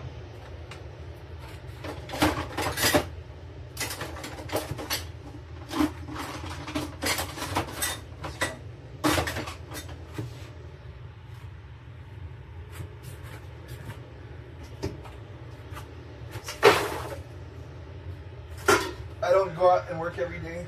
Like, that's obvious, you know? Like, do I compare myself to a guy that goes out and works every day? I see it, you know? Our paths are different. Our paths are much different. Heat milk until... Oh! Face says, that hot dog salesman is nothing but showing his cats off. That's not work. Buck says, I still think about the day that you told me you were not scared, Dabbler. Why are you trying to open up a porthole to hell right now, Bucks? Buck says, look at you now, regretting the moment you asked for Dabbler to be unleashed. No, now I'm not regretting, I'm welcoming Dabbler. You know, I'm welcoming to unleash. I have to deal with it. Lazy piece. Landlord Zero says, lazy piece of shit, fucking get some work ethic. Your dad must be so proud that his son is wrestling with other men all day. Bro, my dad would wake up Tony Old 8/3 says, finally you're not playing gay with BBJ? My dad would wake up, when he was doing the food truck business back then, he would wake up every morning at like 4:30 and start going out with the truck at 5:30, maybe even earlier, I don't even remember. And he would do that every single day, like 5 or 6 days a week. Dabler says, if you really want to make money, you need to do 24/7 food truck from LA to New York. My and dad can only move to next city when sell enough food. He was doing that in the 80s, and he was telling me they were making like $800 a day in the 80s, bro. Could you imagine the kind of money that they were making? Not just him, his younger brother, his cousin, all of them were doing it. Stoneface says, sounds like Content ID watched that. I mean, bro, my dad was easily more content than me, than I am right now back then, for sure. I'm sure when he was like 27, like in his 20s, early 30s, he had like a Mexican cocinera, a cook, and they were just fucking doing their rounds every day. They were just parking at different sites, talking to different people. Can't not be content. Landlord Zero says, your dad was a grind crazy how he raised such a pussy. He grew up in the Soviet Union. I grew up watching fucking Pokemon, bro. What do you want from me? The first thing that I thought of was, how do I get the fucking Pikachu card? This dude was worried about worried about his education for his family. Who knows? Tony 18 third says, all you do is submission moves on the ground, and I can see that you're obviously a bottom. Wow, bro. Oh my god, bro. Jesus, dude. Jesus. Wow, dude.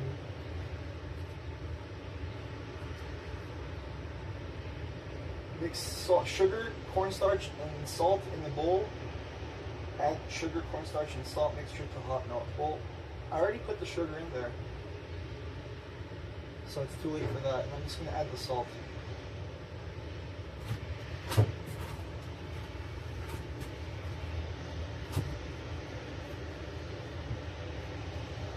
Oh shit, dude. Maybe that was. Lord Zero says, pick up your dad hill, find us a place to park. I guarantee it. We used to work together. Sometimes. Stoneface says, so this pudding it goes great with your fried chicken? This pudding I'm just making because. Dabler says, your dad would have parked and sold 15 plates by now. But my dad would go to the same locations every single day, and they were just the same. It was a route, you know. They had those routes. If they wanted to leave the business, they would sell the route because it was a money-making route. So, I mean, 80s is a lot different than 2025. 45 years has made a difference over here.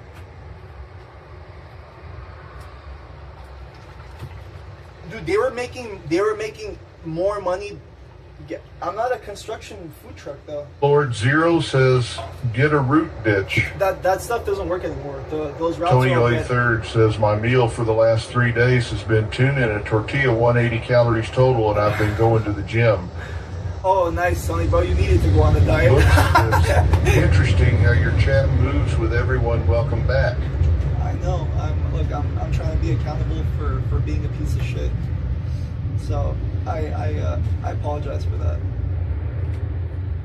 You know, Dabbler is welcome to come and haze me. Tony is welcome to come and haze me. Landlord is welcome to come and tell me I'm not making sales and my dad is a G. It's fine.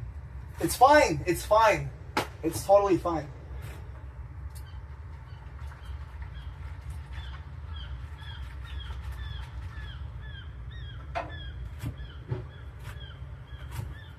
Do I really have to take it to heart? I don't have to be so offended by it. Now you guys are trying to get me to pop, bro. That's the crazy thing now. Oh man.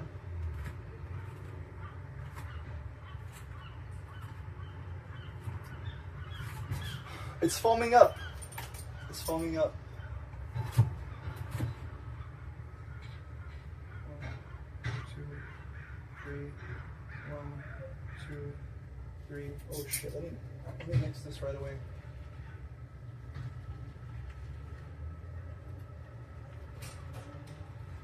One, 2, 3.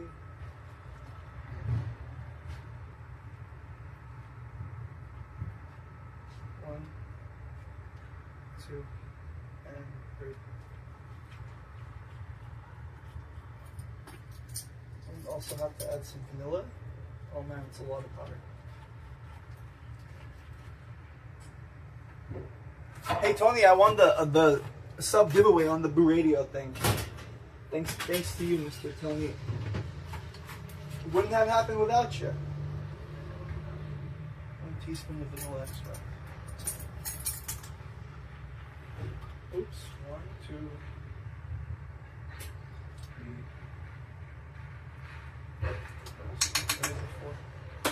3. 18 third says, nice. Nice.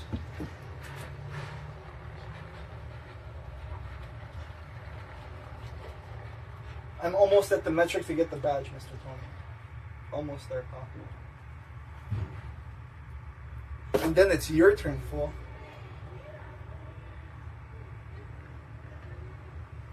We need to set up that collaboration with Larry David.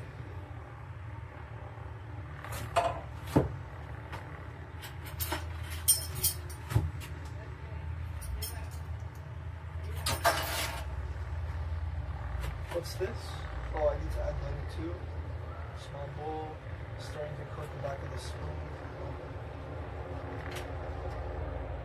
Or Zero says, are you driving the big rig right now? At Tony 18-3rd. Thanks for clarifying. Tony Ower 8-3rd says, I got my dog with me. I brought him to Ohio. I can't wait to get rid of him. I'm heading back tomorrow. No. Stoneface says, come one, come all to Ed Boy's great food truck where he cooks up pudding. Fuck, dude. Right into the grill.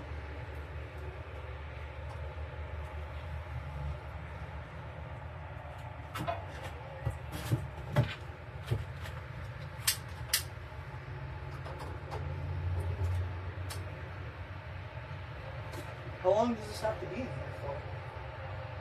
for? Until it coats the back of the spoon?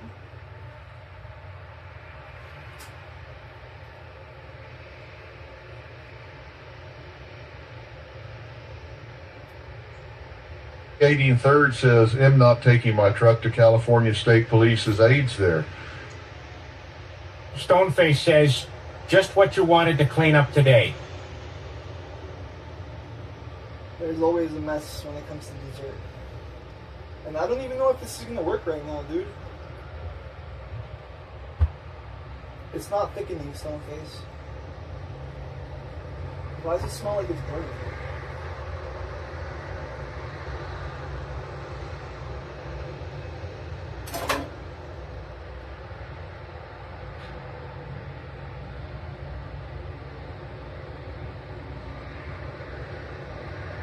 I put like 9 tablespoons of cornstarch in it. No, 12.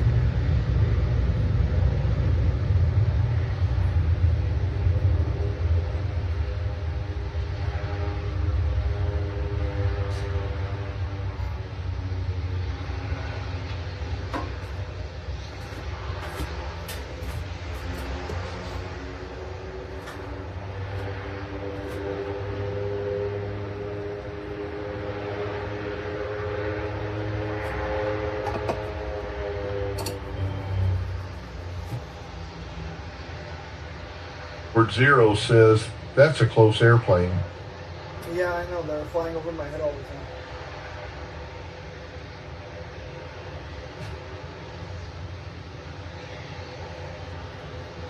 Is this pudding gonna work though? That's the question.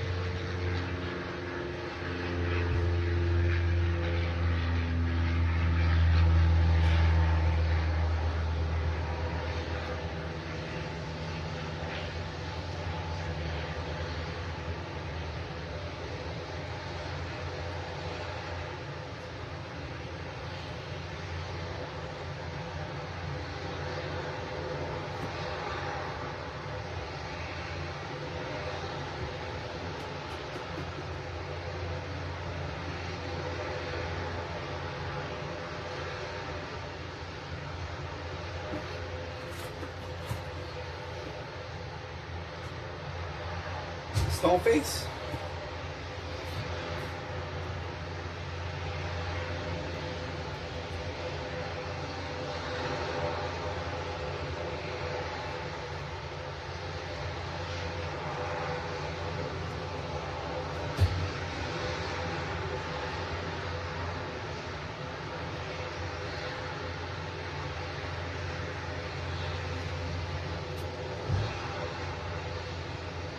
shit, Stoneface.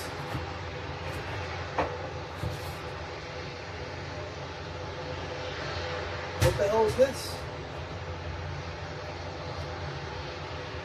Was I really supposed to stir the sugar in later?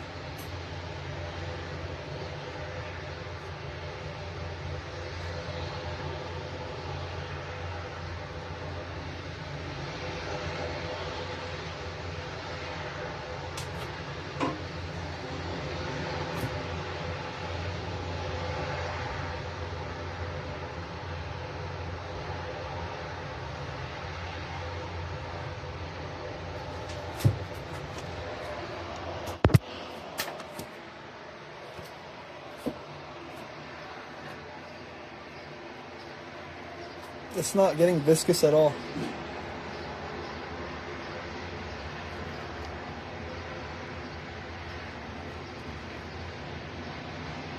Face says, normally when adding cornstarch to hot liquids, you make a slurry with the cornstarch and add the slurry slowly, continuously. Yeah, I know, bro. I think I was supposed to do that. Tony183 says, bitch, I will buy your food truck with 1 round trip from East Coast to West Coast. No surprise.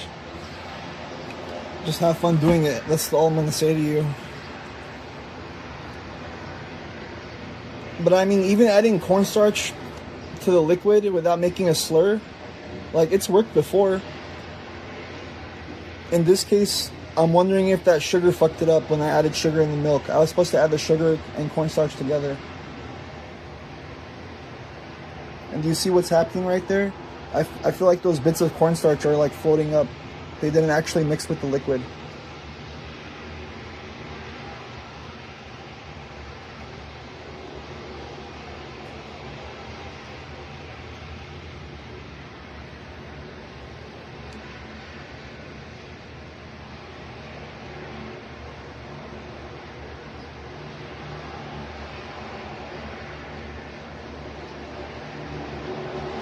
I think it didn't work, bro. I think I have to throw it away.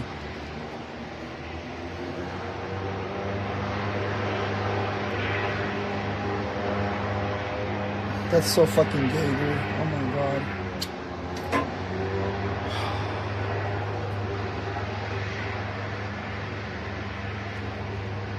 I swear, sometimes I come in here and whatever I touch just goes to shit. Could be one of those days.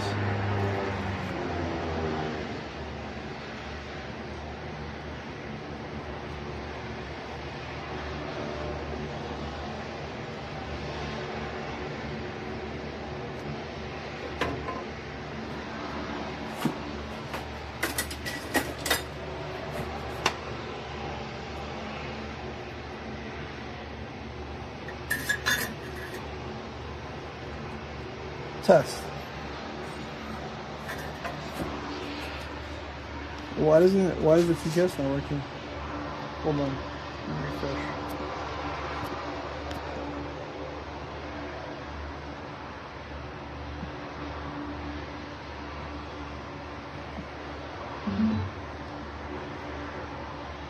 Okay.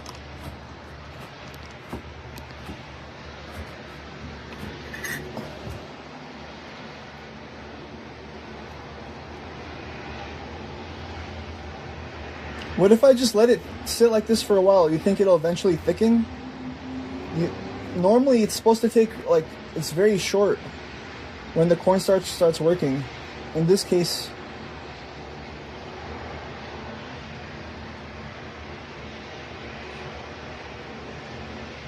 that's not the case.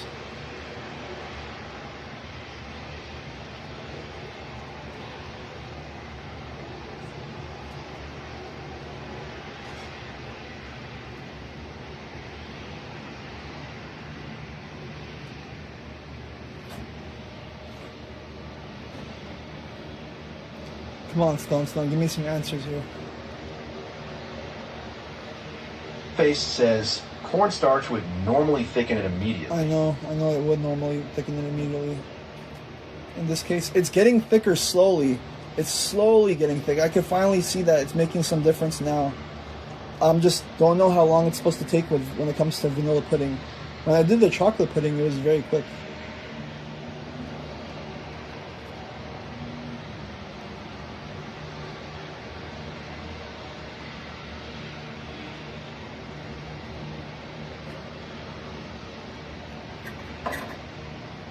Maybe because of the quantity that I used, it takes longer. I mean, it wasn't one batch, it was 4 batches. But you see that right there? You see those little bits of cornstarch that are showing up? That's not good. That's not good at all. Yo, Happy XO, thank you for the follow.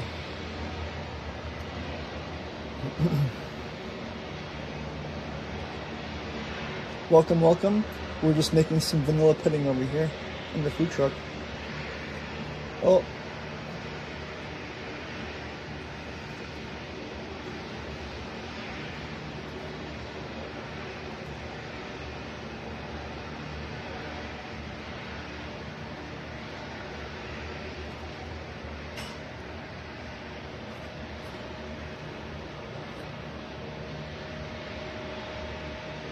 Face says, you would have seen it coat your spoon, and it didn't. Make a small slurry and add it to your base. Do you think that would fix it at this point? I mean, it's starting to thicken up, Stoneface.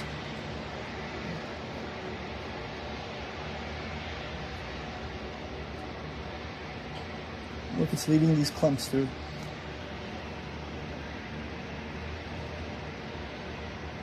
Do I have to just let it completely clump up?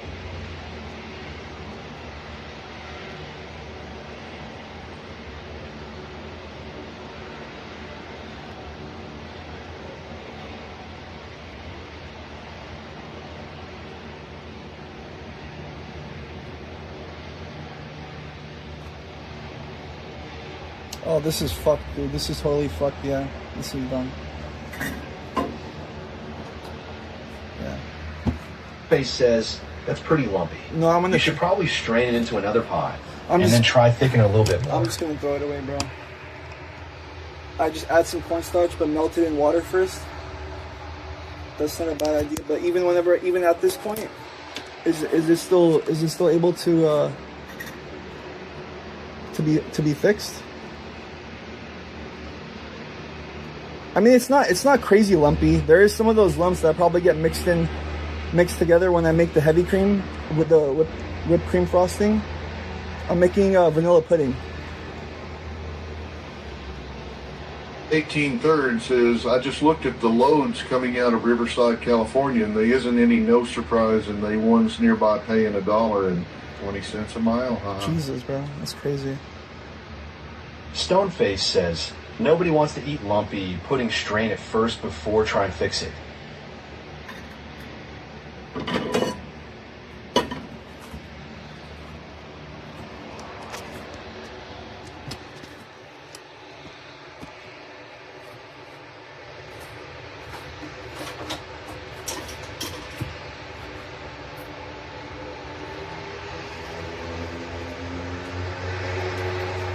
Oh my god. Stoneface says, or just toss it all together. Holy shit, dude, look at this. This is all the pumps. Nothing that happened. Trilly 183 says, the good loads are in the Midwest and Northeast.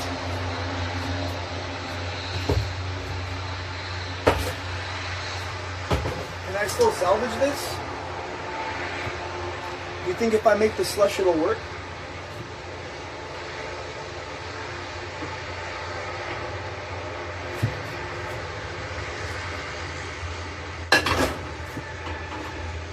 Stoneface says, you gotta toss that, buddy, and make sure that you make a slurry the next time you have your cornstarch. I mean, all the clumps are out. It's just milk and sugar at this point. Is there any way of salvaging it?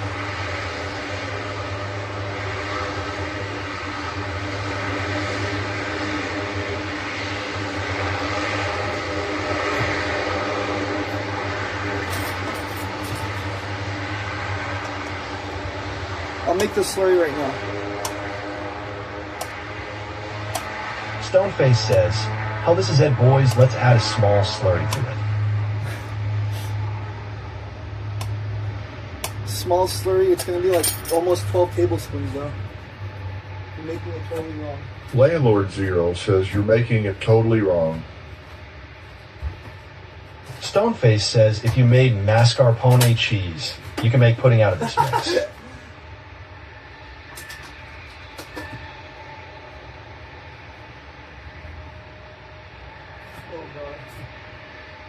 God, what am I doing?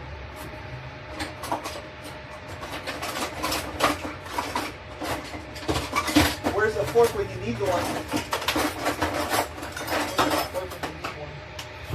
Oh my God, Jesus.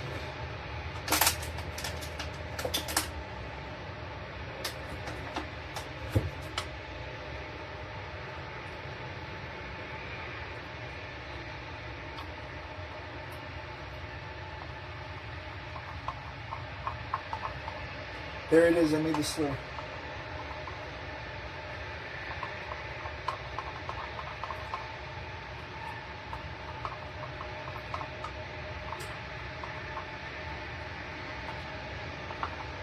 It's very, very thick indeed.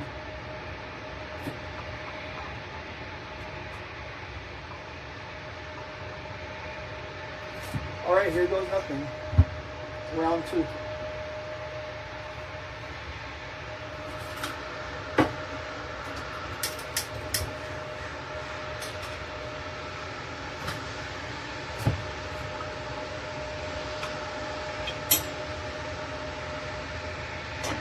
Shit.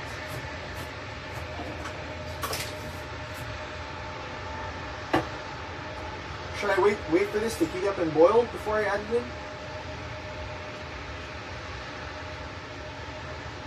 Well, it's actually a little bit more viscous now after doing that, but anyways. 183RD says, the only reason in driving back home is because I have a scheduled planned maintenance appointment for my truck next week. If not, I would be trucking for longer. Stoneface says, today on Ed Boys, we learned how not to make vanilla pudding. And how to salvage it if it works.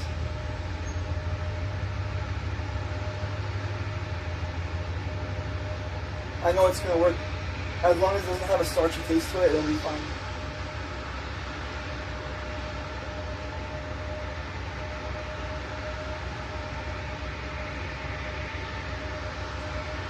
Hopefully I didn't burn the mixture.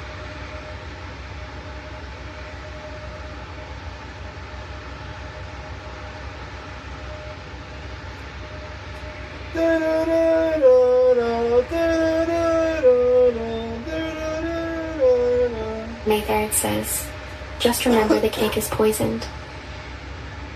It's not cake, it's pudding.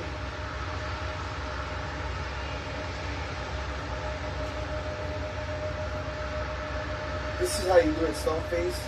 This is how you do it, Stoneface. There we go, Stoneface. Fucking, that's what I'm fucking talking about, Stoneface, you fuck. I'm just joking.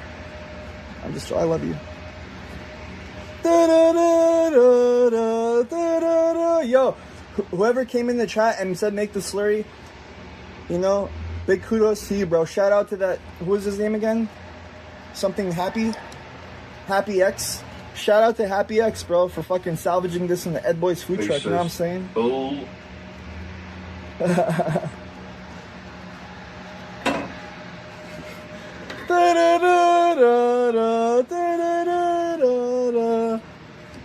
Oh shit. Oh fuck.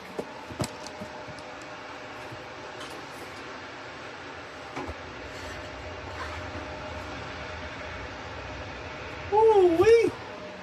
What we got over here, boy? We got some honky tonky vanilla putter right here. I gotta try this puppy, to be honest with you.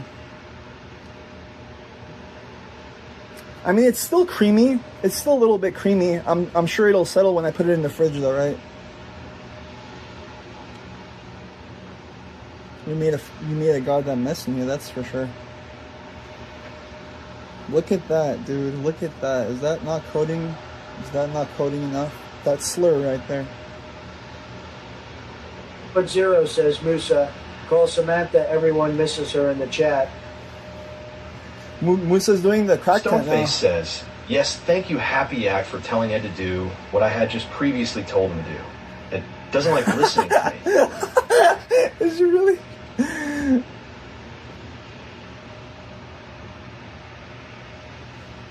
Jesus, bro. Landlord Zero says, your competition made $2,000 and is fasting at the same time. I'm fasting right now too, bro. I'm not eating right now. I'm telling you, bro. He grew up that dude grew up in times of turbulence and conflict. I grew up in the Pokemon era. Ash Ketchum.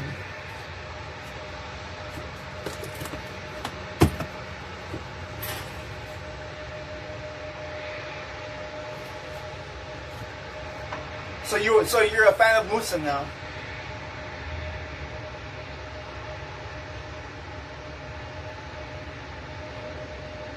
That's what I understand. You're a fan of Musa all of a sudden.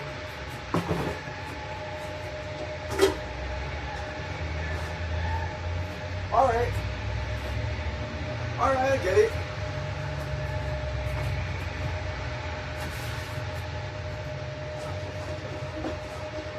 Does bitch, I grew up going to Pokemon tournaments myself. I got pictures to prove it. Did you? Dabler says this is just desktop in a Burger King, basically. Don't say that. Don't say that. You've got it all wrong.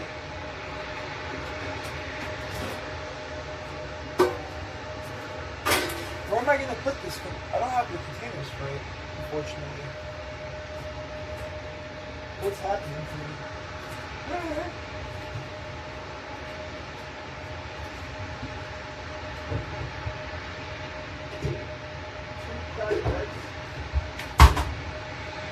Case of beer only. Zero says you seriously need to start opening up, man, and doing business. Cooking pudding is crazy. I'm putting it all together, okay? I am doing business. This is all gonna be taken. It's all part of the same project, okay? The pudding has to be done first. The blue cornbread has to be done next. The jam for the special sauce that I'm gonna advertise for the chicken has to be done as well.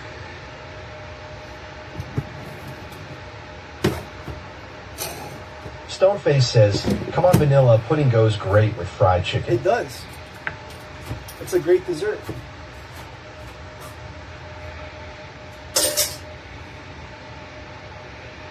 Dabler says you don't even have online orders for fuck's sake, which can be 45% of some places' revenue. Yeah, I know. I do have online orders. I'm just not open right now.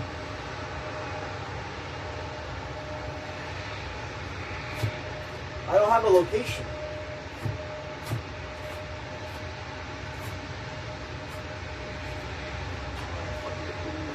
Tony Owen 8/3 says, I had to do another drug test last Friday, and it was an old-ass doctor. He made me do a 360 spin with my pants on my knees and watch EP in a cup. This is what I get for testing positive. Jesus.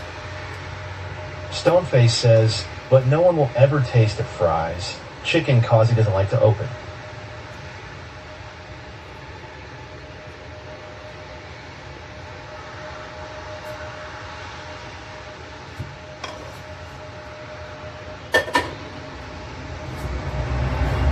Right mess.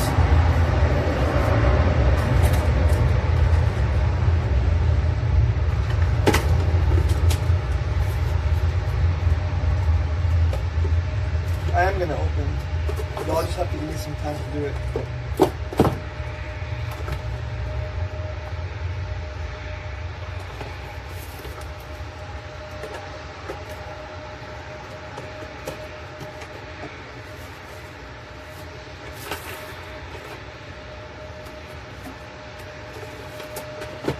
RD says, I gotta do shit 5 more times once a month. No, it is not. Happy, are you serious? You think New Orleans is the #1 in the world? Dabler says, open now, prepare for other shit when it comes. Dabbler, I appreciate your encouragement. I do. And I don't Landlord Zero says, I would be pushing out online orders while I'm doing this. Has DoorDash come to the truck place? I have to change all my. Then if that's the case, guys, I have to change my addresses. I have to update everything. Tony 83rd says my turtleneck dick was so small at the time he was definitely laughing inside. Stoneface says, opening soon, Ed Boy's Fried Chicken, and things opening April 2026.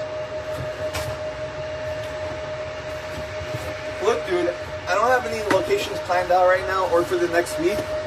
That's what I'm gonna give myself some time to focus on marketing and decide where I'm gonna go. Landlord Zero says so many excuses, all that shit can be done in 20 minutes. I'm Italian. Stoneface says, do you hear him? He says head have to work.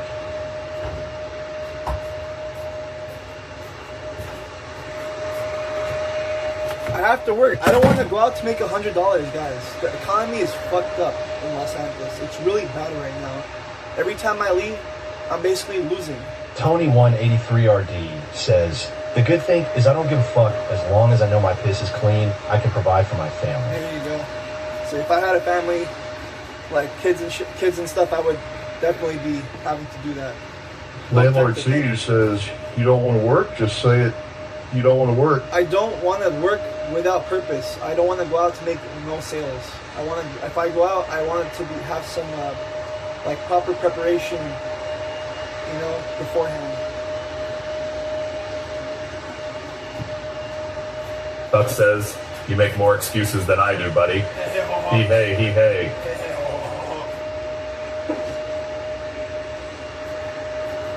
Yeah, it's fine. You know, like I'm not showing my best right now. It's okay. I have other things that I'm concerned with, like my sanity, for example.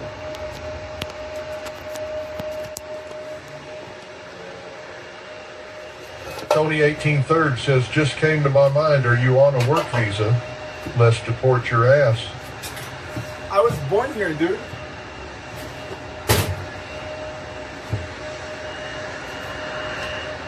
Landlord Zero says, you need to work right now. You're 32. This isn't the time to be lazy. I know. You're building a foundation on sand. I agree with you. It's not a time to just to think too much. I definitely have to be going out and doing something. You're right. No! Oh no, dude, what happened here? What the fuck? Dabler says, do you think Elon gave a fuck about his sanity while creating Starlink, Tesla, and SpaceX all at once? Man up.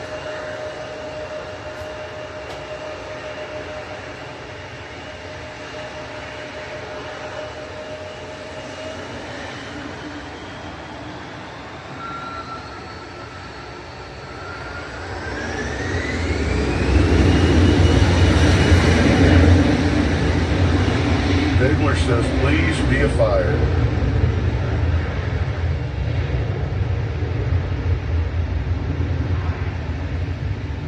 Tony 183rd says, should I stream in Dominican Republic? Stoneface says, what happened? Water?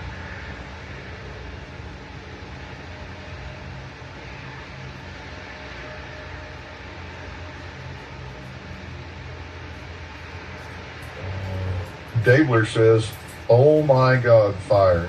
Look at ceiling reflection. No, my power's off right now. Buck says, when it rains, it pours. When it rains, it... My power's off right now. Landlord Zio says it started raining and he left his windows down. Shit. No, my power's off right now, dude. The fucking electricity is not working. Holy fuck, dude. How long was that happening for? I mean, it's still cold in here, but God knows, dude. Dabler says, power's been out, food spoiling by the second, good luck. No fucking way, dude.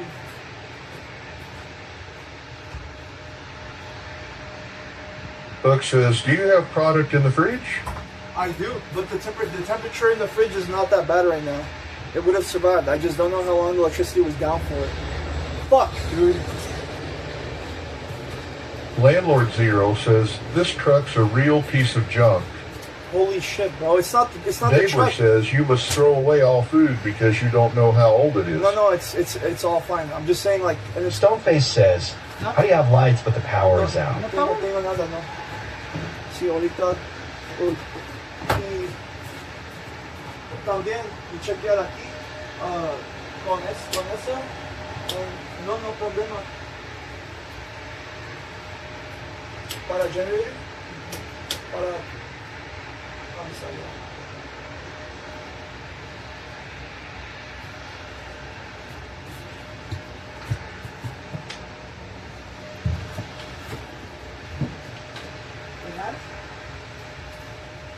Says, call your dad, he knows what to do. Landlord Zero says, minus $400 from that Costco run, all spoiled. Tony183RD says, Hola primo como estes hoy. Stoneface says, this truck just might be cursed.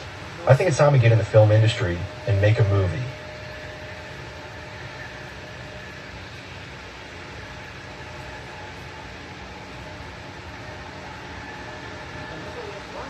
Nice power? Yeah.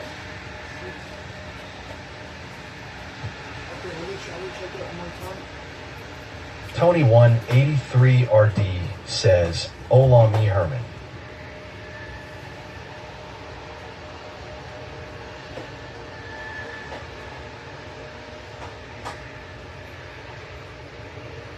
Tabler says, trucks broke, no surprise, food rotten, no surprise.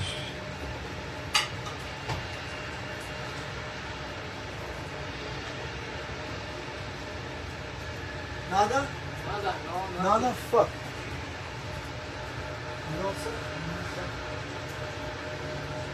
Landlord Zero says, 8 hours, no power, chickens, no good, pal. No, it's okay. I was here yesterday. It's fine. I'll go talk to Chalan right now. I'll go talk to Chalan. Let's see what he's up to. Tony183 says,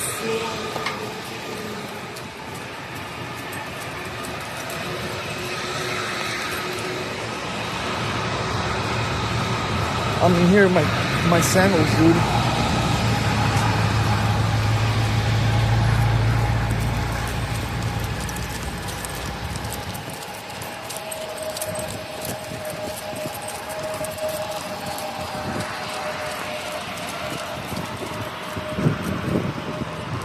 It's not here.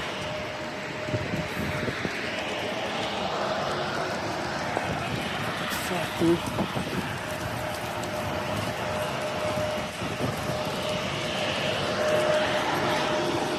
It's fucked. It's fucked.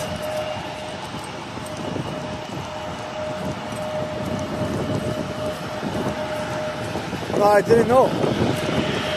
But I mean, now that draws the question.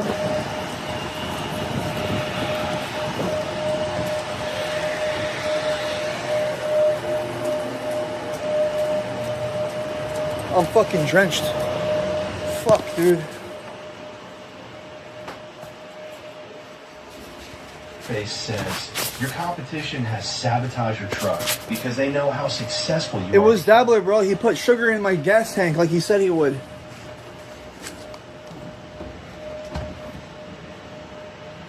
No. No. No.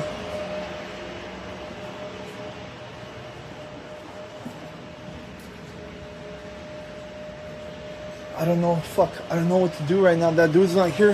Do I look like a mechanic to you?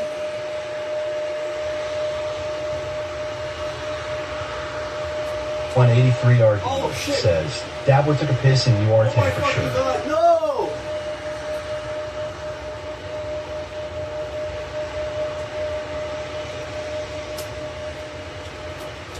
Bucks says, oh yeah, dude, I am sorry about that. I didn't know we would be welcome back. I did not mean to put sugar. Shit, dude.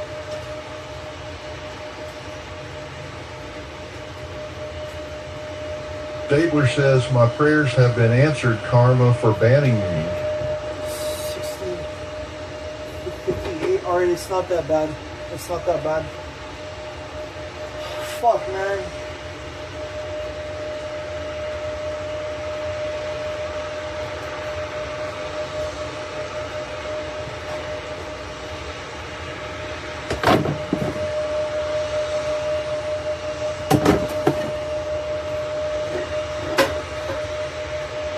fixed it.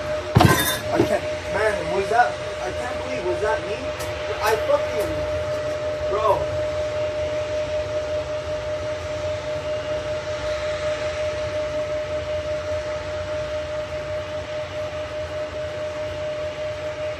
Says, Ed, you literally don't know when it happened. The chicken could be 30 hours old. The chicken is fine, bro. It's cold outside. Landlord the fridge is Zero cold. says, either you have really bad luck or very stupid. Stoneface says, this is fucked up. Tony183RD says, better call the mechanic on site actuality. I like the fact they have a mechanic on site there. That's pretty cool. He lives here.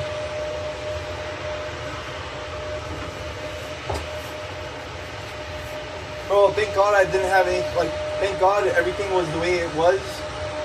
Because it would have got fucked otherwise.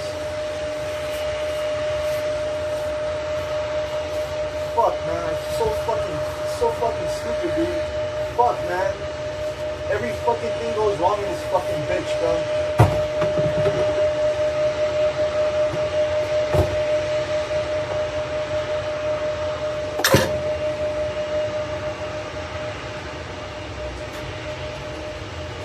Zero says, put a bag of ice on the chicken before it's too late. Every second counts right now. Tony183RD says, the mechanic fucks up the truck while you all go home, then charges you all to fix. I know, I got it. I fixed it. I don't know if it had to do with the switch or if I didn't properly hit the switch. I have no idea, dude. It's not the first time it happened. I always check the LEDs. I always check the lights before I leave, bro. How the fuck did I forget that?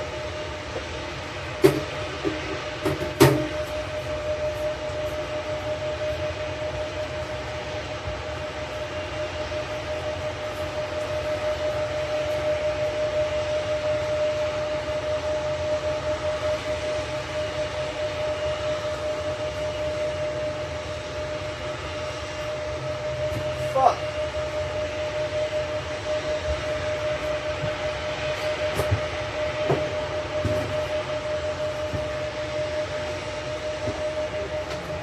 Fuck, man. Fuck, dude.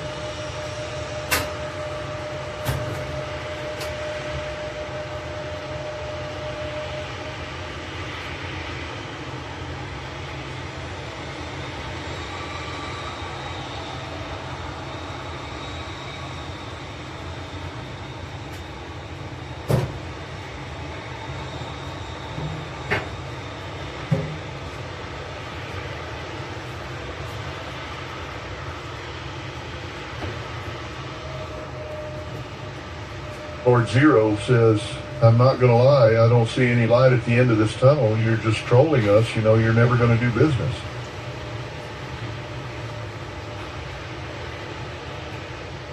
Tony 18/3 says, them getting paid $700 for this trip, spent $700 on fuel, and will still have half a tank, which I can make more profit of. Come to the big boys.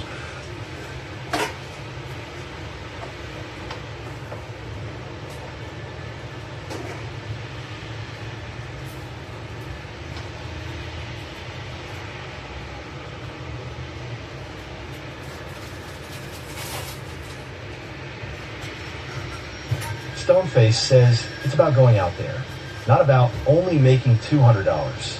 It's about meeting that person who likes your food.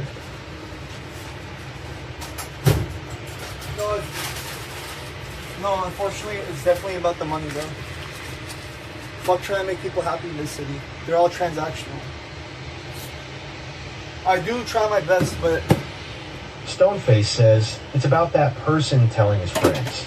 It's about that one post that guy posts that gets more people attracted to your food truck. Sure, yeah, sure it does. Sure it does. But who's doing favors like that for people?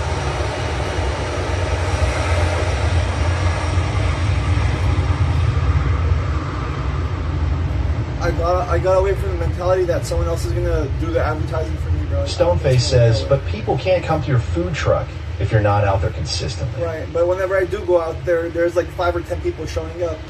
And, you know, from the way that things have been going, there's not the economy right now for people to want to help others out and, like, make that post and give that word out.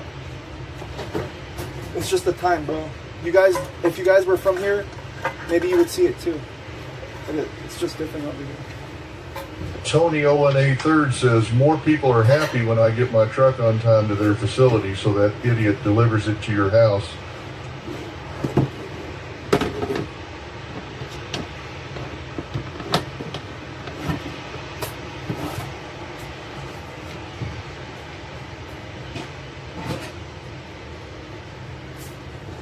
Stoneface says, it's about consistency.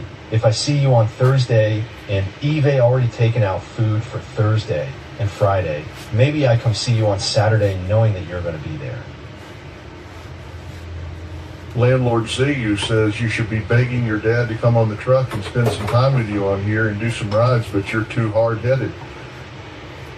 Bro, my dad is old. He's an old man. I feel bad. I feel bad for asking him anything, bro.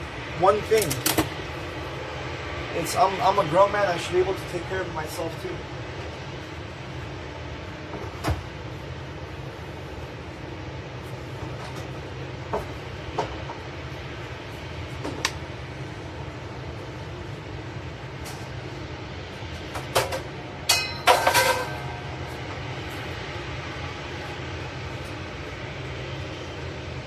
Plus, there's really nothing anyone can do right now for me unless they have locations that they can offer which are money making. That's the only thing that someone can like factually, legitimately. 18/3 says, just posted my scorecard on Discord. Alright, we'll check that out later.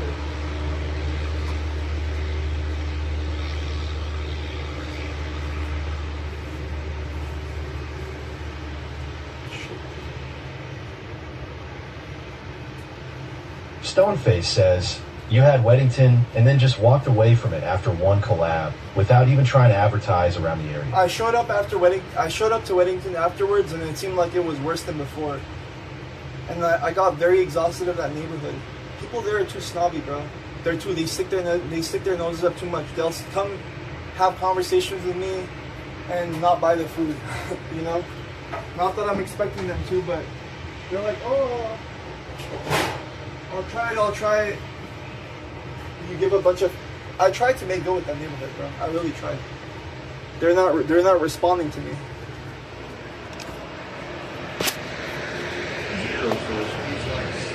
People work much older. But you don't know the there's intrinsic things that you don't see, like the fact that he's exhausted, he's worn out from doing all that stuff.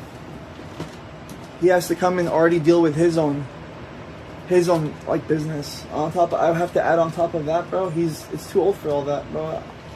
Something happens to him, who's gonna be the one to blame? Asking my dad to come to work. That's not even an option.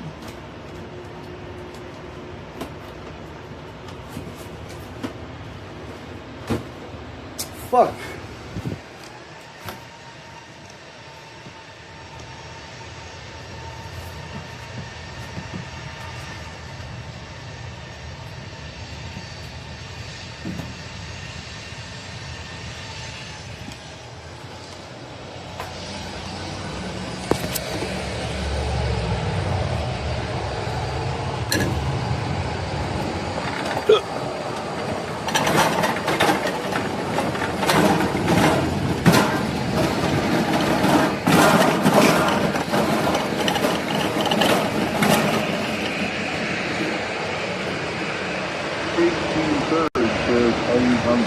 I'm a little hungry.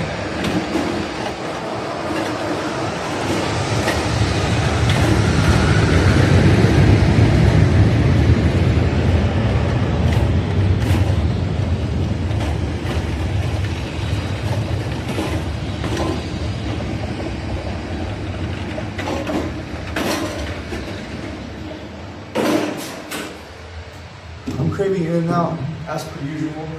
Always craving In-N-Out.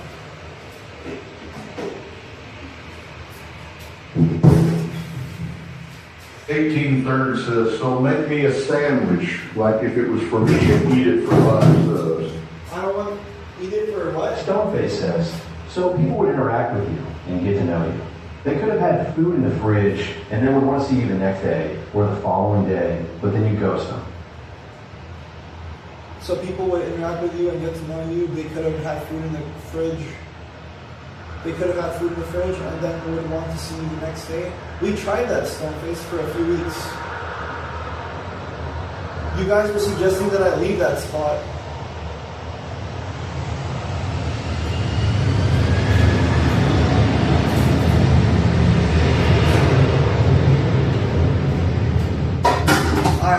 I lost belief in that area, that location. And on top of that, I had to give a bunch of people free food every day, which, you know, I thought would be okay if business picked up, but it didn't. So when I go there on certain days and I'm just passing out a bunch of free food, it's like gets to be really annoying too.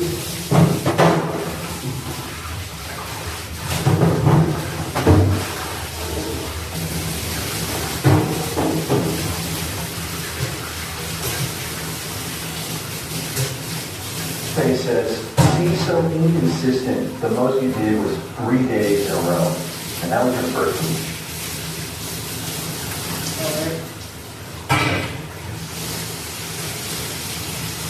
Landlord Zero says, no 5 subs for you, buddy. No subs, no sales, no sandwiches, no seed. No 5 Stoneface says, okay, you don't want passing out free food, so the volunteers passed out free food online.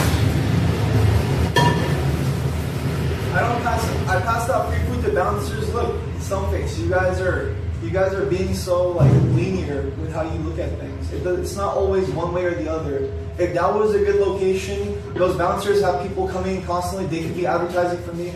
There are things that I'm doing that I have experience with because I know how things work. But I take chances, right? I have to take chances to see if that's going to work. If I give those bouncers some food, are they going to advertise for me? Are they going to get me more customers? It only helped. They only brought me like 1 or 2 customers that day. So that in itself, I learned from that not to do that, you know?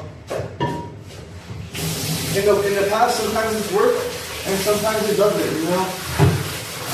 But like I'm telling you guys, the transactional nature of being here, it's not worth it to do those things anymore. I'm taking a different strategy right now when it comes to the free cards. Yeah, I'm not working, I'm not going out, but there's other things that I could be working on, you know, to help me with sales and business too, which is what I'm going to try to do this week. 18/3 says, shut the fuck up and listen, make a sandwich like if it was for me, eat it and you'll get you 5 subs. I appreciate I appreciate you and your gesture. Do I want to make a fried chicken sandwich right now and eat it? No.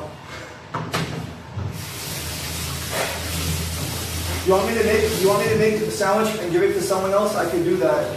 But dude, I don't even have the ingredients to make a sandwich right now. I just got bread, cheese, and pickles.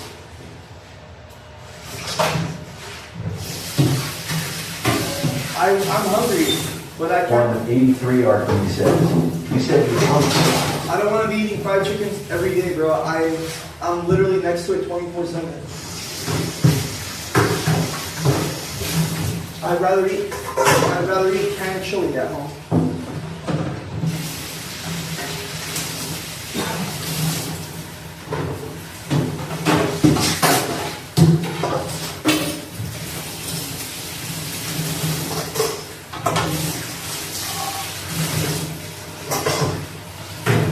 I appreciate your gesture, like, Tony, but don't.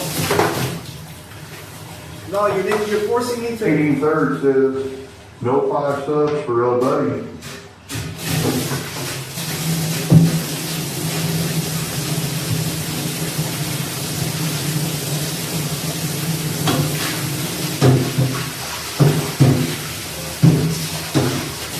That's okay. But thank you, Tony.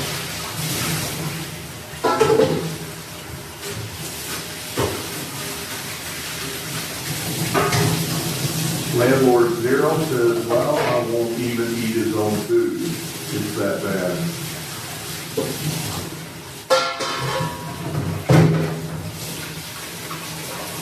You guys are setting me up for. You guys are setting me up.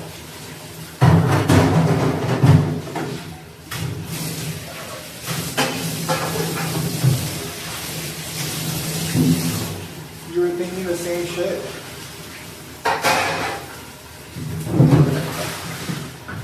No, you guys are like calling my bluff right now, bro. Landlord Zero says, imagine not eating a sandwich for 5 subs.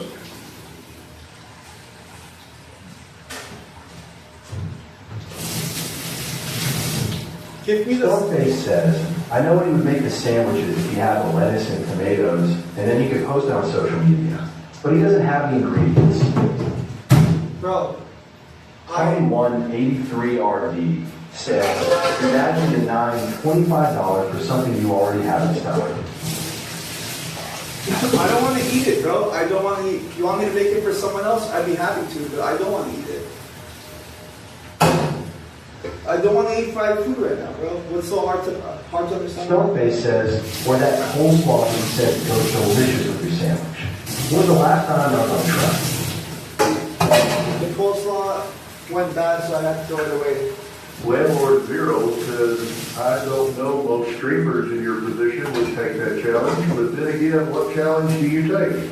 Bro, it's not like those streamers are just sitting there and they're asking you to eat food. That's fine, they're probably gonna do it, but I have to go cook up all of that, and it's not about the process or the effort of doing that. I don't want to eat the food. I don't want to eat fried food right now. I will 2183RD says, maybe you should start grilling or baking patties, no stir fries. Well, you want me to make a grilled chicken?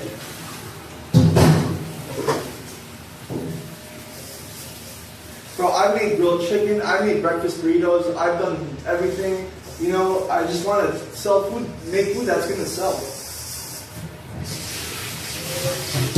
But you need to have customers that are going to buy it. That's the thing. It's not about the food. My food is good. Face says your customers have asked for grilled chicken, something not fried. You can do it. Yeah, Stoneface, one customer. 2183RD says grilled chicken sandwiches are good too. They are, but I don't have the demand for them. I only have a demand right now. 2183RD says, I didn't specify what kid a sandwich.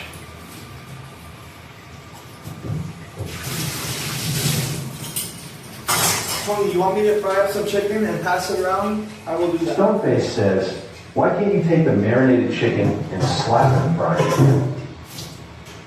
And slap it on the frying pan? I have and I did, but then you end up with a lot of leftover grilled chicken. For you, not the customer.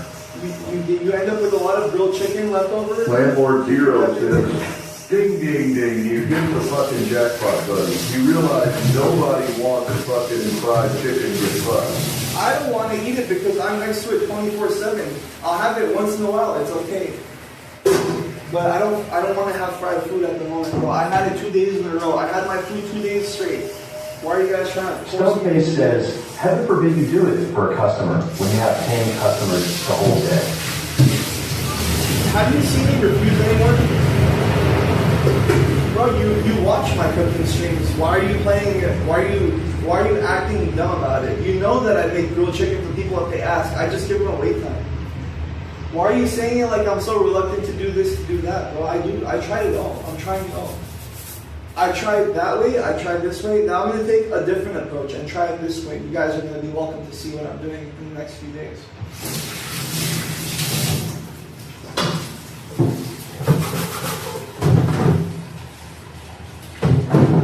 If it works, I don't know. But it's not something that I've done. And I'm trying to introduce some new cuisine options in the city. Or at least make it a little different than usual.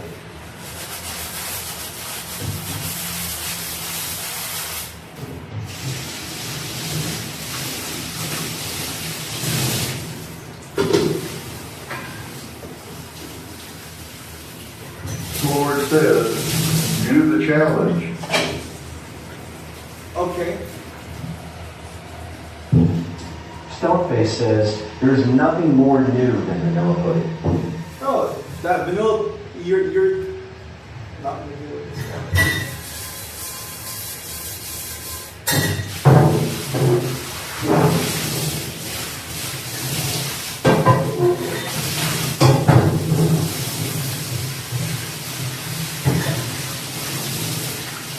Fuck me for trying to sit here and explain everything.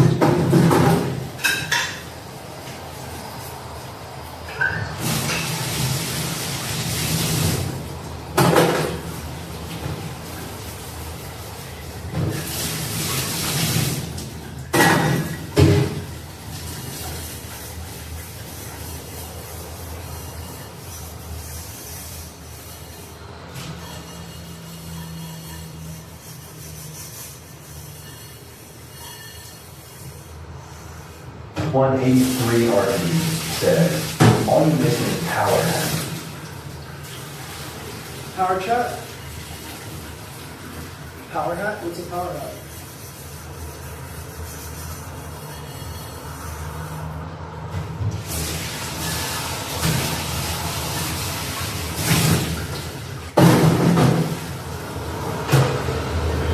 Shit, I'm really hungry right now. I'm feeling it.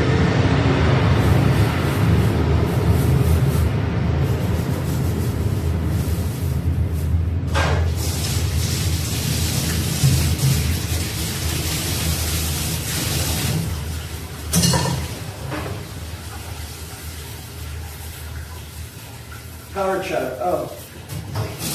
What do I need power chat for? We already have AI voices. The only thing that we can't do is play media.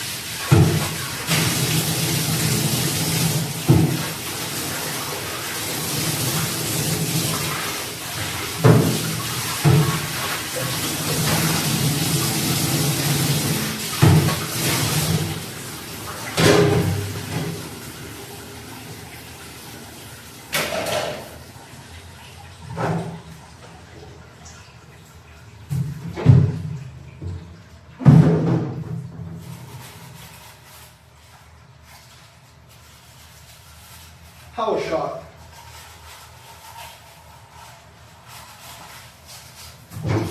You use power chat? So who should you give 5 subs to? The guy third says, so who should I give the 5 subs to? Give me 5 subs because I want to go to In-N-Out and I'm hungry. And I'll make some food for some other Raza over here. You happy with that? It won't be for me, it'll be for someone else. I'm gonna have to turn on my fire and everything to do that. If you don't want to give it to me, hey shit, give it to that Blue Radio guy. He seems like he's like trying to return the favor, you know, for everyone that does something for him. I'm sure he'll give you a sub again.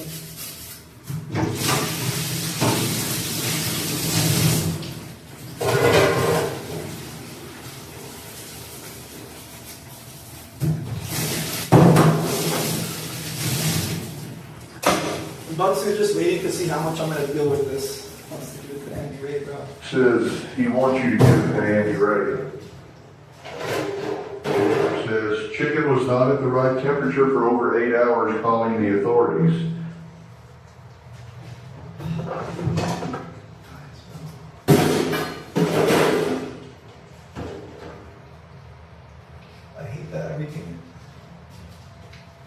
I hate that everything is live sometimes. I hate it. Hook says, I've been putting away just listening to all of this. Putting away what? Like organizing stuff in your room? I know you usually just listen to the banter in here. Putting away my clothes, just listening to you getting more angry. Hook says, putting away my clothes, just listening to you get more angry by the second. Because I'm responding to everything that they're saying and I'm trying to explain myself. And then I'm like, oh holy shit, they're getting me, bro. But I don't have to take it serious, you know, I take things seriously. That's the problem. I should just take it with a grain of salt. So realize that, you know, you guys have a bunch of suggestions for old Eddie. And that's okay. No.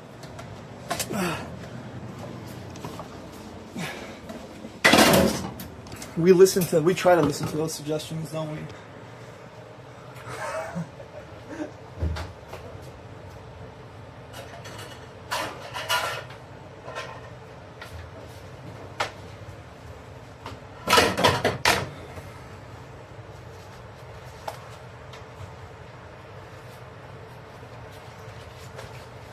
So, temperature is solid again. Nice. A third says, I'm going to gift it to homeless, the non-tent queen. No, bro. What? Homeless? Oh, he'll use that against you. He'll just look at us and be like, 5 gifted, by the way. Homeless. I've tried to do impressions of homeless, so I can't. It's hard. Homeless. Just to get me mad. I don't care. Yesterday I was about to gift, like, I stopped myself, but yeah, I'll stop myself from saying it. Won't go to work. Lord Zero says, Eddie, the reducer won't go to work, won't open the truck, won't do a challenge. What a great stream. As exciting as vanilla pudding. Oh my god, bro. Why'd you have to bring up the vanilla pudding at the end? What did the vanilla pudding do you?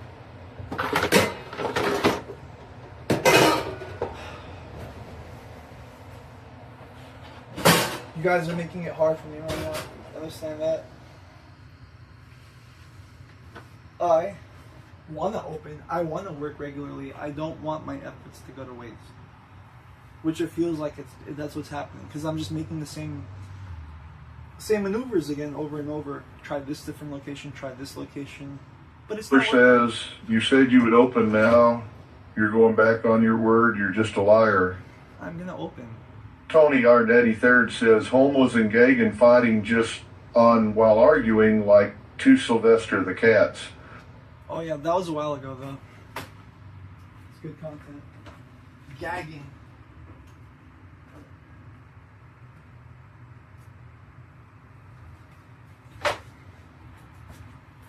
we all start to finally accept him.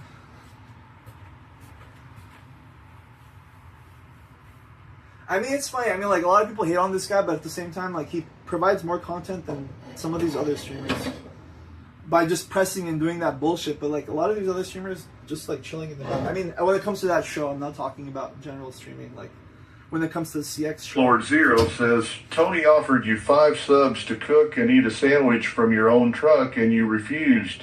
You really hate your own food that much. Maybe that's a sign, buddy. I mean, I was gonna walk into that door anyways. There was no getting out of that unless I said, "Sure, Tony, I'll make a sandwich right now." And would he have been like, "Yeah, all right, I'm gonna gift it to you"? Could have easily just made a sandwich and ate it, and he just laughed at me. I don't know. Tony's not the type of guy to do that, though. You know, he usually honors the subs. But why does it have to be me that? Why does it have to be me that eats it, Tony? Bro, you're gonna make. No, I'm not. Dabler says, "Go sell chicken now, bozo." No, I can't deal with this, bro. I get it. I get what you guys are saying. I don't want to fly off the handle. Like, I'm gonna end the stream. I'm gonna end the stream because I don't want to hear it, bro. Like, I'm not gonna go out today. I'm not gonna sell. You guys are gonna be calling me pieces of shits for hours. Like, that's just the way it is today, you know. That's it. Landlord Zero says, "Are you saying Tony does not honor his word?" No, I said Tony does usually honor his word. It's just 1,000 calories. It's not the calories, bro. He's trying to sabotage my weight. Never forget this, bro. Let me make the food for someone else. I eat my food every day. There's starving people here, probably, you know, needing some lunch. Why not offer it to them? We're trying to do charitable acts. Charitable acts. Why do I have to be the one? Let me eat a cheeseburger or something. I just don't want fried food today. Well, it doesn't have to be a homeless person. It can be the security guard over there. It could Landlord be Chalan Zero if he's says, "So around. what day are you going to open?" It's Monday. People are hungry. Landlord, it's St. Patrick's Day. It's St. Patrick's Day and it's raining outside. Now, neither of those are an excuses for why I'm not going out today. I don't have a location, and I don't have the address. Stoneface says, I am tired of let him go out that. and spend money that he doesn't have when he could easily grill a piece of chicken and eat it, or get some lettuce and make a salad. Bro. Landlord Zero says, "Most people don't want fried food. Get a new product." Okay, Tony, I will not refuse your offer. Give me the 5 and I'll make it right now. Give me the 5 and I'll make it right now, Tony. I'll turn on the fryer. I'll cook it up. I'll dirty the pots again. You know, so be it. But you have to play your part as well. What time is it right now? 4:44. Dabler says, "No shot. The lazy prick can't even eat his own food. Go even more in the red." Oh my god, bro, he actually did go.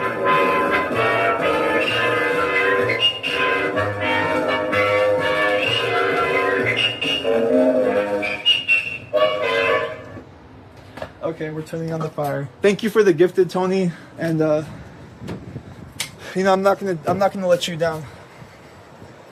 Thank you. Nothing but nothing but promises to keep. All right, turning it on. W in the chat for Tony, guys. Thank you, Mr. Tony.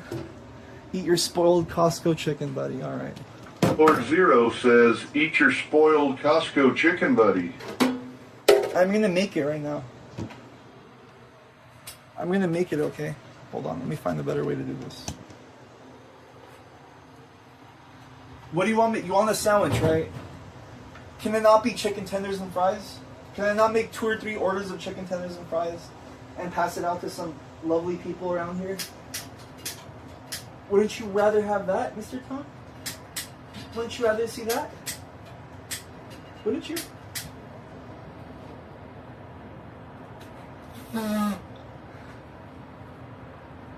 Yo, but thank you for the gift, Tony. I appreciate you. No, I'm not. I'm gonna make whatever you want. I'm gonna make a fried chicken sandwich. Lord Zero says, "Scammer." But you want me to eat it? Tony183RD says, that's up to you what you want to eat. Hold on, Tony, do you want me to eat it though, or someone else?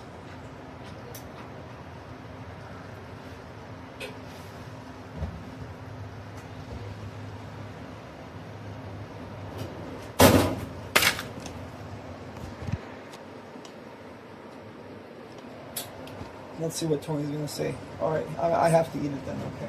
Right. And Lord Zier says, That's landlord, not Tony. What does Tony have to say? Okay, all right. This guy, bro. All right, dude. Fine.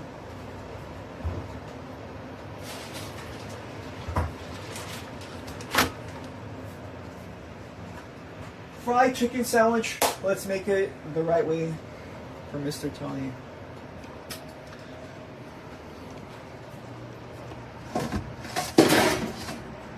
Wait for this fire to heat up. Kick charged me twice. What the fuck? Nah, bro. That's not. No way that happened. Maybe there is some. There is a delay. That's showing like it's just showing twice right now. What if it's just like a pending?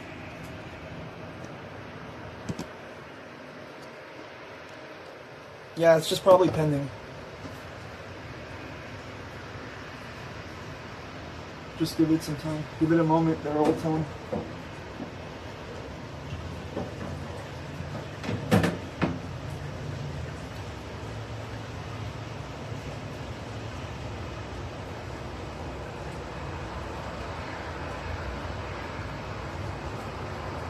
I've had this zit in my mouth for like 2 hours already. Holy shit.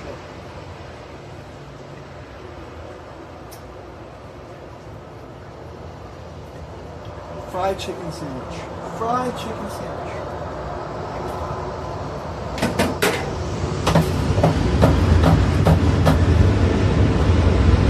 Sponsored by Mr. Francisco.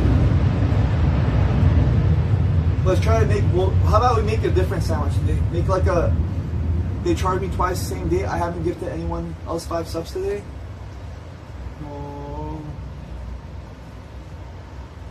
It was all in one transaction.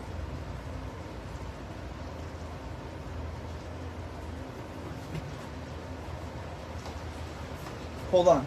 You did it on Kickbot, right? Hold on. Let me see right now. Let me check Kickbot right now. Give me a sec. Maybe I can refund it from my end. Gotta do double chicken. Zero says gotta do double chicken now. Make a sandwich I will eat. Okay. I'm gonna go check Kickbot right now. Let me see if what's showing from my end. It's raining like crazy outside. Holy shit.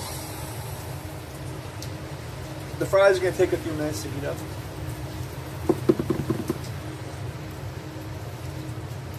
Maybe I can make a social media post with that too, since it's raining, but it'll be something different. I'll be standing in the rain. I'll have to switch to my other phone, so the stream will F for like a moment though, but that's a little later. Let me see over here.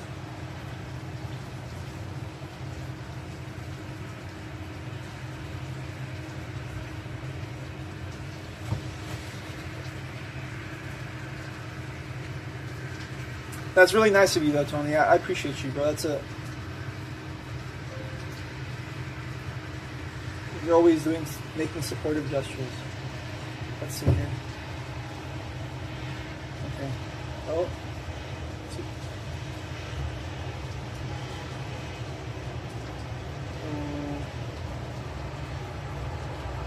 Okay, that's... Oh, it's not going to be on Kickbot. It's going to be on... Says, I'm going to compile all the times you didn't want to go sell food and send it to your dad. Tony, I think you have to message Kick for this one, okay? And let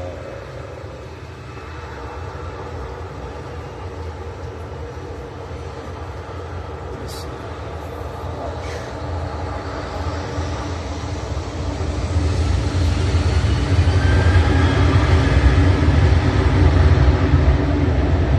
Gifted subs? I don't even see it, to be honest with you, bro. 18/3 says, "Ill call my bank fuck kick staff." Stoneface says, "But it's raining out hell, get the truck wet." I don't even see it, to be honest with you, but it's okay.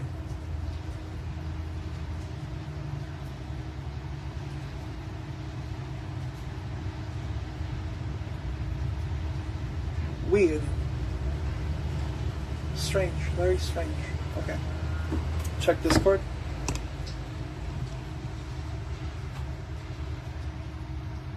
Tony183RD says, check Discord.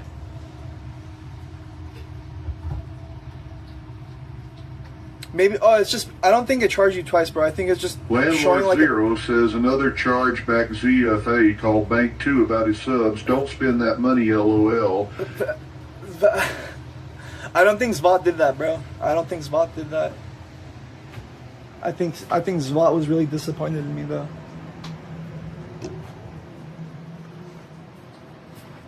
Tony, I think sometimes the bank does that for me too. It shows like 2 transactions if it's pending. Maybe it might reverse it, refund 1. Just give it some time. Just give it some time, Tony. Give it some time. Anyways.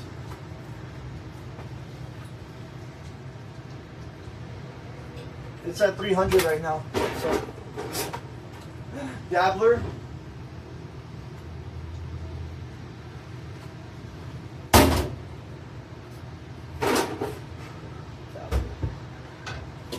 I'm gonna take a dab. What did you say earlier? You're like, I'm gonna take a dab and try to run it again or something. I'm gonna take a dab and I'm gonna huff 83RD and puff. says, "We'll give it some time, bro, but I still haven't got my subs on my badge. What the fuck?" You still haven't got my subs. Landlord Zero says, "Fire's already on. Just pull up to Weddington, see what happens." Dabler says, "Scumbag Eddie scamming him fans, charging them twice. It says he gifted 10, stop lying." Oh!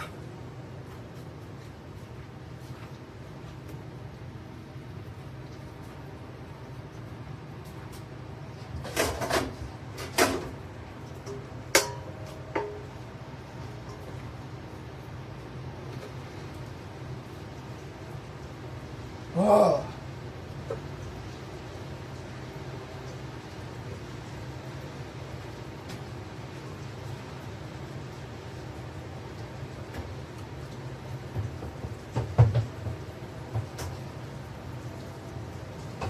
Lord Zero says, "He'll order you some lettuce and tomatoes from Instacart to deliver to Weddington, don't worry." Tony 183 says, "All Eddies are scammer confirmed." Oh.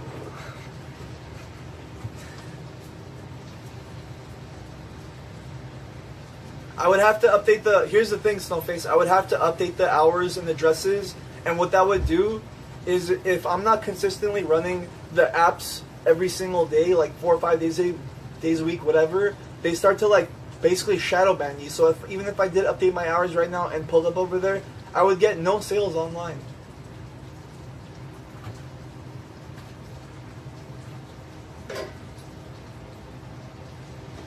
And Lord knows, I don't want to be standing there 4 hours to have some random smut Johns come from the dance studio to get free food while I sit there with my thumb up my butt, you know?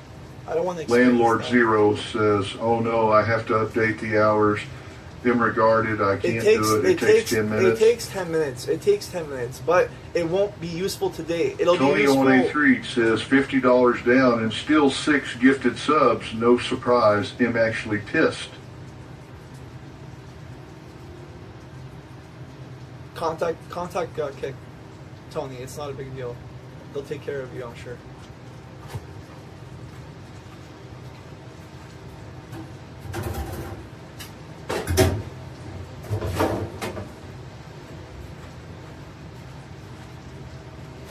Stoneface says, "Free food February is over.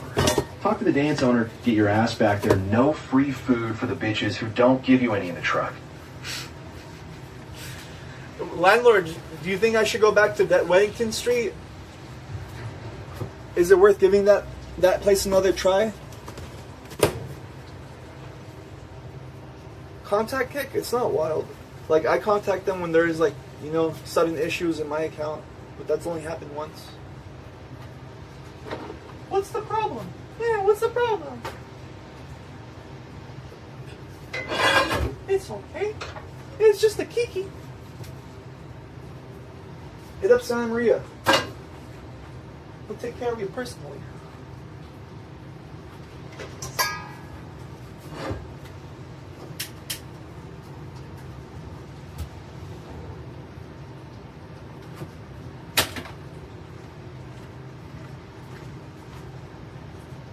He'll take care of you. Real men make fried chicken in a food truck. Real men snipe Larry David. That's how it's always been, and that's how it's gonna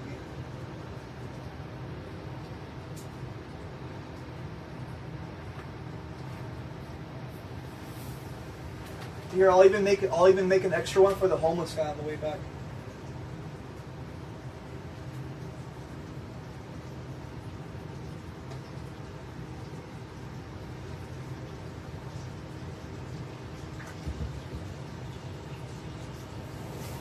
There you go. See? It's gonna be all okay.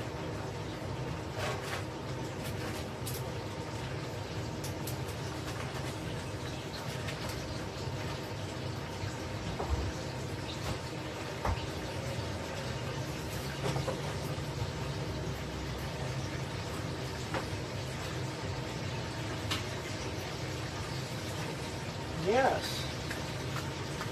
Says Eddie just scammed $100 and only solution is contact Kick Yeah GG.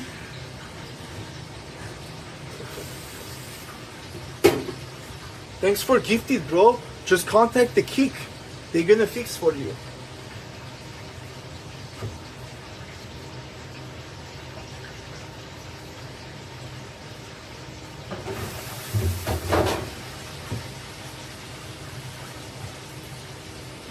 Landlord Zero says we can't see the food. Where is chest cam?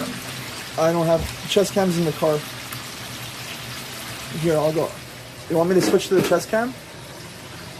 I mean, it'll probably be better. Dabler says scamming gifted. We can see you cook it.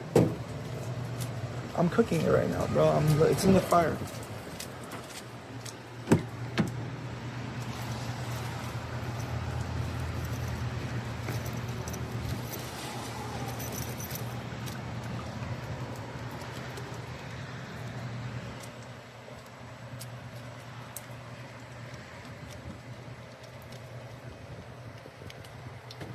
Stoneface says, secretly Chick-fil-A is coming to drop off a chicken sandwich for Ed. I would never eat their garbage food, bro. I'd rather make myself 10 chicken sandwiches and eat it on the worst day than eat their food. Chick-fil-A is ass. Dabler says it's not even raining pussy and the fryer's hot minus well open now. Oh my god, dude. I get it. I appreciate you guys for trying to have me go out there and crash out. You know, it's cool. But I have other things that I gotta take care of. Why is the chicken that color? Landlord Zero says, why is the chicken is that color? Alright, I gotta switch to this camera. Dabler says,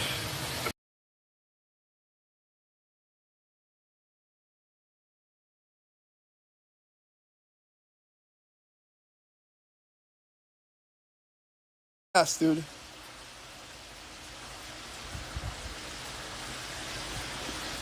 I'm not a fan of Chick-fil-A.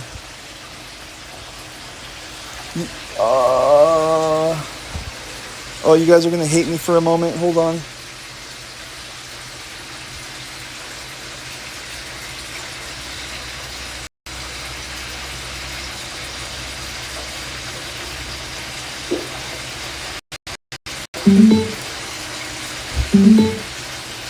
There we go.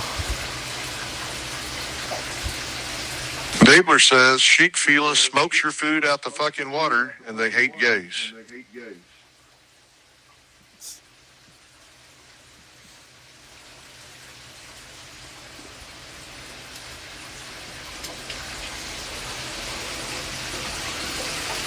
Landlord Zero says you have the chicken in stock that you need to sell. The fryer is on and it's dinner time. $100 is still something plus content.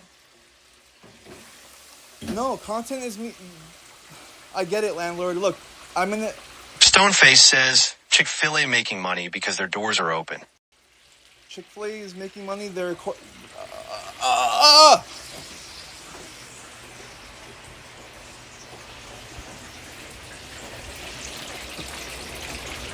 y'all are trying to compare me to Chick-fil-A.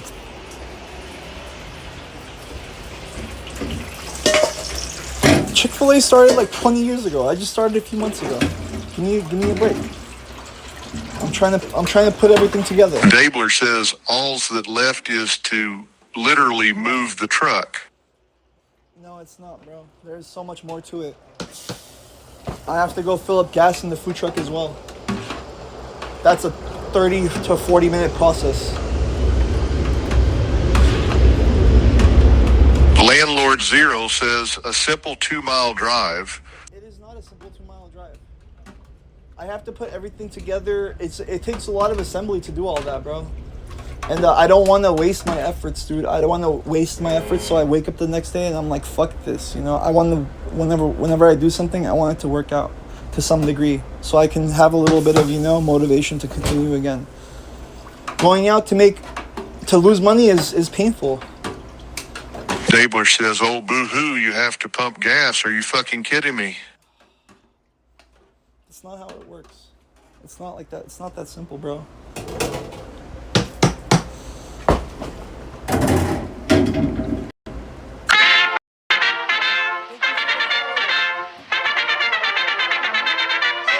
Oh my god! It's Svat! Oh my god, guys. It's Svat. God damn it, he's returned. He's made his way back. Svat, I hope you see, you know, this today's stream is dedicated to you. Dedicated to the people that, you know, helped Eddie come up along the way. Can't forget about Lemon Pound. Landlord Zero says, waste your efforts? Every day we wake up with new energy, you lazy bastard. I know, dude. It's not like Stoneface says, hi soft, I like BMX, and Ed doesn't like to go out and sell chicken. I'm going to do that. I'm not going to disappoint you guys. Y'all have to let me come up with some great ideas. I got ingredients coming in. Book says, forgive this idiot. He crashed out on everyone, even me. Yeah, what Buck said. You know, forgive me for my... Dabler says, lazy prick, can't even pump gas. You're a soy boy shell of a man, can't try on St. Patrick's Day. Oh my god, then I'm just a disappointment try-hard soy boy, bro. Because it is what it is. Where the fuck is the lighter, bro? I'm getting dizzy with all this TTS is hitting hard right now. Where's the goddamn lighter?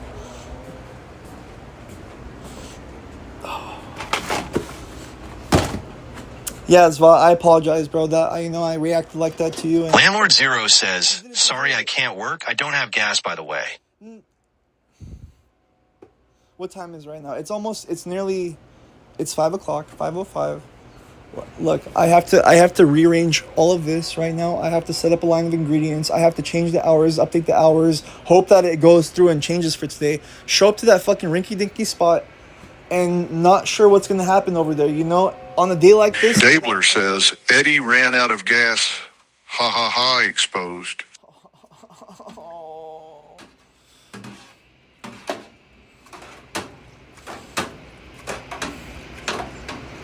Why can't I just do my own thing?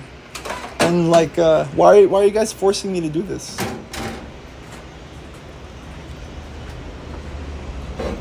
I explained to you guys, I have an idea that's... Book says, what is this I hear? Eddie been driving the truck around on E. On that Molly.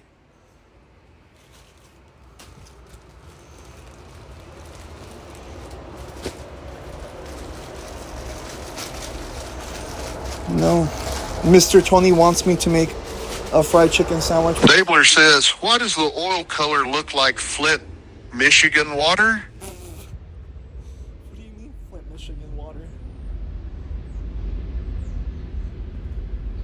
Landlord Zero says, do you think we are so evil that we want you to go there in the rain and get zero sales? That's not the right word. I'm pretty sure you want me to go there and like, you know, basically start reacting. Buck says, Eddie been putting peanut oil in the gas tank. Can't afford gas. But peanut oil is more expensive than gas, dude. So you know I'm using fucking corn oil.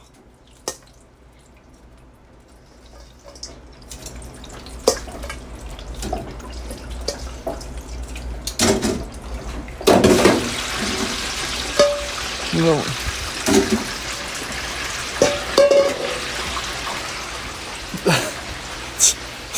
Fucking peanut oil, bro. Peanut oil.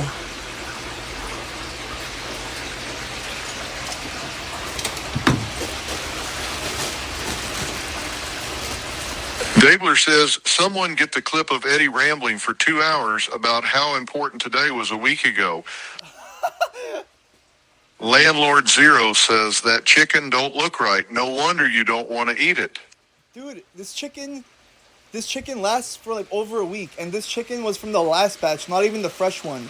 The fresh one I'm going to take home and freeze, because I don't think I'm going to get rid of the product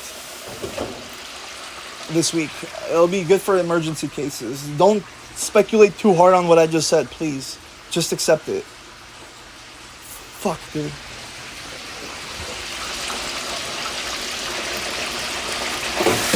Book says, someone get the clip of Eddie saying that he does not need any of us and will build a new community. No, I never...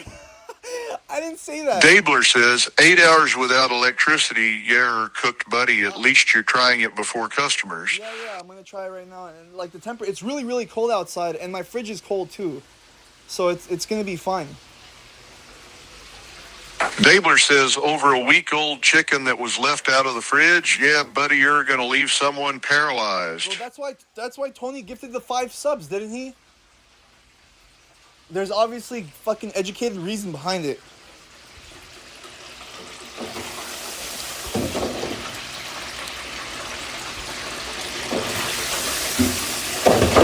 He caught on to something that no one else knew. And he's calling my bluff, bro. Why do you think I was so reluctant to eat it? But anyways, here we are.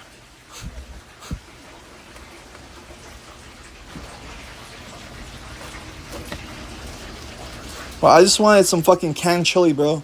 Is that so bad? Dabler says, Chum Bucket Chicken Andy.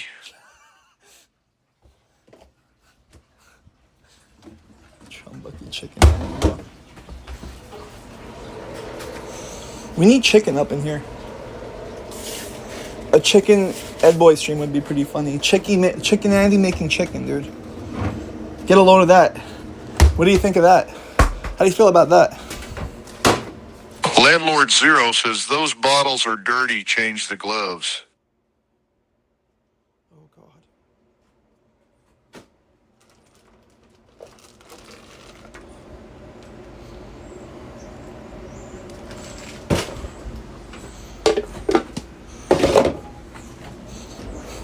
Here we go. Here we go. I know what you guys just saw, and I know what I'm gonna hear right now. But anyways, this is fine. Caught. Dabler says caught. I threw it away, bro. Cheese goes bad. That was been there for like a few weeks. That was from Sam Frank's event. He literally fucking. Oh my God, bro. He literally fucking. You never seen fucking mold on cheese before?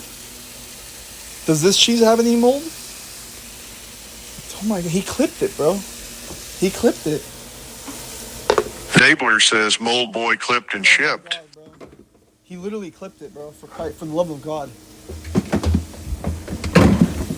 Landlord Zero says, all mold, lelol, shut this kitchen down, health department notified, mold, mold, mold, mold, mold, mold, mold, mold, mold, mold, mold, mold, mold, mold. Tony 18 Third says, I just got kicked out of a parking lot by police. Jesus. Book says, I might have reported you to the Better Health Bureau last week. Sorry, Edward. Did not think you would apologize. Dabler says, still using the same moldy glove BTW. I don't have any glove. I just fucking washed this fucking pan too, bro. God damn it.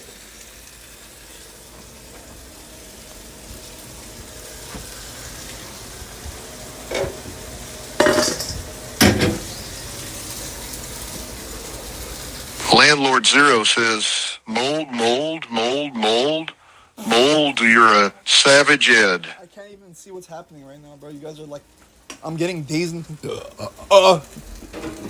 Oh my god, more dishes that I forgot to wash.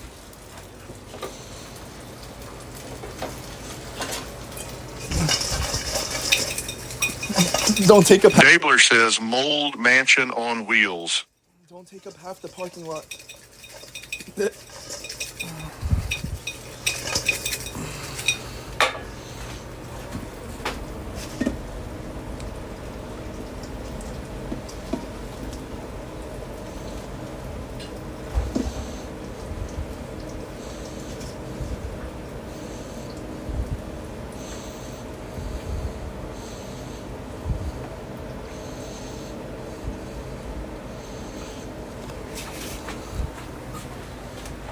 There you go, Mr. Francisco.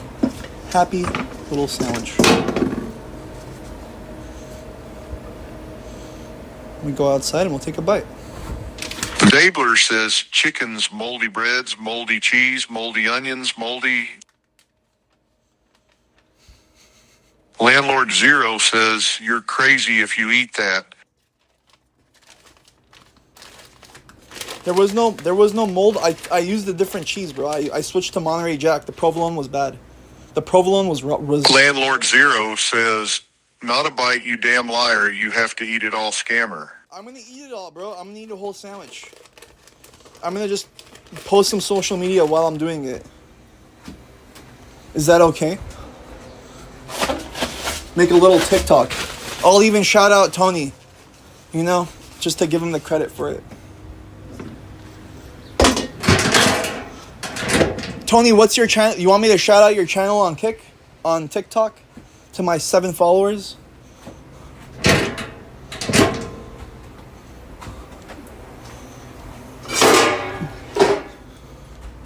Janig says, looks good, man. Is one for Nino? Nino! Dabler says, you spread mold spores everywhere, didn't even wash hands. Tony 18 says, I don't need a shout out. I need my $50 back. No, 25. 25. 25, because I'm going to eat this right now, alright? Where's my phone? Where is the... Dabler says, looks pink and I see mold. Dude, it'd be awesome actually if I can find Chalan right now and then have him take a bite of the food too, because I have that other sandwich. He's not around here. Dabler says, gotta eat both or scam. No, it was one sandwich. And I said I'd make the second one, you know, as extra to give to someone for the content. Why are you guys trying to make a... Dabler says, trying to poison your boy is crazy. Dabbler. Book says, go walk over there, you didn't check. I will. I'll walk over there. Landlord Zero says, I heard both. Niño! Para. Aquí. Aquí. Para aquí. Para, ven aquí. Janig says, LOL chat is rough today. Niño! Venha aquí. Venha, por favor. Tony183RD says, I'm not as mad you think, bro. I know it's a double charge. Somehow I will get my $25 back. We're gonna make a post today. Luke says, bro had Asian buddy on his TikTok. Hold on. How are we gonna do this? Alright, this guy right here makes this entire world spin, this entire food truck world spin. As you can see it, he's gonna give it a test try of our sandwich right now. Go ahead. Oh, Take it. Is this free for me? This is free for you, buddy. I told you I'd give it to you. Blurry says, fuck that old man. Just take one bite. And just take one bite. No, you have to, bro. Come on, please. Just take one bite. Well, I'll hit play whenever we start eating it. Landlord Zero says, "Hello, Nino. This is immigration. We will be there in 10 minutes. Do not leave this location. This is Ice Sergeant Valenzuela." How do you like that? Dabler says, "It's moldy and poisonous. Do not eat that, trust me." Tony 183 RD says, "I want my 5 sub badges. That's what I really want." Landlord Zero says, "Immigration is here, buddy. Please leave now." Stoneface says, "Don't do it, don't do it, don't do it." This guy. Stoneface says, "This sandwich will give you a runny poops."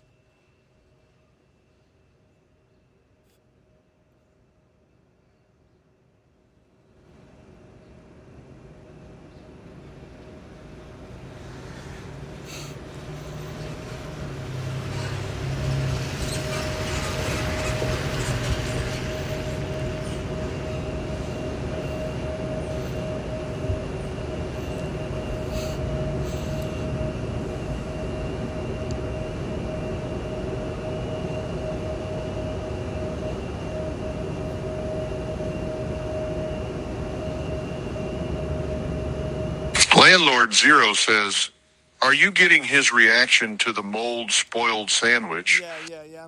I made a post on TikTok with it.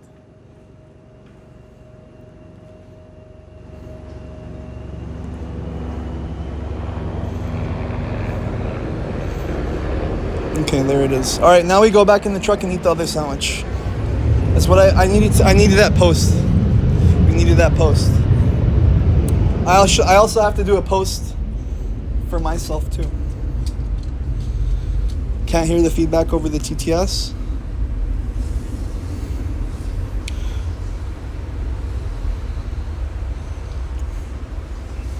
He said anything that's free. At the end, I'm like, how is it? He's like, anything that's free is good.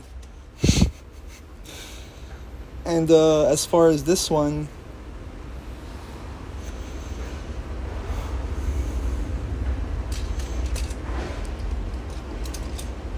shite.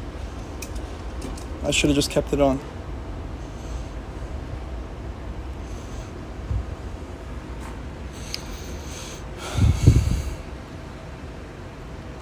No, you could hear the feedback. He said you could hear it in the video, but there was TTS playing for sure.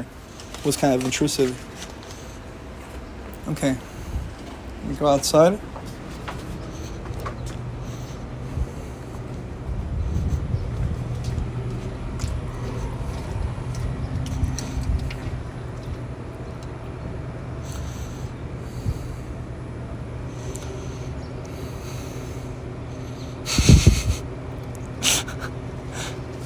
All right, this one's for you, Tony.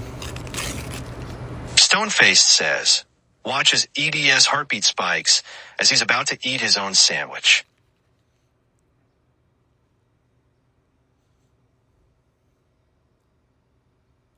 Yo, shout out to Tony183 on Kick for gifting the 5 subs. He wants to eat my own sandwich, so here it goes.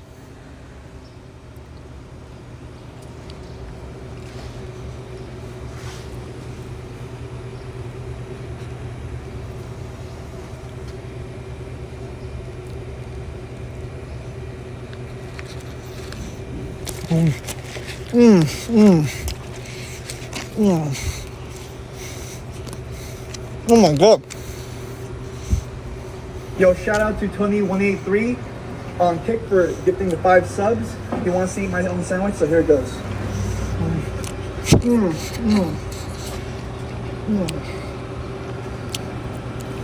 Oh my god. Yo, shout out to Tony183 on Kick for gifting the 5 subs. He wants to eat my own sandwich, so here it goes.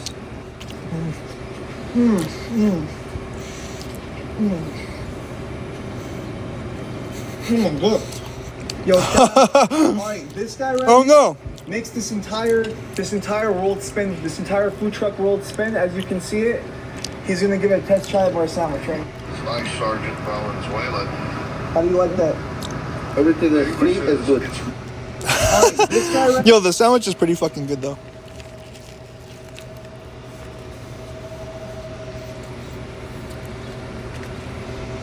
Oh.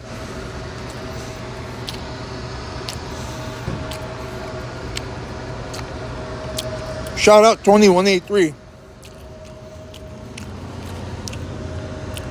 God damn.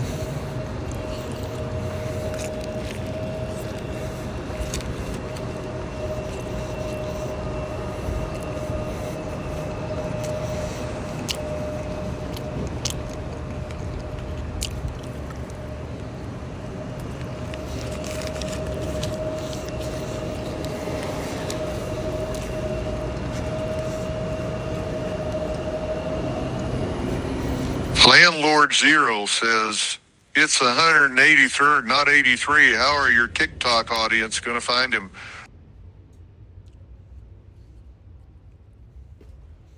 I just shouted him out for,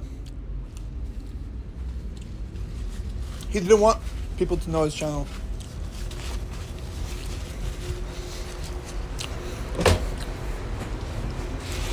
I just gave him a shout out. Anyways. Buck says, plain ass chicken sandwich. It's still really good, bro. All the flavor anyway in my food is from the sauce and the pickled red onions. And Dabler says, you cut 7 years off your lifespan eating that. let's just see if I'm gonna make it to the restroom at home. Dabby. Tony. Can I save this for later? Stoneface says, I hear it's really amazing with this coleslaw that he hasn't had on the truck for over a month. Hold up, this guy, dude. Stoneface, can I just come in and let's go 50-50 on this operation, bro. Because Eddie's fucking I think Eddie's needs a little bit of a Stoneface in his life right now. What do you think about that, pal? Dabler says, scammed. No. Tony.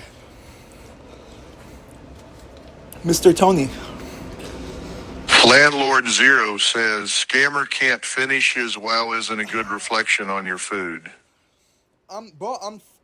Zephot says, Tony gives 5 subs and you orgasm. I'm at 90 and you piss in my face. Love you, Eddie. Wow, dude.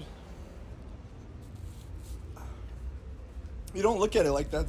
Book says, why is it lagging a bit? Can you refresh it or something? I do everything I can for you, Spot. You know, you're my little angel. You know, Eddie gets a little hot sometimes. Stoneface says, I hear it's a very unique taste and would have to be a very specific craving for it. Fuck off, dude. Dabler says, scammed. I'm eating it. Zephot says, I'm trolling, don't crash out. I don't want you to be upset, Spot. You're a good lad.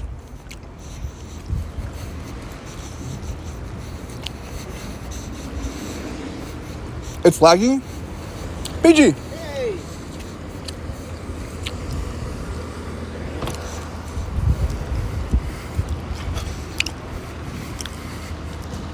Stoneface says, Eddie says he doesn't do crash outs anymore. He's got it under control. Uh-oh. Oh my god, bro. Don't give everyone that warning. Book says, why does it lag inside the truck but not outside? I think because it's connected to the Starlink outside. Hold on, let me check something really quick. Oh, there is no Wi-Fi.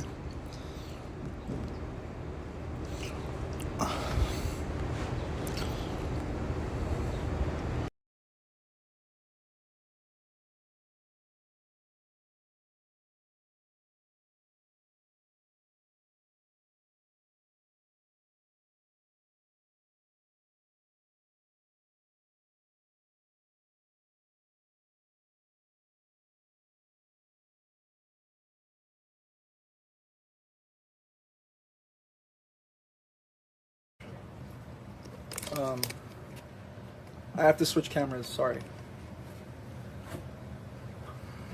Landlord Zero says, imagine selling only one product and it requires a very specific craving. I didn't, Bucks, it's not because... Stoneface says it lags because the truck is cursed. Eddie, you need to have an exorcism done on your truck. Bucks, at the very least, just try to give me the credit that I can come to my senses and realize that I made a mistake. You know, don't say that. Don't think that I'm like. I didn't even think about that, bro. I came home, I spoke to X. We had a long conversation, and I just felt bad about my actions, bro. That's why I literally. Zephod says, "Here comes the excuses." What excuses? Dabbler says, "You're a lined sack of bones. Go sell food."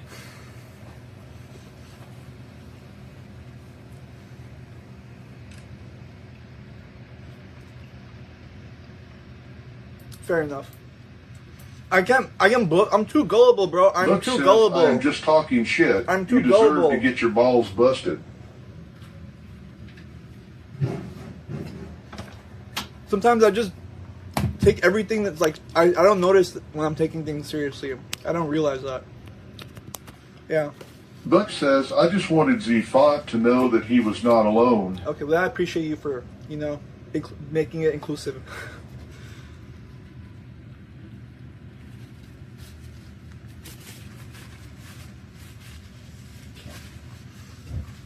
Buck's the noble one. The noble Buck.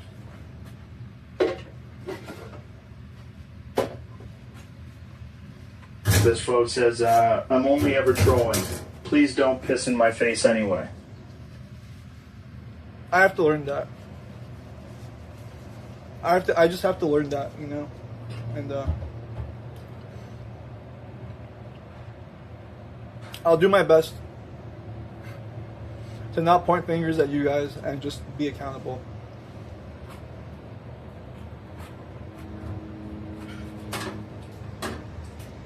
Landlord Zero says, "What did you say to Z5? I missed it."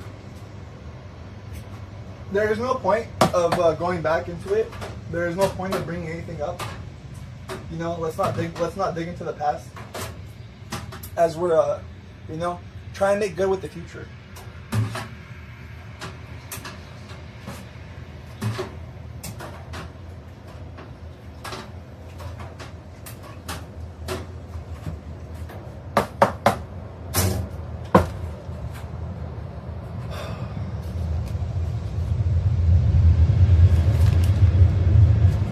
I just wanted a cheeseburger on that, man.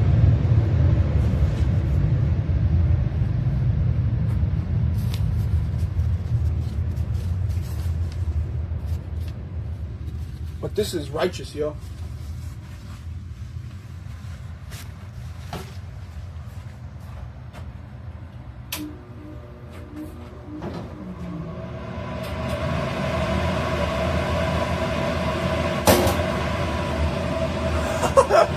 Who says, "Raid a scumbag, you're Arab sandpaper." Z5 says, "Sending hate from Canada."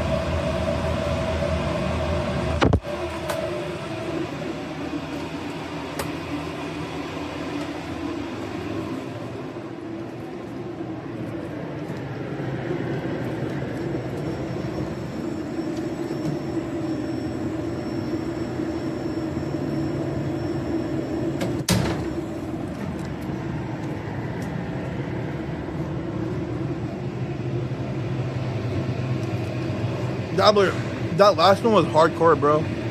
That last one was hardcore. Snaggletooth Arab retard, bro. That's what it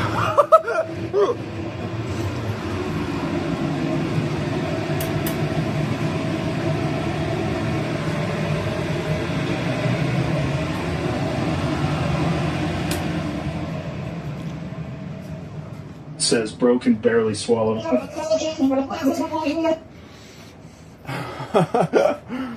I'm closing the doors. We're going home, and you know what we're gonna do at home. Eddie just can't escape the person that he was meant to be. A soft little soy boy in his daddy's fucking ADU.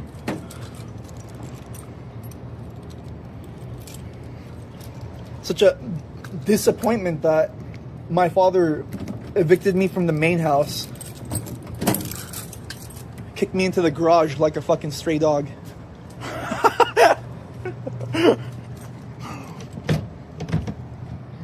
Stoneface says, Galactic Toaster Bath Typhoon. Don't forget the toaster this time. We're counting on you.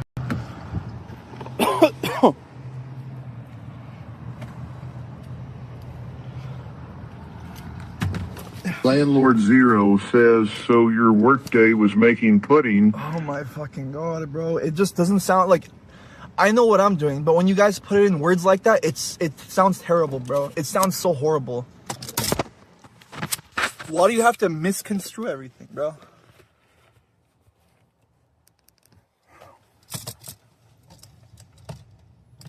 It can't... In my head, I'm like doing preparation to set up a project. And, Zephyl says, more cups of dirt. those dirt cups are pretty good. A lot of people like those. They're giving me their compliments. Yo, Bangers, thank you for the follow. Yo, Bangers.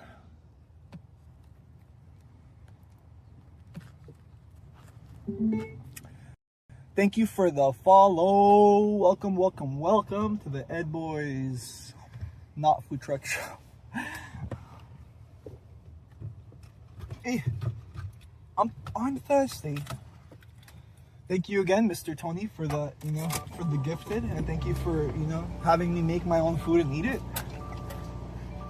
Front page, possibly time to plan my second attack. Did No you at way. least add the vanilla to your milk? They give us front page today. Zeph Yo, says, shout out, front page, possibly time to plan my second Zva, attack. it's your chance right now, dude. Make up for it. Yo, Isaac R30328, thank you for the follow. Guys, we're only a few viewers away from getting a Book says, oh, he's right. It is front page. Oh my god, we're on front page. Thank you, Kickstaff. Thank you, Dimitri, and all you other guys, whoever's out there. Only a few viewers away from the verified badge. What's good? Yo, I got down with this dude years ago. He's right in front of us. Dabler says, check clips for this guy selling mold front page, not lying. Kickstaff thought you were... Stoneface says, they must saw that clip of you working. Oh my god. Landlord Zero says, kick staff thought you were working. Guys, it's one of the cheesesteak nemesis, bro. Buck says, go tell him to run the fade. He literally just passed by while I was screaming at the top of my lungs. He's like, what the fuck's up with this dude?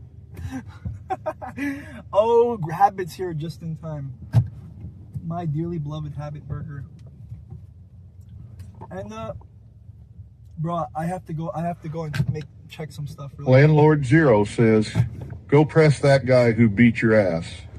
No, he didn't beat my ass. Jen_info says, good afternoon, Eddie. Do we have free cake? Jennifer! We have Dabler says, there is no food truck. This soy boy legit just made pudding and a mold sandwich and left on Jesus. Stonefaced says, fumble? Oh my god, bro. Fumble? Let me just go check really quick. I have to see if, anyways, it's good to see all these new viewers could come and see what's happening here. In the lot, we got the Habit Burger truck over there. God damn. We got, a couple people getting the rest of their... Buck says, cake Jen, he's lucky to even have chatters. Jen saw you ban us all. Oh my god. You guys are trying to make the Eddie look bad in front of all his new friends.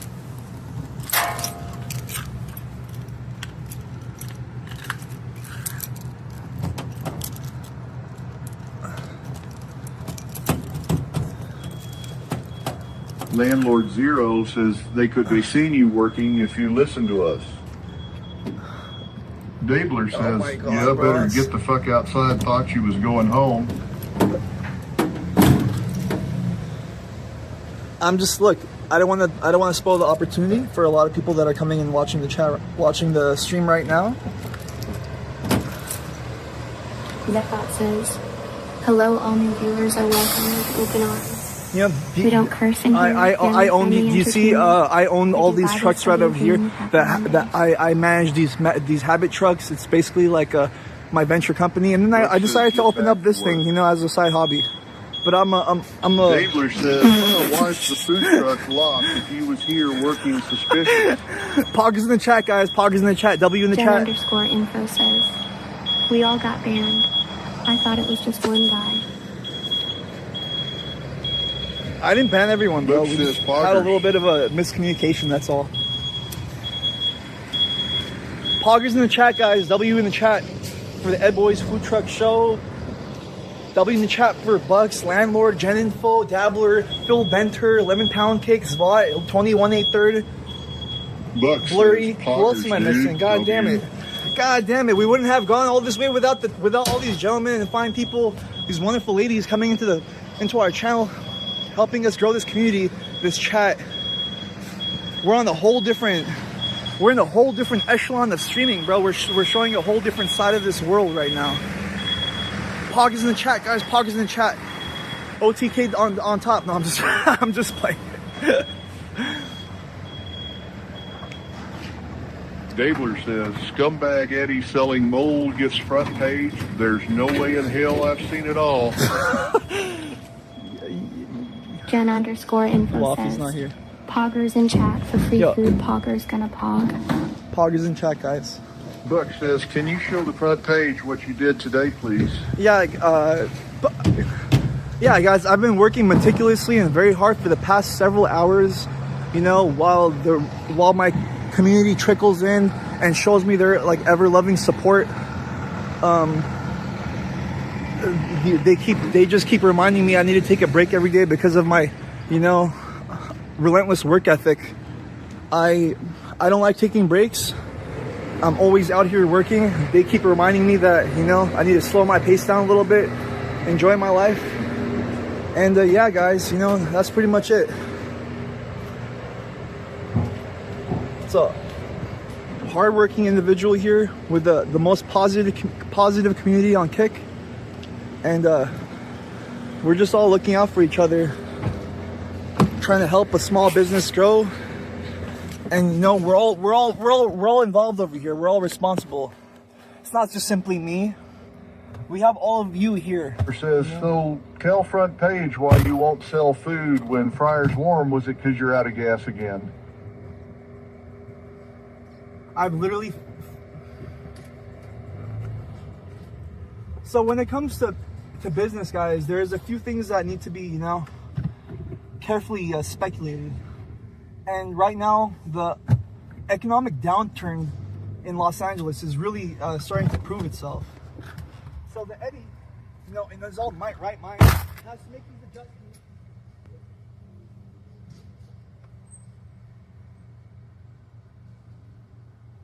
You're my mod, Bucks. You're my mod, pal.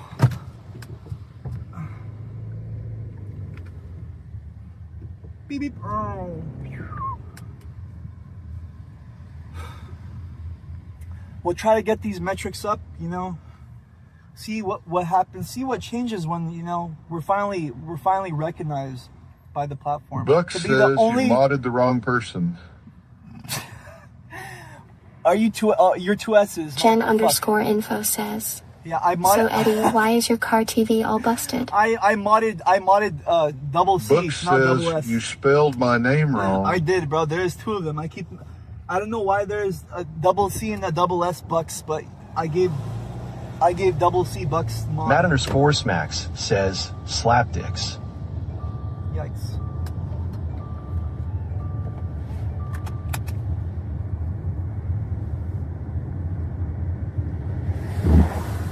Landlord Zero says, no mods, let's fucking go. Yeah. No, don't start popping off. Mad Max. What's cracking?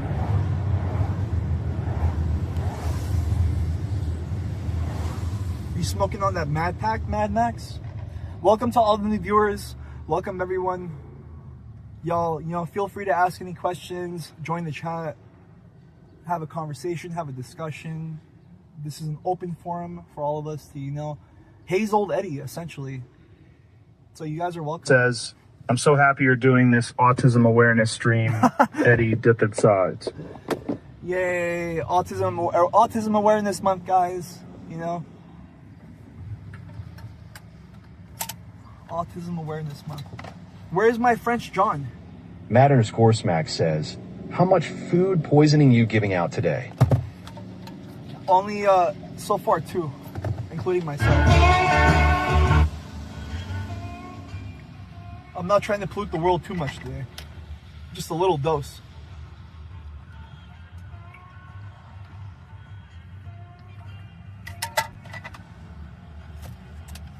Just a little Tootski. Jen_info says, Eddie, answer me what happened to your car TV screen.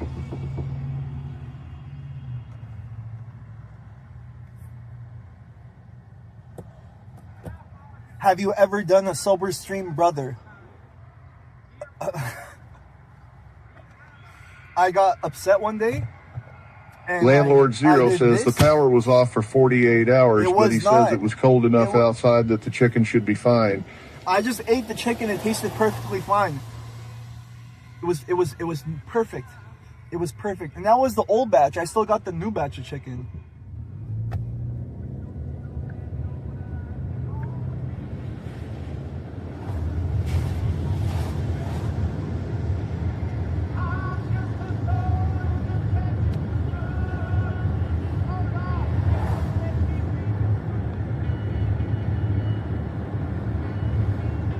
Very meticulous process that I do to prepare my chicken and ensure the quality and taste. Lord Zero stays the says same. with the cheese you can see it visibly, but with the chicken you can't. Yes. The cheese had to get thrown away. The chicken was perfectly fine. Jen_info says, holy shit, you busted your TV screen in road rage. Yes.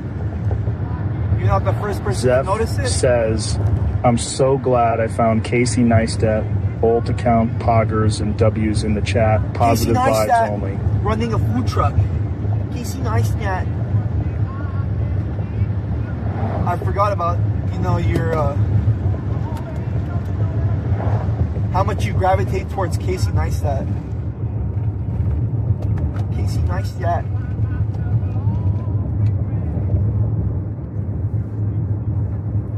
Let me put my arm around your shoulders, guys. Let me have a little conversation with y'all. We got something really special happening over here, Don't even worry about it. I got my hand on the wheel. Everything is great. We're navigating this vehicle, this vessel, in a direct line to success.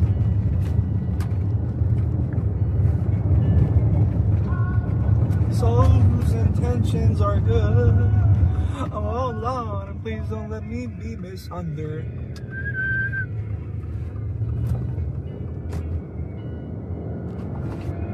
Skirt, skirt.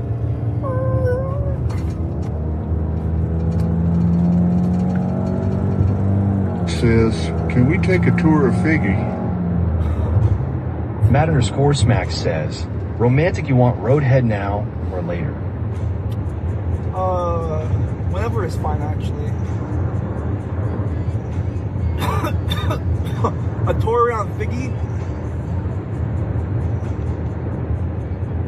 It seems like no matter how much... Jen_info says, I feel like I am in the car with you. It seems like there is no avoiding the... Zepho says, when are we pressing that mob moss at the club again? I hope I never run into that guy again, bro. It was kind of awkward, not gonna lie.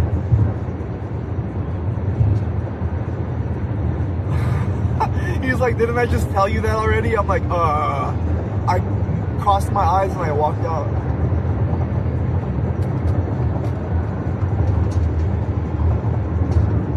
God damn.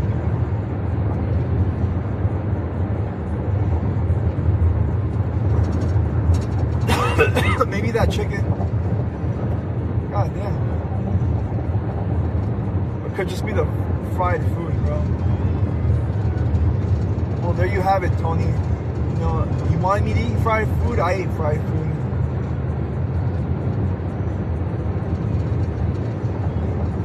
Hey, be my baby darling, be mine. Jen_info says, why is my shit so lagged? Is it kick or is it kick? It could just be kick, or it could Book be says, GPS. is the food poisoning kicking in? Yeah, I think so. I'm starting to feel a little schmackerel of the honey.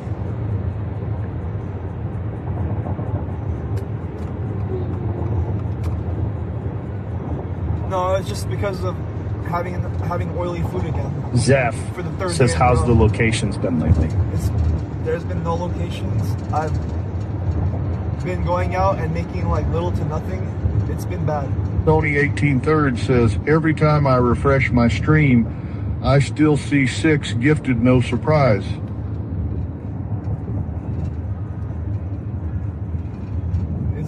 Wasn't it supposed to be though? 5? Just 5 though, right? Oh man.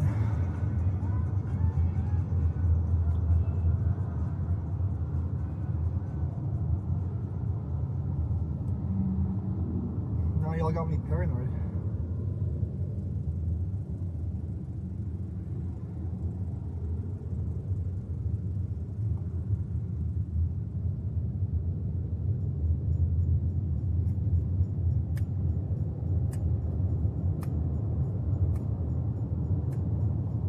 _info says, gosh, I sure do not miss California traffic.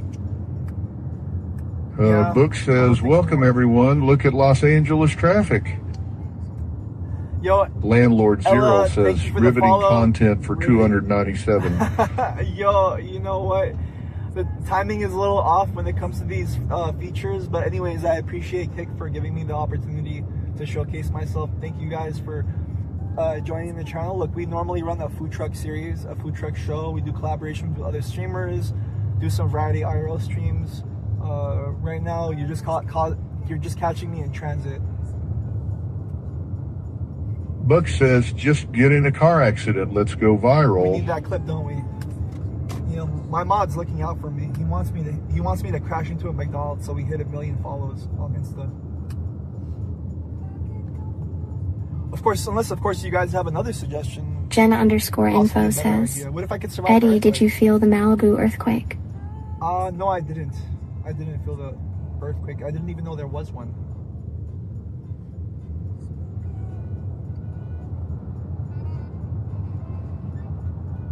But how many disasters have happened in Los Angeles within the past few months? I should be on top of it.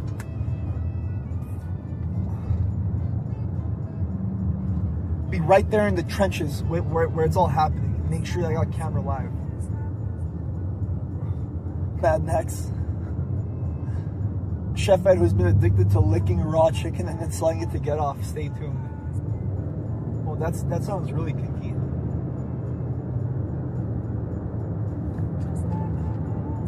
You expect me to be like that?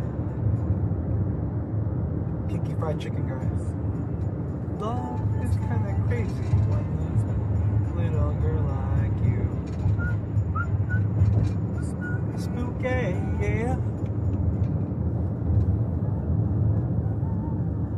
Yeah, the economy's just a little bit off right now in Los Angeles. I'm talking to different people, asking around. You know, a lot of people are having the same complaints. Says, can you smash your bottom display? I like consistency. If I smash the bottom display, I'm not going to have any access to the AC or the heating unit. So we can't do that. I already got 1 out of 2. You know? Jen_info says, licking raw chicken is not good for you. I think it causes cancer or some shit. You never had chicken sashimi before? Buck says, new viewer would like you to drive 100 miles per hour, please. In heavy LA traffic, let's see what we can accomplish. At a little over 20 miles per hour right now. Damn.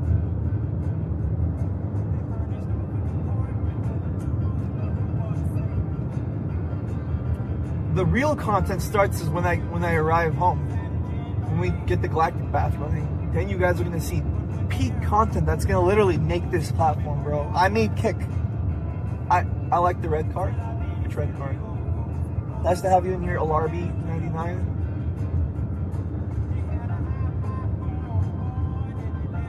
right now, this is pretty much the transition, the commute to being the face of Kick, guys.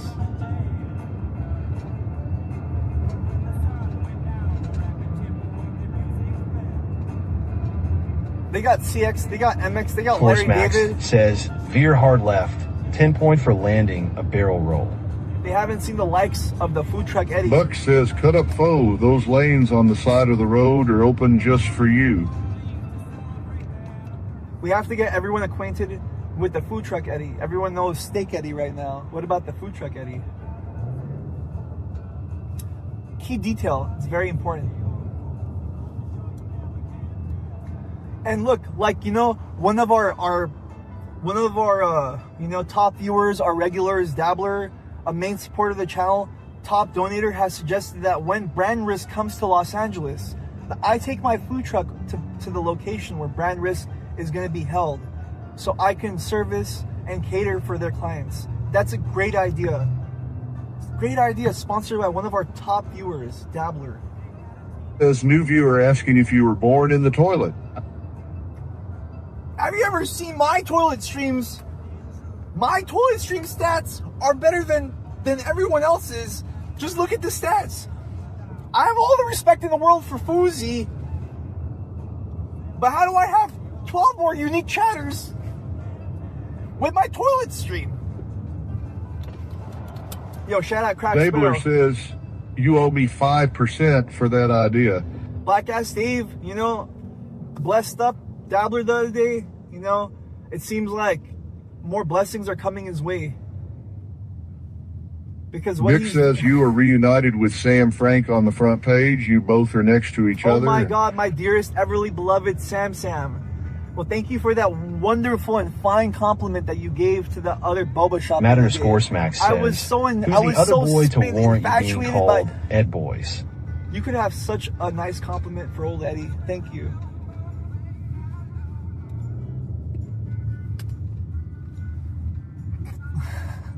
You're from Morocco?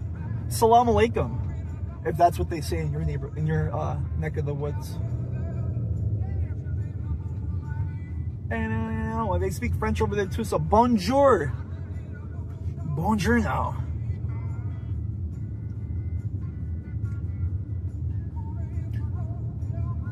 Now I must know.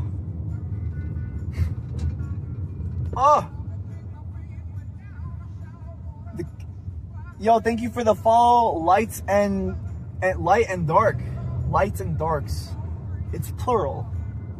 Welcome to the Ed Boys Traffic Show, starring Traffic Eddie, normally known as Food Truck Eddie.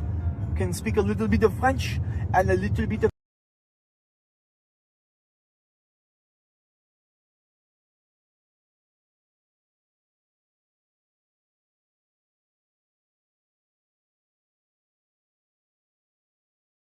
Boys.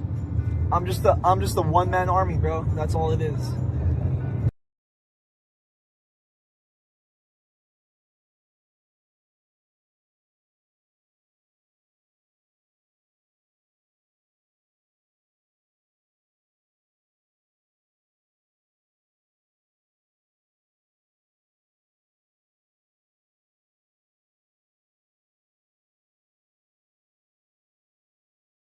My shit is all kinds of fucked up today. I'm not seeing any connection issues right now.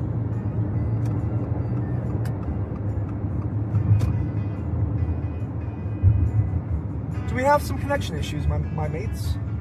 My dear lads? Book says it's back. It's back. W for the... Stoneface says, back screen. Eddie is the one-man army who constantly battles himself. He's not wrong about that. That's pretty accurate, bro. But don't we all battle ourselves, bro? Don't we all battle the stones inside? Don't we all battle the buxes inside, the sloths inside? Lord knows. Only Lord knows.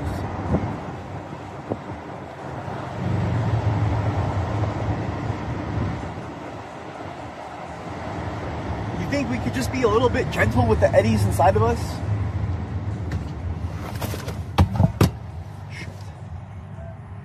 You think we could be a little bit more patient with the eddies inside of us? The little eddy inside that needs a little attention and love.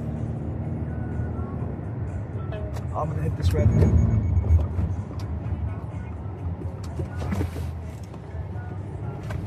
What the fuck, dude? Fucking blind blue-eye McGee in the Prius, bro. Face says, the homeless man, thank you for making him a sandwich today. Matt_Smack says, you ever get the midnight munchies and fire up the truck? I fire up my microwave, bro. What you talking about? If you got the midnight munchies, you probably couch lock all at the same time. Speaking of which, you know, unfortunately this feature is going to abruptly end soon.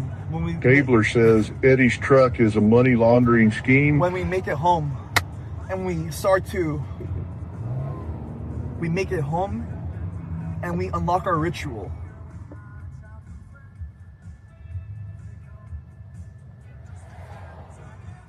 What are you doing this channel, my friend? Are you a gamer or something? No, don't ever confuse me for some random that plays Marvel Rivals or something, bro. We're out here doing big Stoneface business, says, big yeah, money. the douchebag in a blue Prius can lick my anus. That was a pretty shithole move. Swimmer Nick and Landlord Zero says would be perfect setup if he had any money to launder. Swimmer Nick and Ned are talking small cash. Your boys out here talking big money is what I'm talking about. Big money. They don't even take care of their families. I got 3 houses. I got Riri on CCTV. Come on, Eddie. Your boy needs a new set of teeth and a new pair of lungs.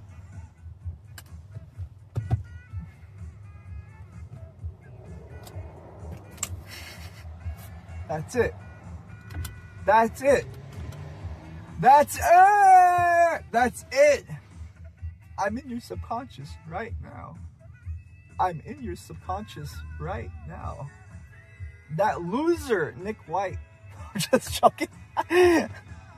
Making money. Smack says, big banging burgers pull up. Big banging burgers pull up. Smash that. Stoneface says Smash he has a that. steak Back. deal. He goes home and plays steak. I got steak deal. I don't even have Book says removed from front page. Listen, I'm not even on that. Stabler says Eddie hasn't sold food in 2 weeks. You know, they don't even get, look, they don't even have me on KCIP, bro. I'm on a different deal on this platform. They got me on a whole different deal on this platform. You know, I don't want to show off my stats, the metrics of how much I'm making, because I don't want to make all these other streamers feel bad, you know what I'm saying? They're struggling with KCIP. I got those kick deals, you know what I'm saying? Yo, thank you for the follow, G the Machine. Welcome to the Ed Boys, you know, traffic and / food truck series. Huh. What's your name, driver? Are you a funny person? My name is Eddie, and sometimes I try to be humorous. Sometimes Who says go off king. Sometimes it's a humorous Eddie. Sometimes it's a sad Eddie. Sometimes it's a crash out Eddie. You never know what you're gonna get. It's like a Tootsie Roll. You lick it if you don't lick it though. You don't lick it. That's the only difference. Dabler says, buddy, you have no deals. You couldn't even put gas in your truck. I gotta go home and gamble on steak, bro. Matt_Smacks says 50-cent kick rebate for every burger sold. Wow, dude. Yo, buy a sandwich. If you're a viewer on Kick, come and buy a sandwich. You get a free gifted sub from Zvot. That's the arrangement that we have. Zepho says, you're not a real Eddie fan if you haven't lost a badge or been banned. Damn, look at this, dude. They got that St. Patty's Day fucking... Oh my God, they got Tour Me and John sitting on that bus.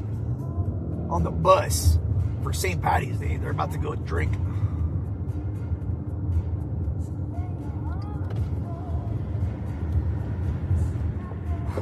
They got the Neons, they got the Aiden Rosses, the Sam Franks, the Ed Boys on the front page, bro. Don't get it confused, alright?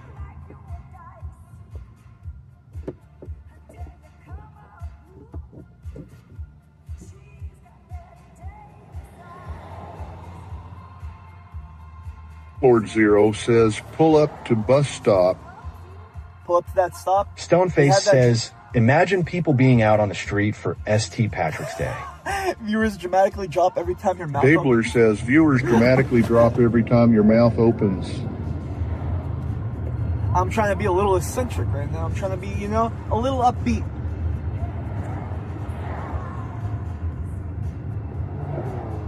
So people know that it's not simply just some traffic tent. We're not just making some traffic tent. This dude's like for real, bro.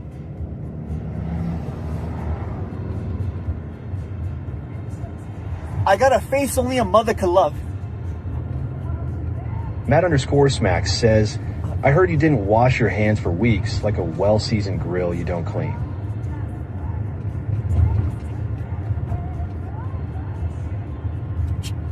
Jesus. Welcome, Mad Max. You're gonna fit right in with the rest of the gentlemen here. You know, make friends with Dabbler. Go sit in the back corner with him. He'll let you in on all of the tips and tricks of this channel.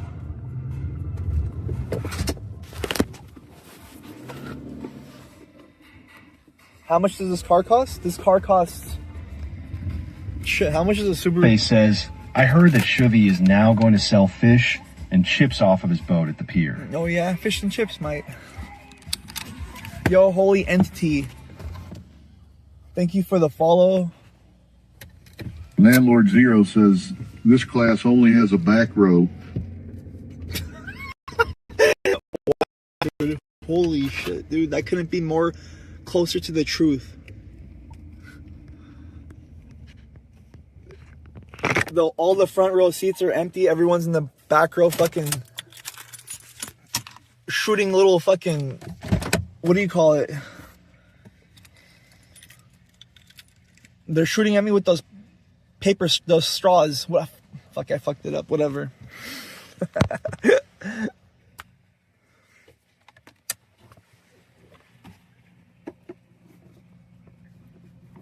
They're hawking loogies at me. Facts, bro. Everyone just went wild over that. Everyone just went wild over that statement. No, it's new. He's a precious pal. Oh, my precious pal. Oh, the precious pal. Smack says, I noticed you have quite the long neck. Should see if Jandro wants some. Dabler says, and you wonder you lost 300 viewers. I lost 300 viewers because they, you know, I was making Sam Frank and some of these other streamers look a little bit too bad. You know what I'm saying? I got to give them a little chance so they can get the spotlight.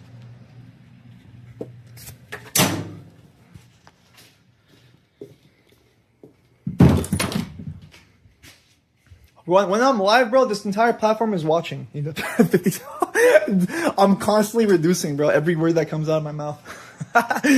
Show the Zero says, show the poor dog in its final days. Listen. Let me tell you something, okay? If anything ever happens to that son of a bitch, I want you guys to show me nothing but your utmost love and support, okay? Nothing but your utmost love and support. I don't want any kind of nothing but respect for my dear hound, okay? In this life and the next. Nothing. This special precious hound. This little boog. This little boogie woogie of mine, huh? You're hungry, huh? Haven't ate any food, huh? I look like Tibbet Curtis? Who the hell's Tibbet Curtis? Landlord Zero says, dang, you got gagging teeth. But do I got that gagging ego? Says, free sausages when a dog goes. I'm gonna really if everyone wants. Hold on. Zephot says, German Shepherd burgers, new menu item, can't wait. I could try to do an impression of him. I'm the realest person on this platform, bro. I'm the realest person on this platform. I'm just doing my own thing. Shawty on the clock. Want to get some of that? I gotta. He does it good. You know what's really funny is when he starts rapping, bro. I'm just trying to do my own thing on this platform, guys. I'm just doing my own thing. What the fuck? Dude, was the screen completely out of place?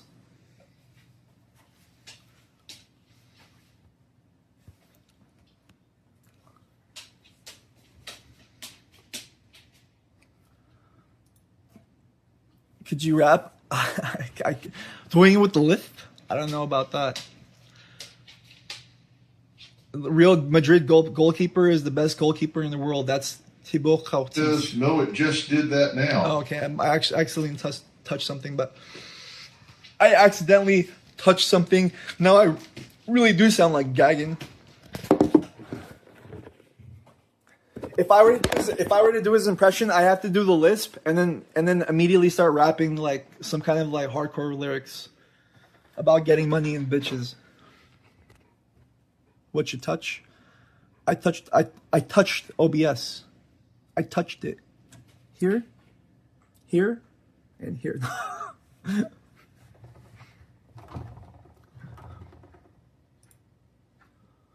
Why am I holding up my phone like a sped, bro? I literally just started using my left hand as a tripod. I'm fucking losing it, guys.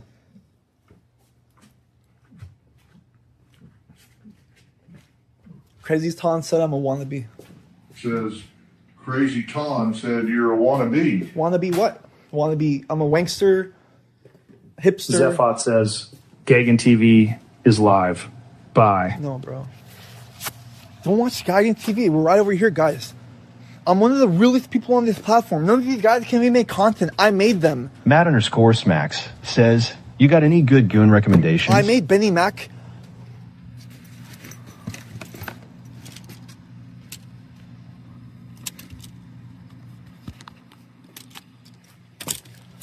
You literally just started making content as soon as I came here. I made you, bro.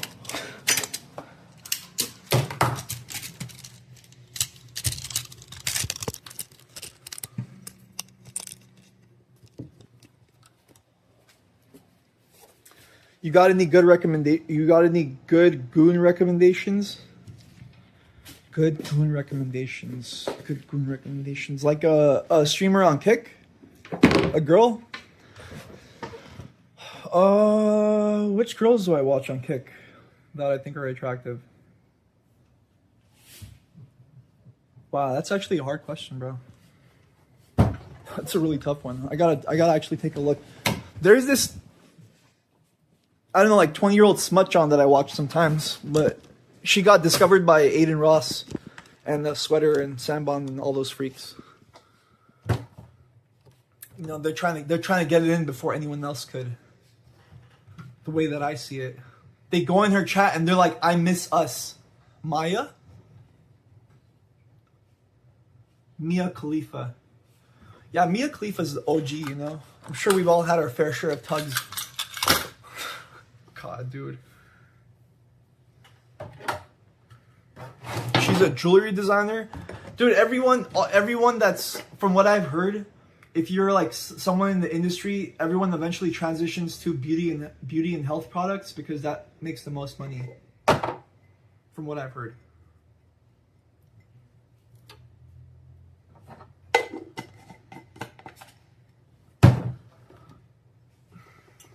Celebs and I don't know, like for example, take all the people that are making like lots of money right now, the Kylie Jenners, Taylor Swift. Gagan is quite the character. 100K in fake Instagram followers, wears fake designer and fake cologne with a fake personality. If that's look, here's the thing. If that's his character, he's trying to actively be that character, that's funny.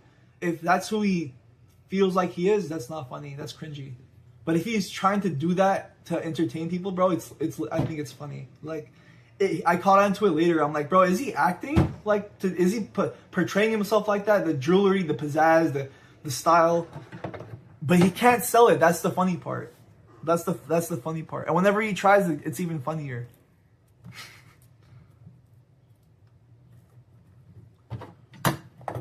Mia Khalifa, she's a singer.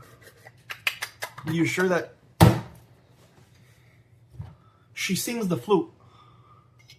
She plays the flute. She's a musician, all right.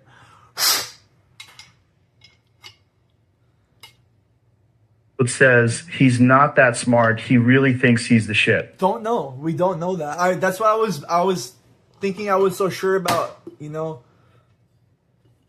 That's who he. Maybe that's not who he is. Maybe he's just acting like that. At the end of the day, when you go over there, you know, when you arrive to CX Island, you have to kind of do something to get yourself out there, to make yourself relevant. Singing from all over the place. Bro, Mia Khalifa is a singer. If I look up Mia Khalifa, I'm not going to look at... There's no musical notes that are going to pop up, unfortunately.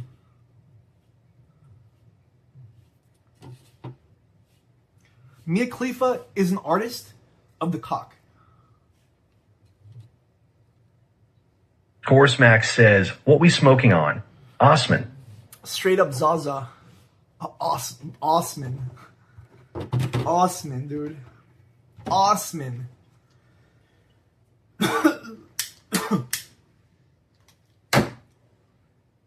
Osman. You know, some of my regular viewers are very disappointed that, you know, I talk about working, but I don't actually go and I do, bro. There's just a lot of things that have been happening lately. You need to try Moroccan Moroccan hash. Le Moroccan hash. I mean, Moroccan hash is famous. Face says, Eddie only smokes the finest stems and seeds.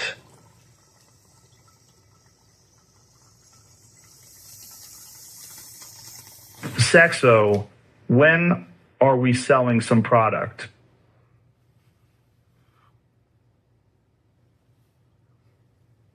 Okay. Let's open discussion.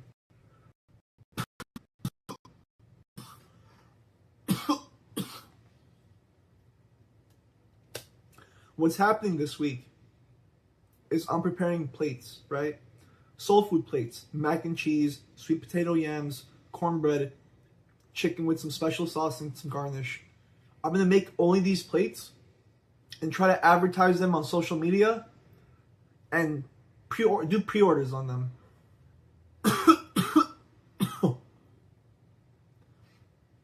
So what I'm going to do is try to advertise it for a few days, set up one day where I can go out, see if I can get pre-orders, see if I can advertise it on the delivery apps, see what's going to happen with that new product. And that's what we're going to try this week at a location. My blue corn flour is arriving today. You know, blue corn flour, guys. Not even that basic shit. Blue corn flour for the aesthetics. Oh, it's going to be really good. Says, not a bad idea. I'll take a plate. Zval, I'm going to try to make it look more aesthetic and like delicious than any other item that I've made so far.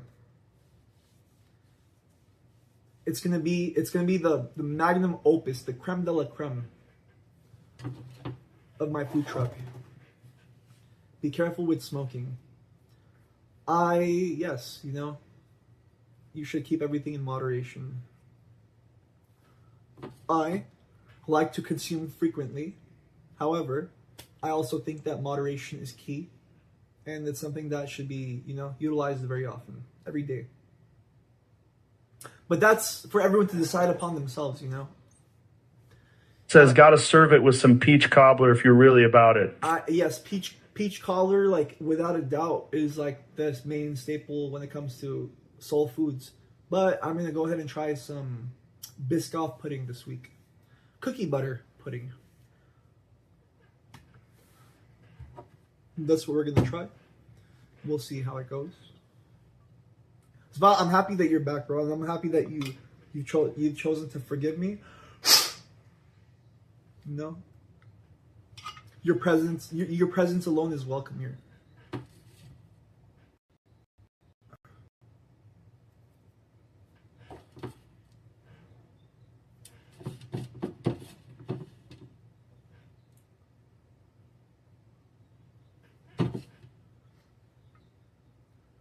Peach cobbler, blueberry peach cobbler, all kinds of different cobblers. I haven't made a rhubarb cobbler.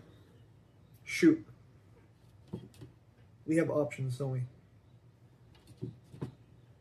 As you're lucky your notifications were banging up my phone while I was at work. Oh, my notifications were banging. There was a lot of notifications going out. I hope that you would come in today because I mentioned a few people by name. You know, just like how Zvat turned a new leaf. Hopefully Ed Boys turns a new leaf as well. See you guys next time. I think you're a good person. I have work. Well, it was really nice meeting you, Larby, and hopefully you'll come in later on. We'll talk some more. We'll get to introduce ourselves a little better next time. But yeah, I mean, this is not where the stream is going to continue for the rest of the night. I just wanted to come home and talk for a little bit more, and of course try to maintain consistency and stream as often as I can.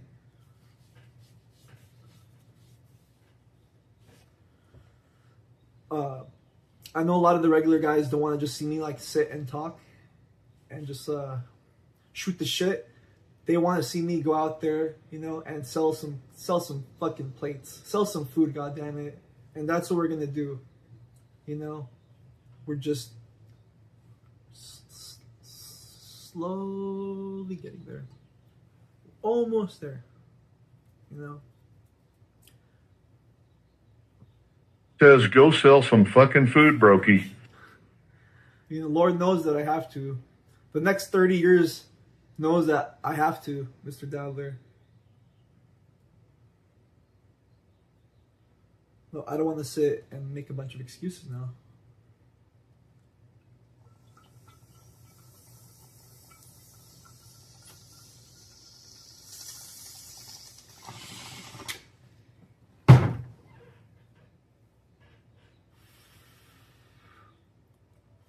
I have realized something very important today. Probably something that I haven't noticed. Says, I bet you're feeling that non-refrigerated chicken with moldy cheese sandwich by now. The THC is masking all of the pain. I came to a realization today. Thank you to my teacher for helping me acknowledge that. But I didn't realize the value of my freedom my whole life. I didn't realize why I chose to do certain things a certain way. I was always very resistant to lose my freedom. Even this right now is basically a description of my freedom. Being able to talk to you guys, play games, chat, watch streams, read books, whatever. Go spend time with my dog, for Christ's sakes, you know. I love these things so much. I didn't realize the attachment that I have towards them. So much so that it's so innately a habit of mine that I'm learning to, you know, slowly adapt to what needs to be so I can be out there running every day. I just didn't know. You know, I'm trying to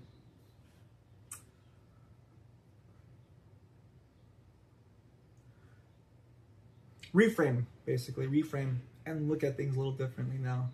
Look at how much money I want to make, you know, put a realistic expectation towards that. What I want for myself when I do make that money, you know, put realistic expectations towards that. I don't want to just say I want to make a lump sum of money to do whatever I want with it. So, anyways, I'm just trying to say it's good to have goals that you can find realistic and obtainable, and that's all I want to leave with you guys today before I keep yapping and chiming up some other bullshit. But anyways, I wanted to say to everyone that came today, you know, I hope I clarified myself. I hope that we can move forward with better content in the future and we can have a lot more laughs and haze the Eddie and, you know, take it lightly and just enjoy the experience of the channel. So thank you, everyone. Thank you, guys. Thank you, Dabbler, Alarbi, Zvat, Bucks, the Mod, Landlord, of course, Geninfo. Who else came in here? Mad